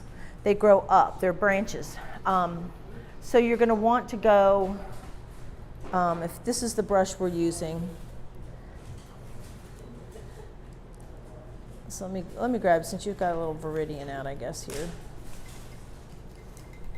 Back, a little bit of that in there. So you're gonna want to, I would just do little. actually, I'm trying to give it a little bit more. Come on, Sue. Let's do this right. So you're going to want them to look like branches, not like little dabs. Okay. So when you do this in one area,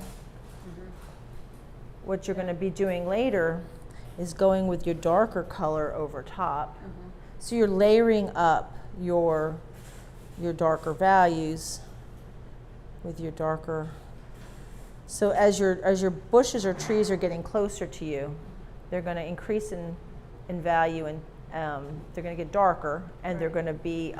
So you see how overlapping it. I mean, this is really chunky, but Yeah. you see the concept. You've got a lighter value, cooler temperature here, and a darker value. And how far are you just coming like? That's on you. Remember, this is your composition. You've got to and as long as you can explain what you're doing, I'll be good with it. You're doing fine. I like your background color too, and I like where you're heading on your shapes of your foliage as well. Nice. Okay. Let me see who else I'll have to come back and see that from that angle. I like and you're going blue too. I like that also. I don't know if I like this one better. You have to decide. I'm not going to tell you which one to do. This is one where you have to decide which color. I like that one. Okay, go with it. Somebody else, who else was, Ann over there was kind of going with a periwinkle-ish color too. So that's fine. I like what you're doing. I'll come back and see where you are once you get that all filled in there. Okay? You're doing fine, no? I need something to blend with, and the mop's not doing it. What are you wanting to do? I just want to blend. All right, well, where's this guy? This is your blender guy. It's getting streaky though. Okay, so this here, hang on. Everything. I dip it in a little bit of oil, and it will, so you can get rid of it. And it does get, it will act like it's pulling up, but you keep moving it. This is your first one to do with this kind of, Yeah. there's not a lot of paint there, that's why. Is this falling off on you? Has this fallen? Yeah. Oh, is that what happened? Okay. I'm in a bad spot. Just use more paint, but this is your brush to help you pull it down, because So I need you more can paint. see, I can see it without even lifting up. So just use more, but I love the colors. I love where you're going. Okay, Deanne, I'm going to ask you, what is your background color going to be? Because Background color is the light brown. The light part is like he's out in the. I like the colors. The dark in the back is the lighter. Okay. He's like deeper in the forest, deeper in the woods with a little bit of light shining. Okay, I like that idea. So are you going to leave it without a lot of paint? Is that what you're wanting to do? Just like this. Okay, okay. And then you're just going to do the actual trees and stuff, or the foliage is going to have a lot more detail in it eventually, right? Okay, I'm going to have to ask you. Yeah. you know I was going to do that, right? Okay. All right. I'm gonna holler first at Penny. So let's see what you're doing, Penny. Explain your background to me. Well, I guess this is more of the trees. This is like what I saw here. You know what I see? I do. Did you say the back? No. What I'm going to suggest, I'm going to come in behind you for a second, Reeves. I'm going to go. You're fine. I'm coming in. I'm coming in hot. Okay. So like this. I see almost like it's a mountain. Okay. Now, is that what you were kind of going for? Yeah. You are a mess. Did you need to go in the bathroom and look at your face? Because I always get things all over me. I have to say, because you look like a brown noser. Not that anybody else heard that on my mic. She's got paint all over her nose. Okay, so this I like that idea, but you don't want any detail back there. If that's going to be a mountain, you're going to want to keep it super. Is that your paper towel? Let me have a clean paper towel. There we go. That's fine. Except for my nose. I'm going to come in behind you, so you're going to have to push up just a tad. So we're having this, and this is going to be your mountain.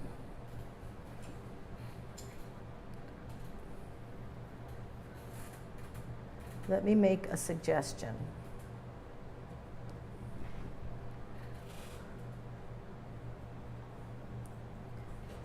Pull some of the detail out, because if you're going to have this as a mountain, you aren't going to be able to see the detail if it's far away. So we'll just kind of let that fade off into the background. Now, would you normally have this green?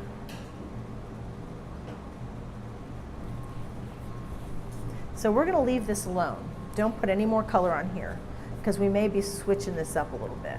Let me just knock it down. And you know what? I'm not going to tell you you can't have that green. It's just that I normally wouldn't have see a green sky if this is a mountain. But see how you're having that soft edge? That helps make it seem like it's distant. It's going away. So if I took some more of your, say these two colors, a little bit of white, a little bit of King's blue up here.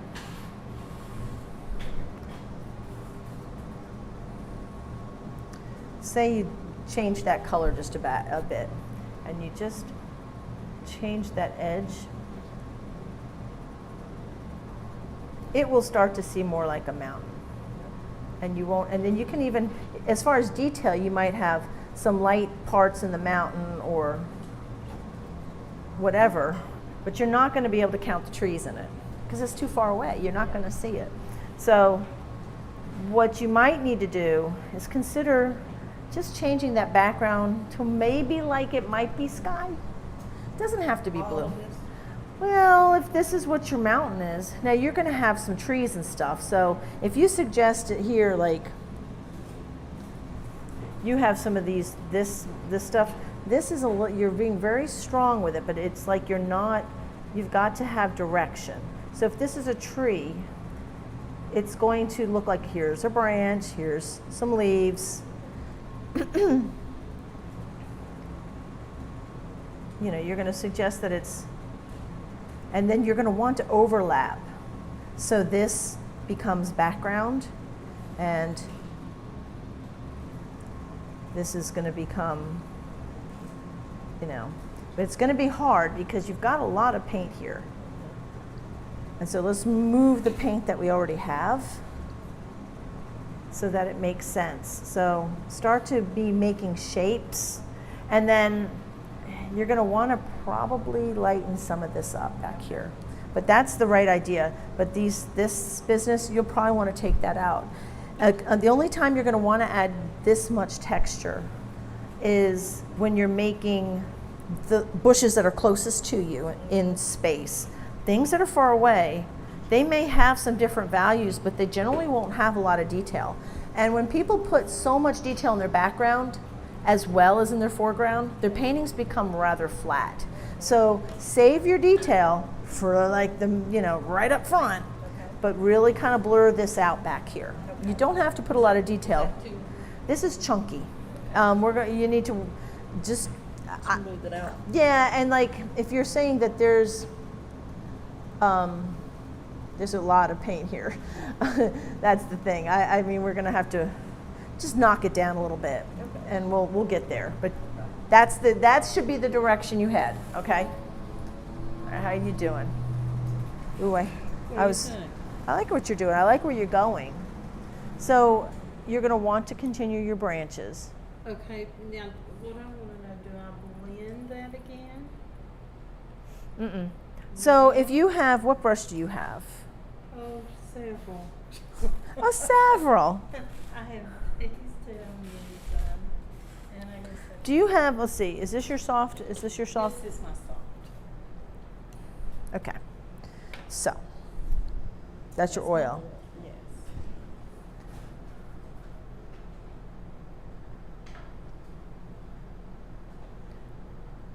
So it needs to be blended a little more. Just your background. Now, when you get into, well,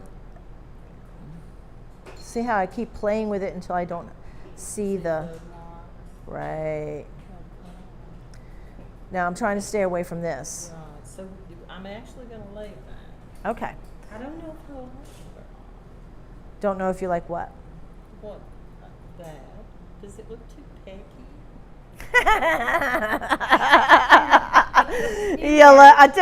Are you insinuating that you're like a little pecker? Well, you know how I have that tendency. I just love you. You little pecker. I just like calling you a pecker, is all. I just like doing that because it's fun for me. Now, is this a branch? In the picture, that's a rock. A rock? And what you see, the green is like moss. I just kind of did my own thing. But if you want that to be a branch, that's on you. You can change that or make it a rock. So where you're doing all this, okay, so say you do that. Your direction for your trees, or where's your dark color? Is this it? Right there. I'm just about to mix it. So you might suggest, okay, there's a branch. Oh yeah. So don't just make them float in air. They need to be connected to something. Okay. You can leave, so like this stuff, bring it in so it has direction. Make it connected. I didn't really know if we were going to, where we were going from that. So your background, I want it to be something that feels nice to you. Okay, so that's why I was letting everybody pick the colors. Okay. I like the green for the background. Yeah, I do too. I mean, that's what I did. And I haven't even gotten to my bushes and trees yet. Okay. So, but you're doing fine. I like your colors. And I'm coming around. Yeah, when this whole fasting thing starts working, it'll be easier to squeeze in between chairs and tables. Yeah, I'm looking forward to that day. It's fasting. Just doing the intermittent fasting thing. I like your background. I think it's interesting. I like it. Look at you trying to do your little rocks and getting your stuff in there. Now what you're going to do for that is you're going to start putting in lighter values. You're not going to take the paint off there. But I need to wait for that to dry a little, to put light on top of dark. You don't have to. Wait a little bit? You don't have to. So you can start filling in, like if you have areas where you want the branches to come out or. I can start doing it now? Yep. Okay. How you doing, Ann? I'm okay. I can't really tell what I'm doing. Is it glare? Yeah. I know, I was dealing with glare There too. we go. That's lovely. Ah, there you go. I love the softness of your sky to your trees. Oh, okay. I thought that might be getting kind of muddy. You know, but are those windows? Yeah. Don't feel me. It's up to you if you want windows there.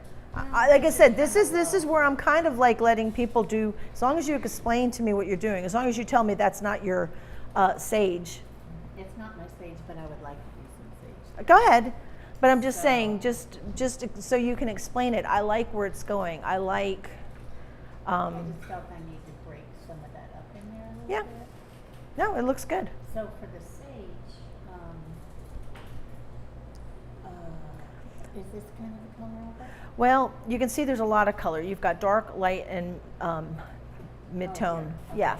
So what I used was, I used sap, King's Blue, and raw umber is what I started with. Okay. And I'm going to go in, I'm going to jump into that part here in just a second on mine. And I'm going to go ahead and start putting some of the darker values into that area too. Okay, cool. So you're on target, you're good. I like your shoes, Lisa. I might start printing this in. All right, can I sit? And I'll show you because you're down low. Ooh. Oh, it feels good to sit. Okay, let me see. Do you have a round? That's right, I'll work this in on. So I've got these. I'll just use this guy. So your sap green. I need to squeeze some more out. Yeah, we gotta have some sap. See what Linda says here.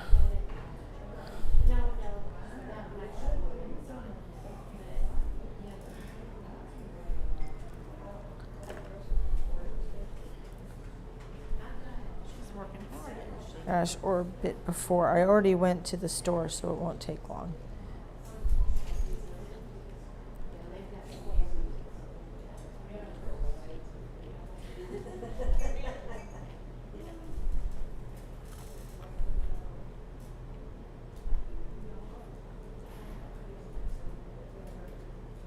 Okay.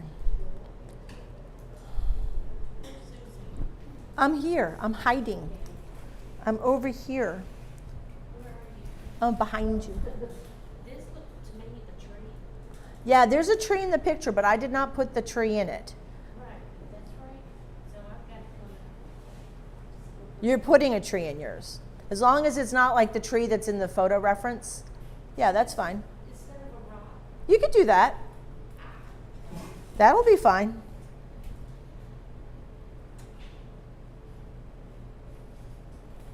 So like on your, if you're going to be making some, right, so make them look like they're little, you know, they don't have to all be so organized, but when you're going to find that where you see that there's like a shiny, if you go against the grain, sometimes you can knock down that shiny part.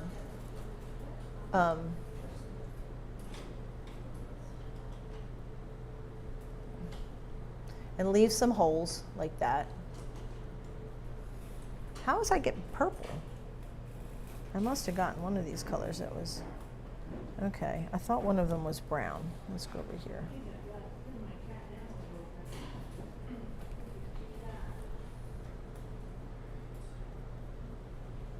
So I'm pulling it across, because if I do that, then it goes away, the shine. But the same over here. You've got a lot of different stuff. Like if this is going to be a rock, you're not going to have all this kind of stuff. So you'll want to use your big fluffy brush and smooth a lot of this out, because it's a little too weird. It's too thick and it's too much texture. Oops, sorry, honey. So, oops, hang on. Where's your paper towel? Medium's right there. Let me get this like I'm this. just gonna bring some fresh. It'll be fine. Let me just do this. And we just so I always dip mine in just a little bit of oil, bump it out a little bit so it's not too. And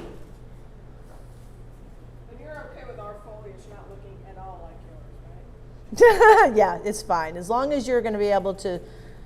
As long as you're going to like it, but I'm going to explain as I'm doing it what I'm doing.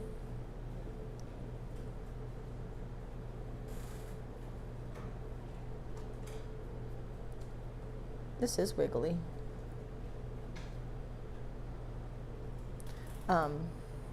So like all this in here where you can probably start to, you can even kind of tap in there and try to make it look like sticks and stuff, but start bringing this out so it doesn't look like there's a halo, because you will have your, if you're really wanting to go in the same direction that the picture has it, if you close your eyes, you can see that the dark value goes, there's a whatever hump of stuff there, there's some dark value in here, and it goes all the way out.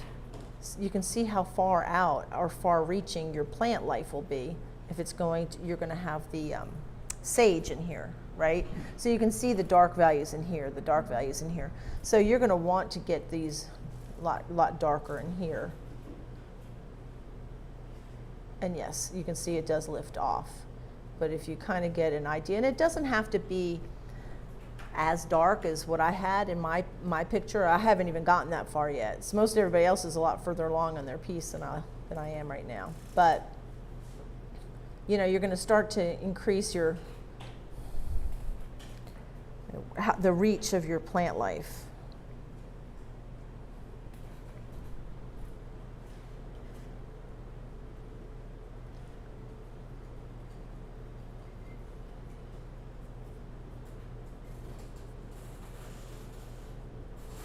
So you're just going to kind of bring some of them out.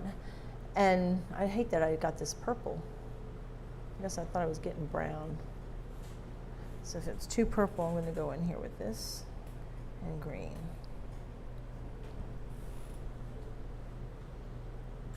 And that will take out that purple.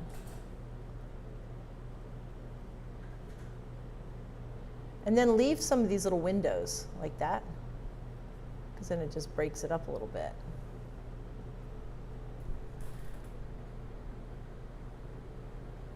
And then if you go back in, so you have these little, try to kind of knock those down. Does that make sense? Mm-hmm. But you'll want to kind of carve out your areas. And if you need to use your paint scraper, then you can use your little paint scraper if it's too much color and you really want to get it darker, because there's going to be a lot of paint going down if you're trying to get that darker. So just use your little paint scraper and suck that little sucker out. Now look at Deanna over there using her palette knife. Look at that. She's making a tree. She's got a tree branch going in her. I like your color. I like that periwinkle color. Okay, I'm gonna get a drink here.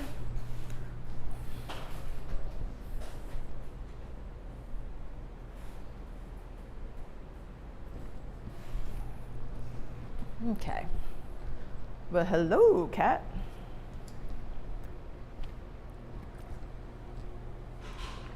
Where's my other, there it is, my Beef O'Brady's drink.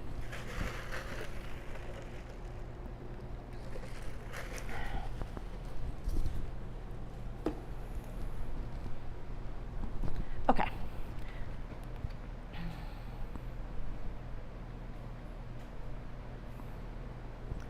That means I better start painting, do some serious painting if this is like, you know, depending on the time we've got here. I'm going to look at my rock. I don't like my rock, so I need to love it. Love the rock. So I'm going to take Van Dyke Brown, Ivory Black, and a little bit of ultramarine. And I'm going to start pretty dark on my rock.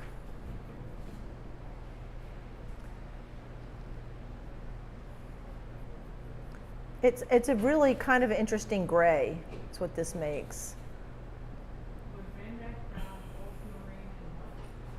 Ivory black. Mm-hmm.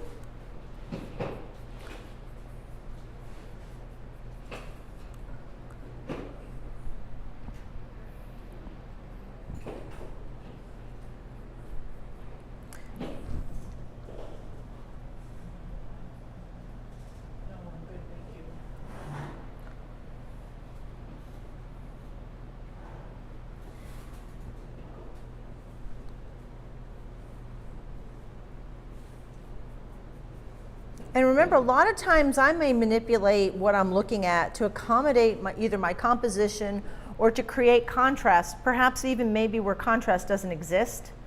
Remember, your reference is simply that. So your brain should be popping all over the place. You know, where can I create some contrast? How can I make this more interesting? How can I lead the eye? These are all the questions that should be going on in your head. Now, honestly, some artists are a lot better at pre-planning every piece they do. Like when they sit down to their easel, they basically already know what their piece is going to look like. I have a rough idea what my pieces are going to look like, but I don't have it so planned out. Like I kind of like the seeing where it takes me kind of thing.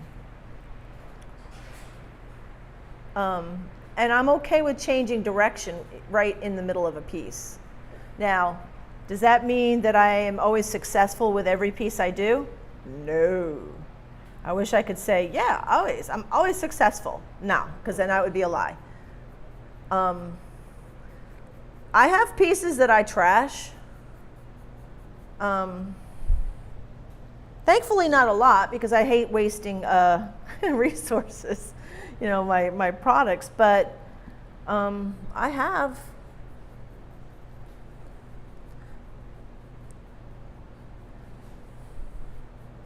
I remember I was working on a painting of my daughter. It wasn't really her portrait. It was just that she was the model for a piece that I did. And I started it a much larger piece, and it was going to be my wink and nod to John Singer Sargent. And I started the piece, and it was like I want to say it was 4 foot by, it was a long, tall, skinny piece. And I was missing it all around. I was just totally missing it. And I would get Hannah's face looking good, but then her proportions weren't correct, or it was just failing. And I actually just stopped painting. Like I kept going because I thought I was so committed by, so much resources were in the painting that I thought, well, if I stop now, I've just wasted it. But the more I did to the piece, there was just no fixing it. So I stopped. And it's in my home studio in the pile that will never be made again. I won't do it. Now, I ended up doing that piece as a much smaller piece, and it was a lot more successful. So I fail sometimes on pieces like that, and I just, So what I'm doing now is I kind of basically made this rock shape, this black thing, and I want to kind of start putting some of the highlights or forms in this rock. So I took King's Blue and Purple Lake, and I'm going to kind of do some highlights in the top of this rock.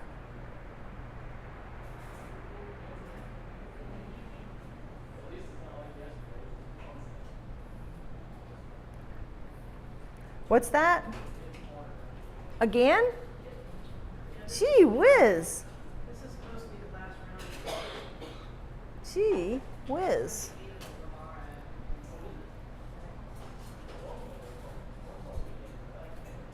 King's Blue and Purple Lake. Mine is coming out like super purple. Add some, yeah. Did I add brown to mine? It might have been just a muddy paintbrush. But yeah, I think there's brown in mine.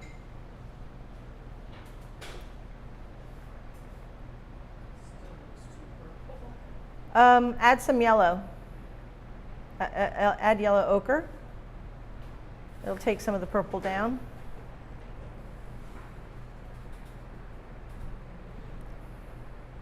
And so I'm just using, now this is a browner color with titanium white in it. I'm just trying to get my rock shape. Now, not everybody has a rock here.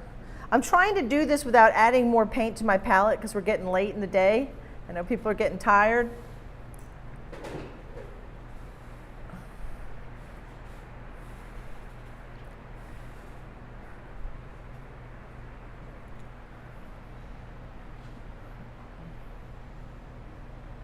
Are you exhausted yet? Isn't it surprising how tired you get from doing this, though? It really is. It's exhausting. Everybody's going to sleep well tonight. Even Lapika with the weird noises in her hotel room.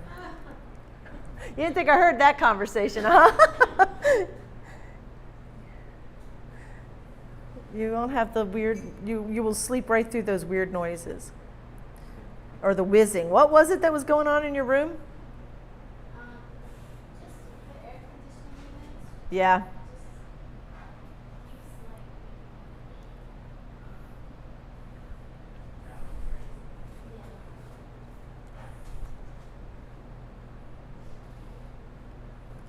And I'm very, when I'm doing these shapes here, I'm being very, I don't know what the word is.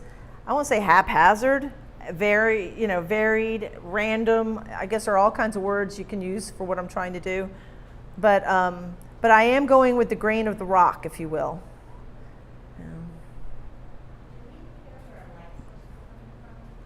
Well, in this case, it's really hard to see, but that's a really good point. Who said that? Yes, Anne. You know what? It's in the photo reference.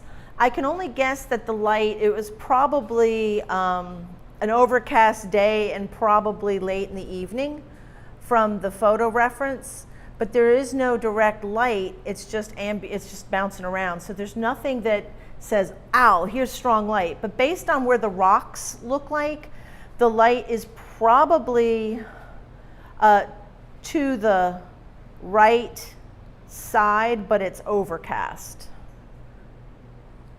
But good call.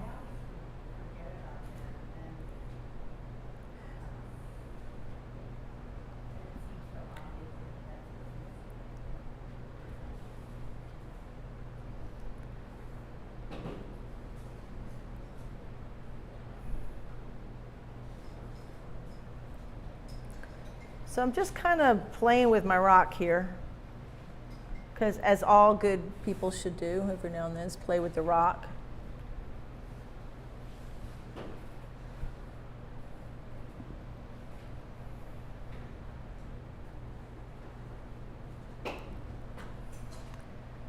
And sometimes I don't really have a shape that I'm working on. I'm just kind of making it up as I go. And I'm putting some Purple Lake because I love using Purple Lake, and I'm using that in some of my dark areas of my rock. Purple Lake? The Purple Lake. That's what I'm putting in some of my rock shape, areas of my rock.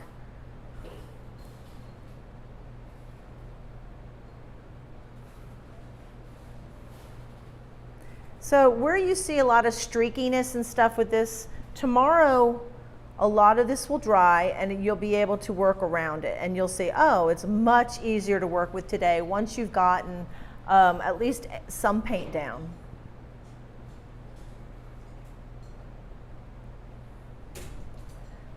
Now I'm going to go back to my this side of my painting here and look at the dark values that's in that sage. What's that, Matt?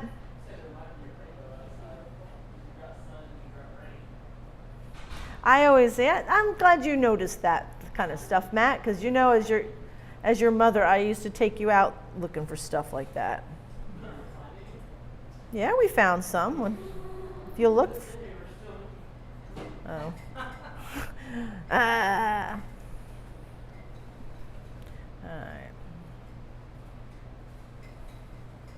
Weird to not be singing and dancing in here.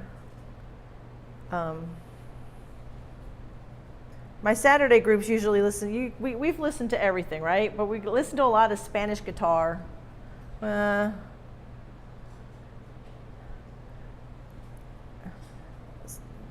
there's the Motown group. We do that. Then we have a good time. We'll have music at the studio. Don't worry. You'll be able to hear some stuff.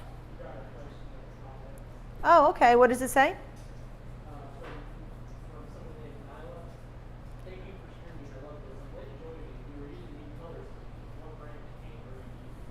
What's her name? Nyla. Thank you for joining us. I have everybody saying, "Hey, Nyla." Hey. I use a lot of different paints. I predominantly use probably Michael Harding and Winsor Newton the most. I just started using a color, and I've only got 4 tubes of it so far, but I'm loving it. It's Blue Ridge Oil Colors. It's made right in Asheville, North Carolina. So, I get excited about that. But I have certain colors that I prefer in certain brands. Like I like Winsor Newton Titanium White. I like Winsor Newton Burnt Sienna. My King's Blue is usually Michael Harding.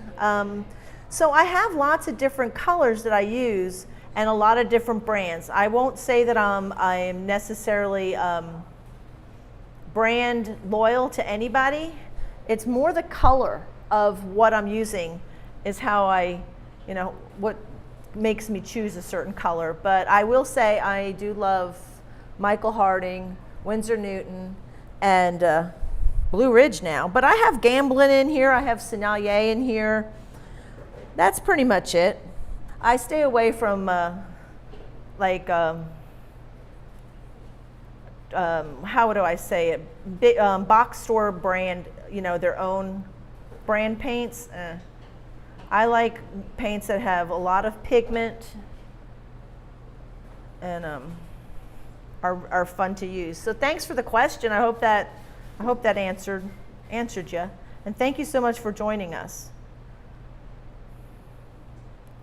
I was surprised when I first found out that colors were different from different brands. I know, right? You'd think it would be consistent, but it's not, because not every, if you look at the back of a tube, it'll give you a number of the, a lot of your earth colors are actually made with things called, umber and ochre, and those are your earthy colors. But a lot of colors are made with, they just have numbers. If you look on the back, and I don't even have my glasses on, this is pigment PR101. This is called light red, and whatever pigment PR101 is, I don't know. But nice thing is, if you ever want to experiment with mixing your own colors, and honestly, that's something I'm going to try. It'll probably become a YouTube thing because I've never done it. But through Blue Ridge oil colors, and I know you can get it from Kramer. Kramer makes pigments in New York, but this guy's right in Asheville, North Carolina. So I'm kind of excited about it. You can buy his pigments. You can buy his oils. And if you want to go and mix your own colors, by golly, you can. And so I'm going to try it. I'm going to give it a whirl. I'm going to see. It'll be a video. Don't know when. But I gotta get certain works done. So. Yeah, I'm going to try it. I just want to see how it works out. All right, so I got some of this. I feel like I'm getting some of this in. And being that this is foreground, I'm not even going to touch this part. I'm going to work more on some of my foliage and stuff back here because I feel like it's kind of, So tomorrow when we come in, I may leave this piece up and jump in on the Bobcat tomorrow morning. It might be the first piece we start back on.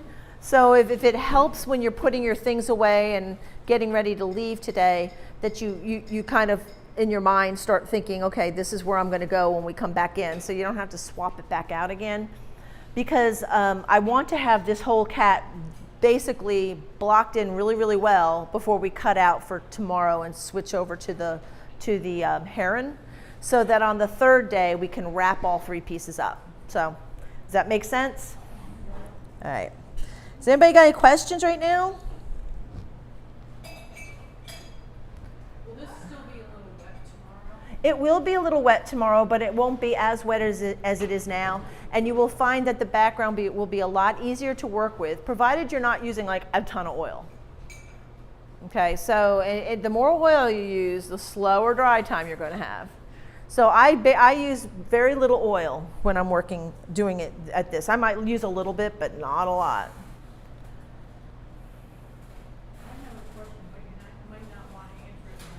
Okay, well, let's hear it. Would you select your version of use of cool and warm colors? Because that confuses me a lot. And I know, hot colors versus cold colors, but I can't get guarding on that. That's okay. What I like to tell people when you're talking about temperature of color, temperature, as you know, is relative. It might be 84 degrees, and I say, oh my God, it's so hot. But go to Arizona, and 84 degrees feels pretty darn good, right? So temperature is relative. Even within blues, you can have a cool blue, a warm blue, and a neutral blue. Cobalt blue is your neutral blue.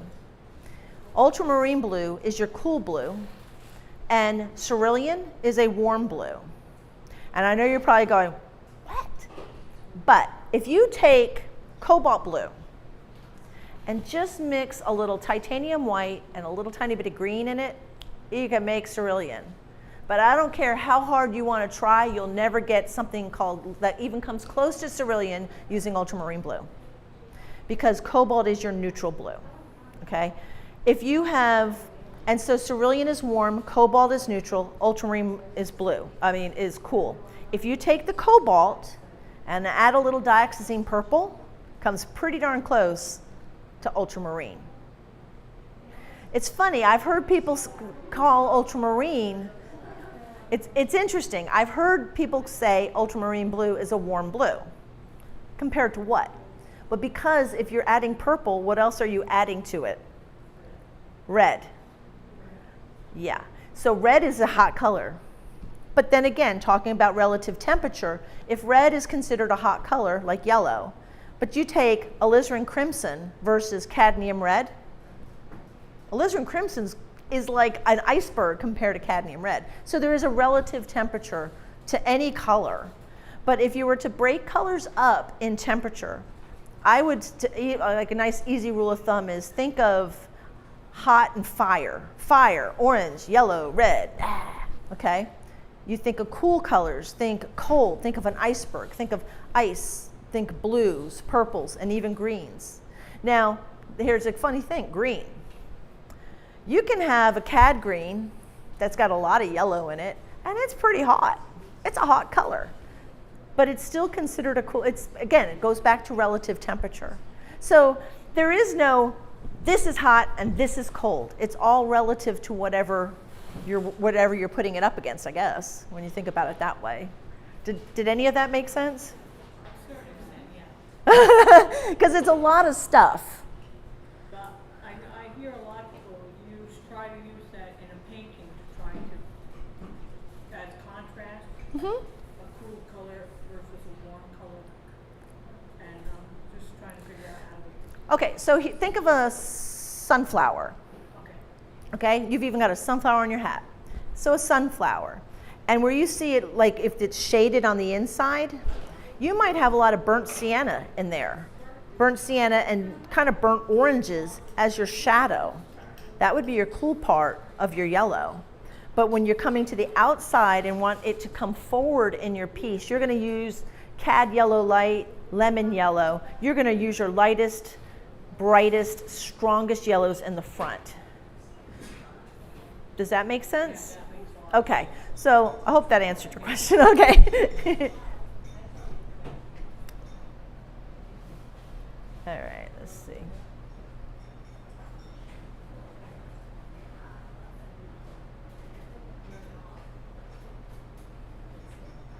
Yes. I just took a little bit of, gee whiz, what did I use? I used yellow ochre and white and probably just raw umber. See, I know I'm just like, yeah, I was kind of haphazard with it. I just kind of, but I went with the grain of the rock, if you will. So if you're looking at the picture, it all looks like it's going uphill. Okay. So I just kind of followed the grain, if that's the word you use. Yeah, no, I don't know photograph. I mean, like, And see, it's even different than what I did for my picture. So I'm looking at my reference, and that's why I went there, and that's why, yeah. yellow, ochre, white, and the third one? Probably, I might have actually used, if it was like, let's just do it. So if I use a little bit of that, see I have green in my brush. So if I use this, let's see what happens if I add the purple lake and white. I'm running out of color here. And I like that, but it's not that, so I'm gonna add a little bit more of this. Okay. Yeah, that's kind of how like I said, I tend to be a little bit intuitive with it, and it doesn't necessarily explain.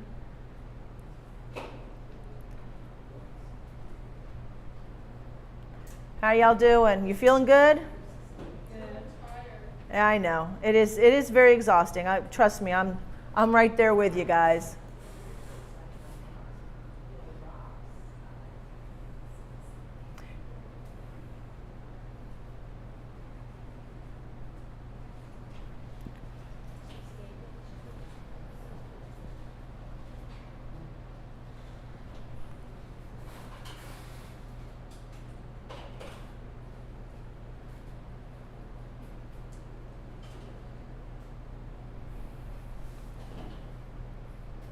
So quiet. I could tell everybody's tired. It is. It's one of those things like.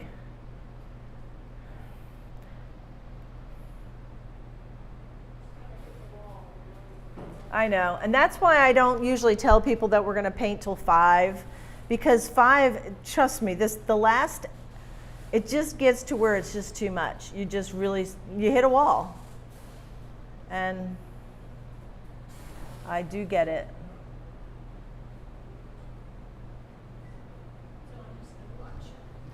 Yeah. I'm just trying to get, the shapes in. And I know there's a lot of work I've got to do on this, the shape of my cat, because it's a little wonky, but it's okay.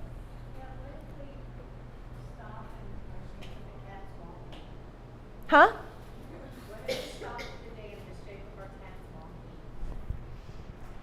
What do you say? What if we stop and our shape of our cat is wonky? Yeah. You'll see tomorrow when you come and you'll be like, what the hell was I thinking? You'll be like, what? Yeah. It's okay, and you'll fix it. It'll still be wet. It just will be easier to work with because it won't be quite as wet. Because I'm tired too, guys. I'm running out of, and I talk, so I talk a lot, and that in itself makes me tired. So I'm trying to stay ahead of myself. I hope that I'm answering questions and giving you the information you need. I'm trying to remember to call out my colors. So.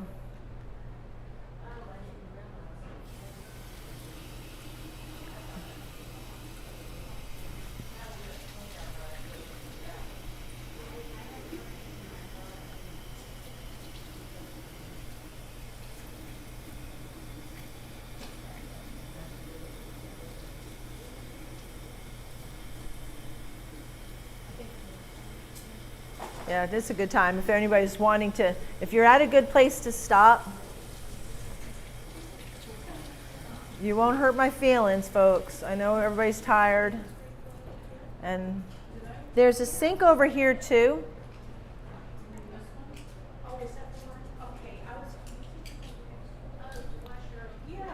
Right. There's 2 sinks here.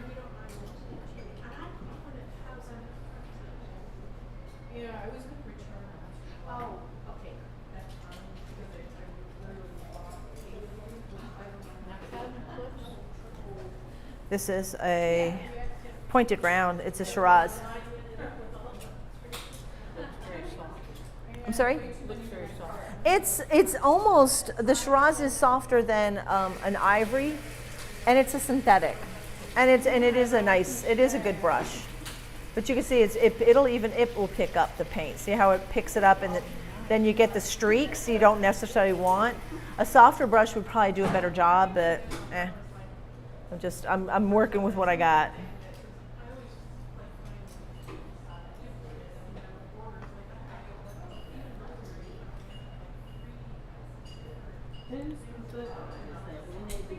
Move what? Everything where? That's mine. All this stuff is mine. Okay, we'll get it around.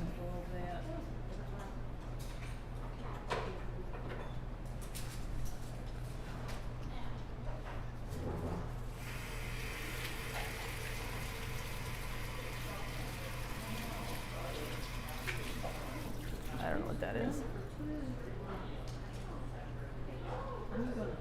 Thank you, Diana. Appreciate it. That book bag is my Edge Pro. That's where all my Edge Pro gear goes. All of it fits in there. Thank you. Thank you.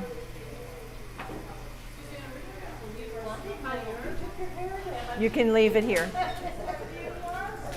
It'll be safe and it'll be locked up. So you just take, if you have electronics you want to go charge tonight or whatever,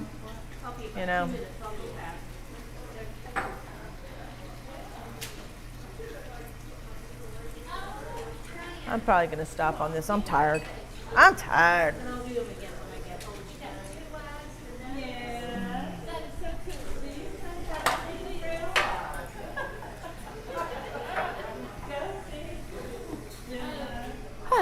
thirsty.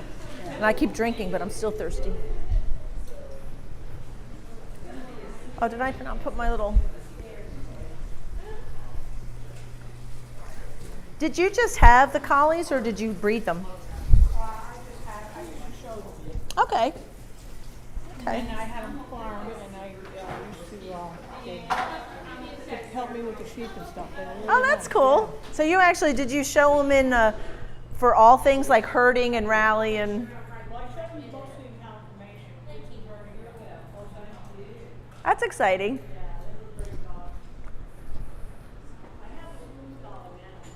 You have a what? A what dog?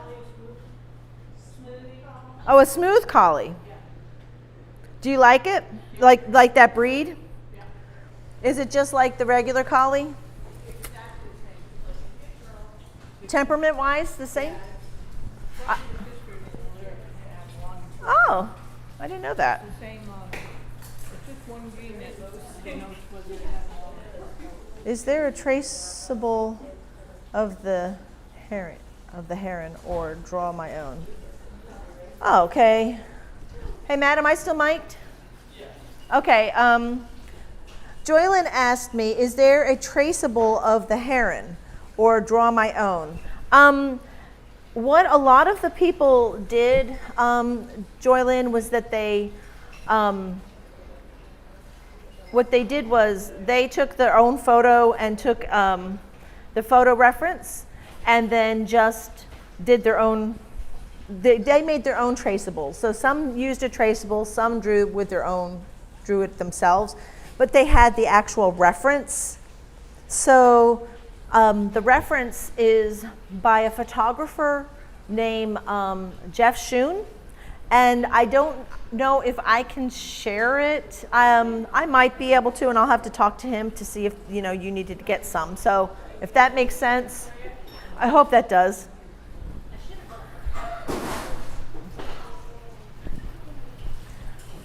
Oh, there's your thing fell again. It fell down again.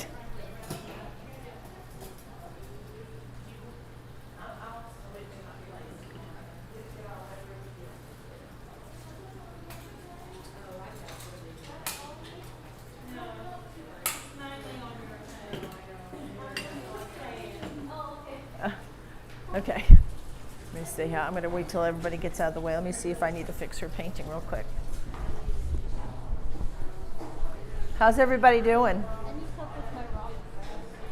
Okay, so all you need to know, where's your rock, is go ahead today, for now, just get some of the there's your darker values in here. So if this is your rock, and you're over kind of close on yours, so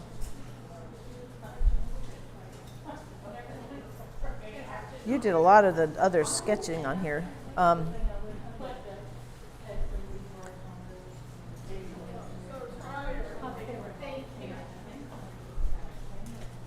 What did you ask? Oh, I know. So you just want to go ahead and get your darker values in as close as you can to the cat.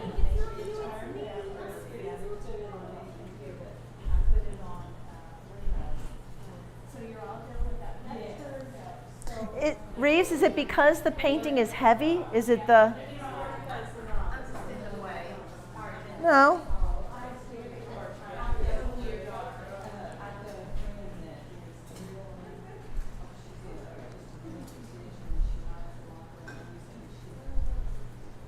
So all you're going to want to do now is you're going to want to take a little bit of this.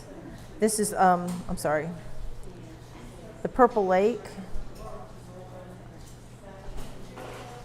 The Purple Lake is over there next to the creek.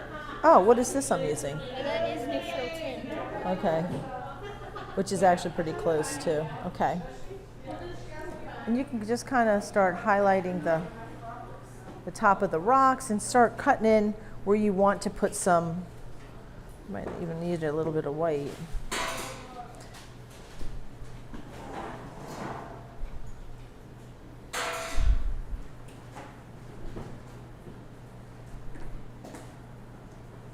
And you can put your detail in wherever you want to put your, but just use that color and it'll work. Okay? Okay, I don't know how to do that, but I'll figure it out, I guess. Well, just look at the picture, honey. Just look at, see what you see. I actually put moss on this rock. The rock that I just did, I didn't put moss on it yet. I'm just kind of working with it. You just have to decide what you want to incorporate. Now, you're using the actual photo reference from my painting, not the photo reference. I'm working from the actual photo reference. So there's a difference. So my picture, right, I'm working on now doesn't look like the same as that one.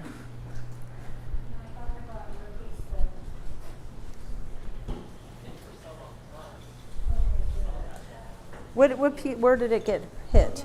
Did the whole thing just fall? Yeah, Okay, oops. You get it all over your shoes. you know. We used to have a table here. Now we don't have the, oh yeah, we put it over here. Let me put it here flat, honey.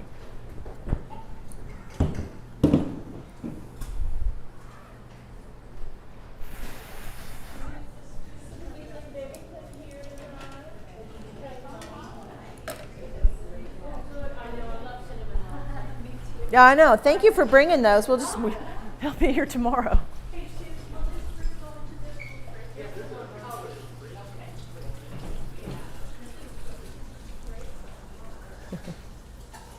Why don't you come up and look at this one? Joylyn, thank you for joining us today. You have been wonderful. And thank you for becoming a member. I appreciate that.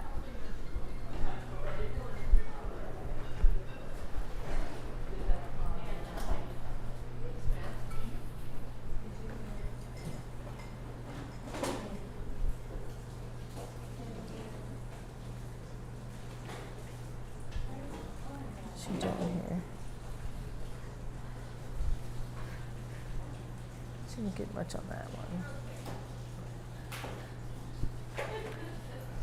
It's okay. Don't worry. Don't be worried about it.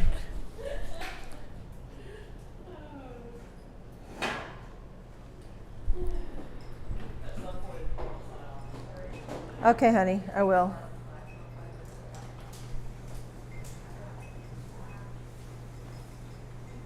It'll be easier when it's dry.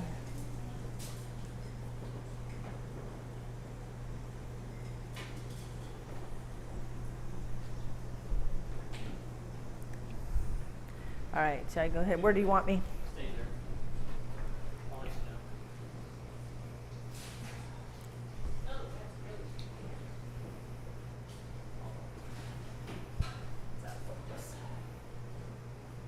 you know. Looks like a lot of people have discovered their little scrapers. I see you did use your scraper tool, huh?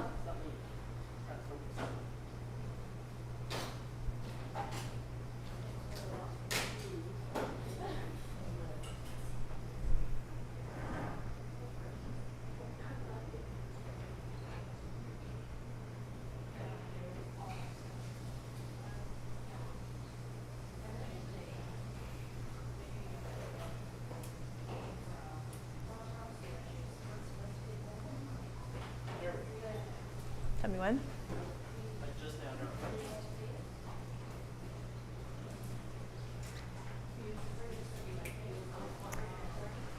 If you joined me today, thank you so much. I appreciate you. Hey, Joylyn, thanks for joining in. Of course, Covey Dog joined in. Nyla joined in. So thank you so much for being here. I also, we'll be back tomorrow morning.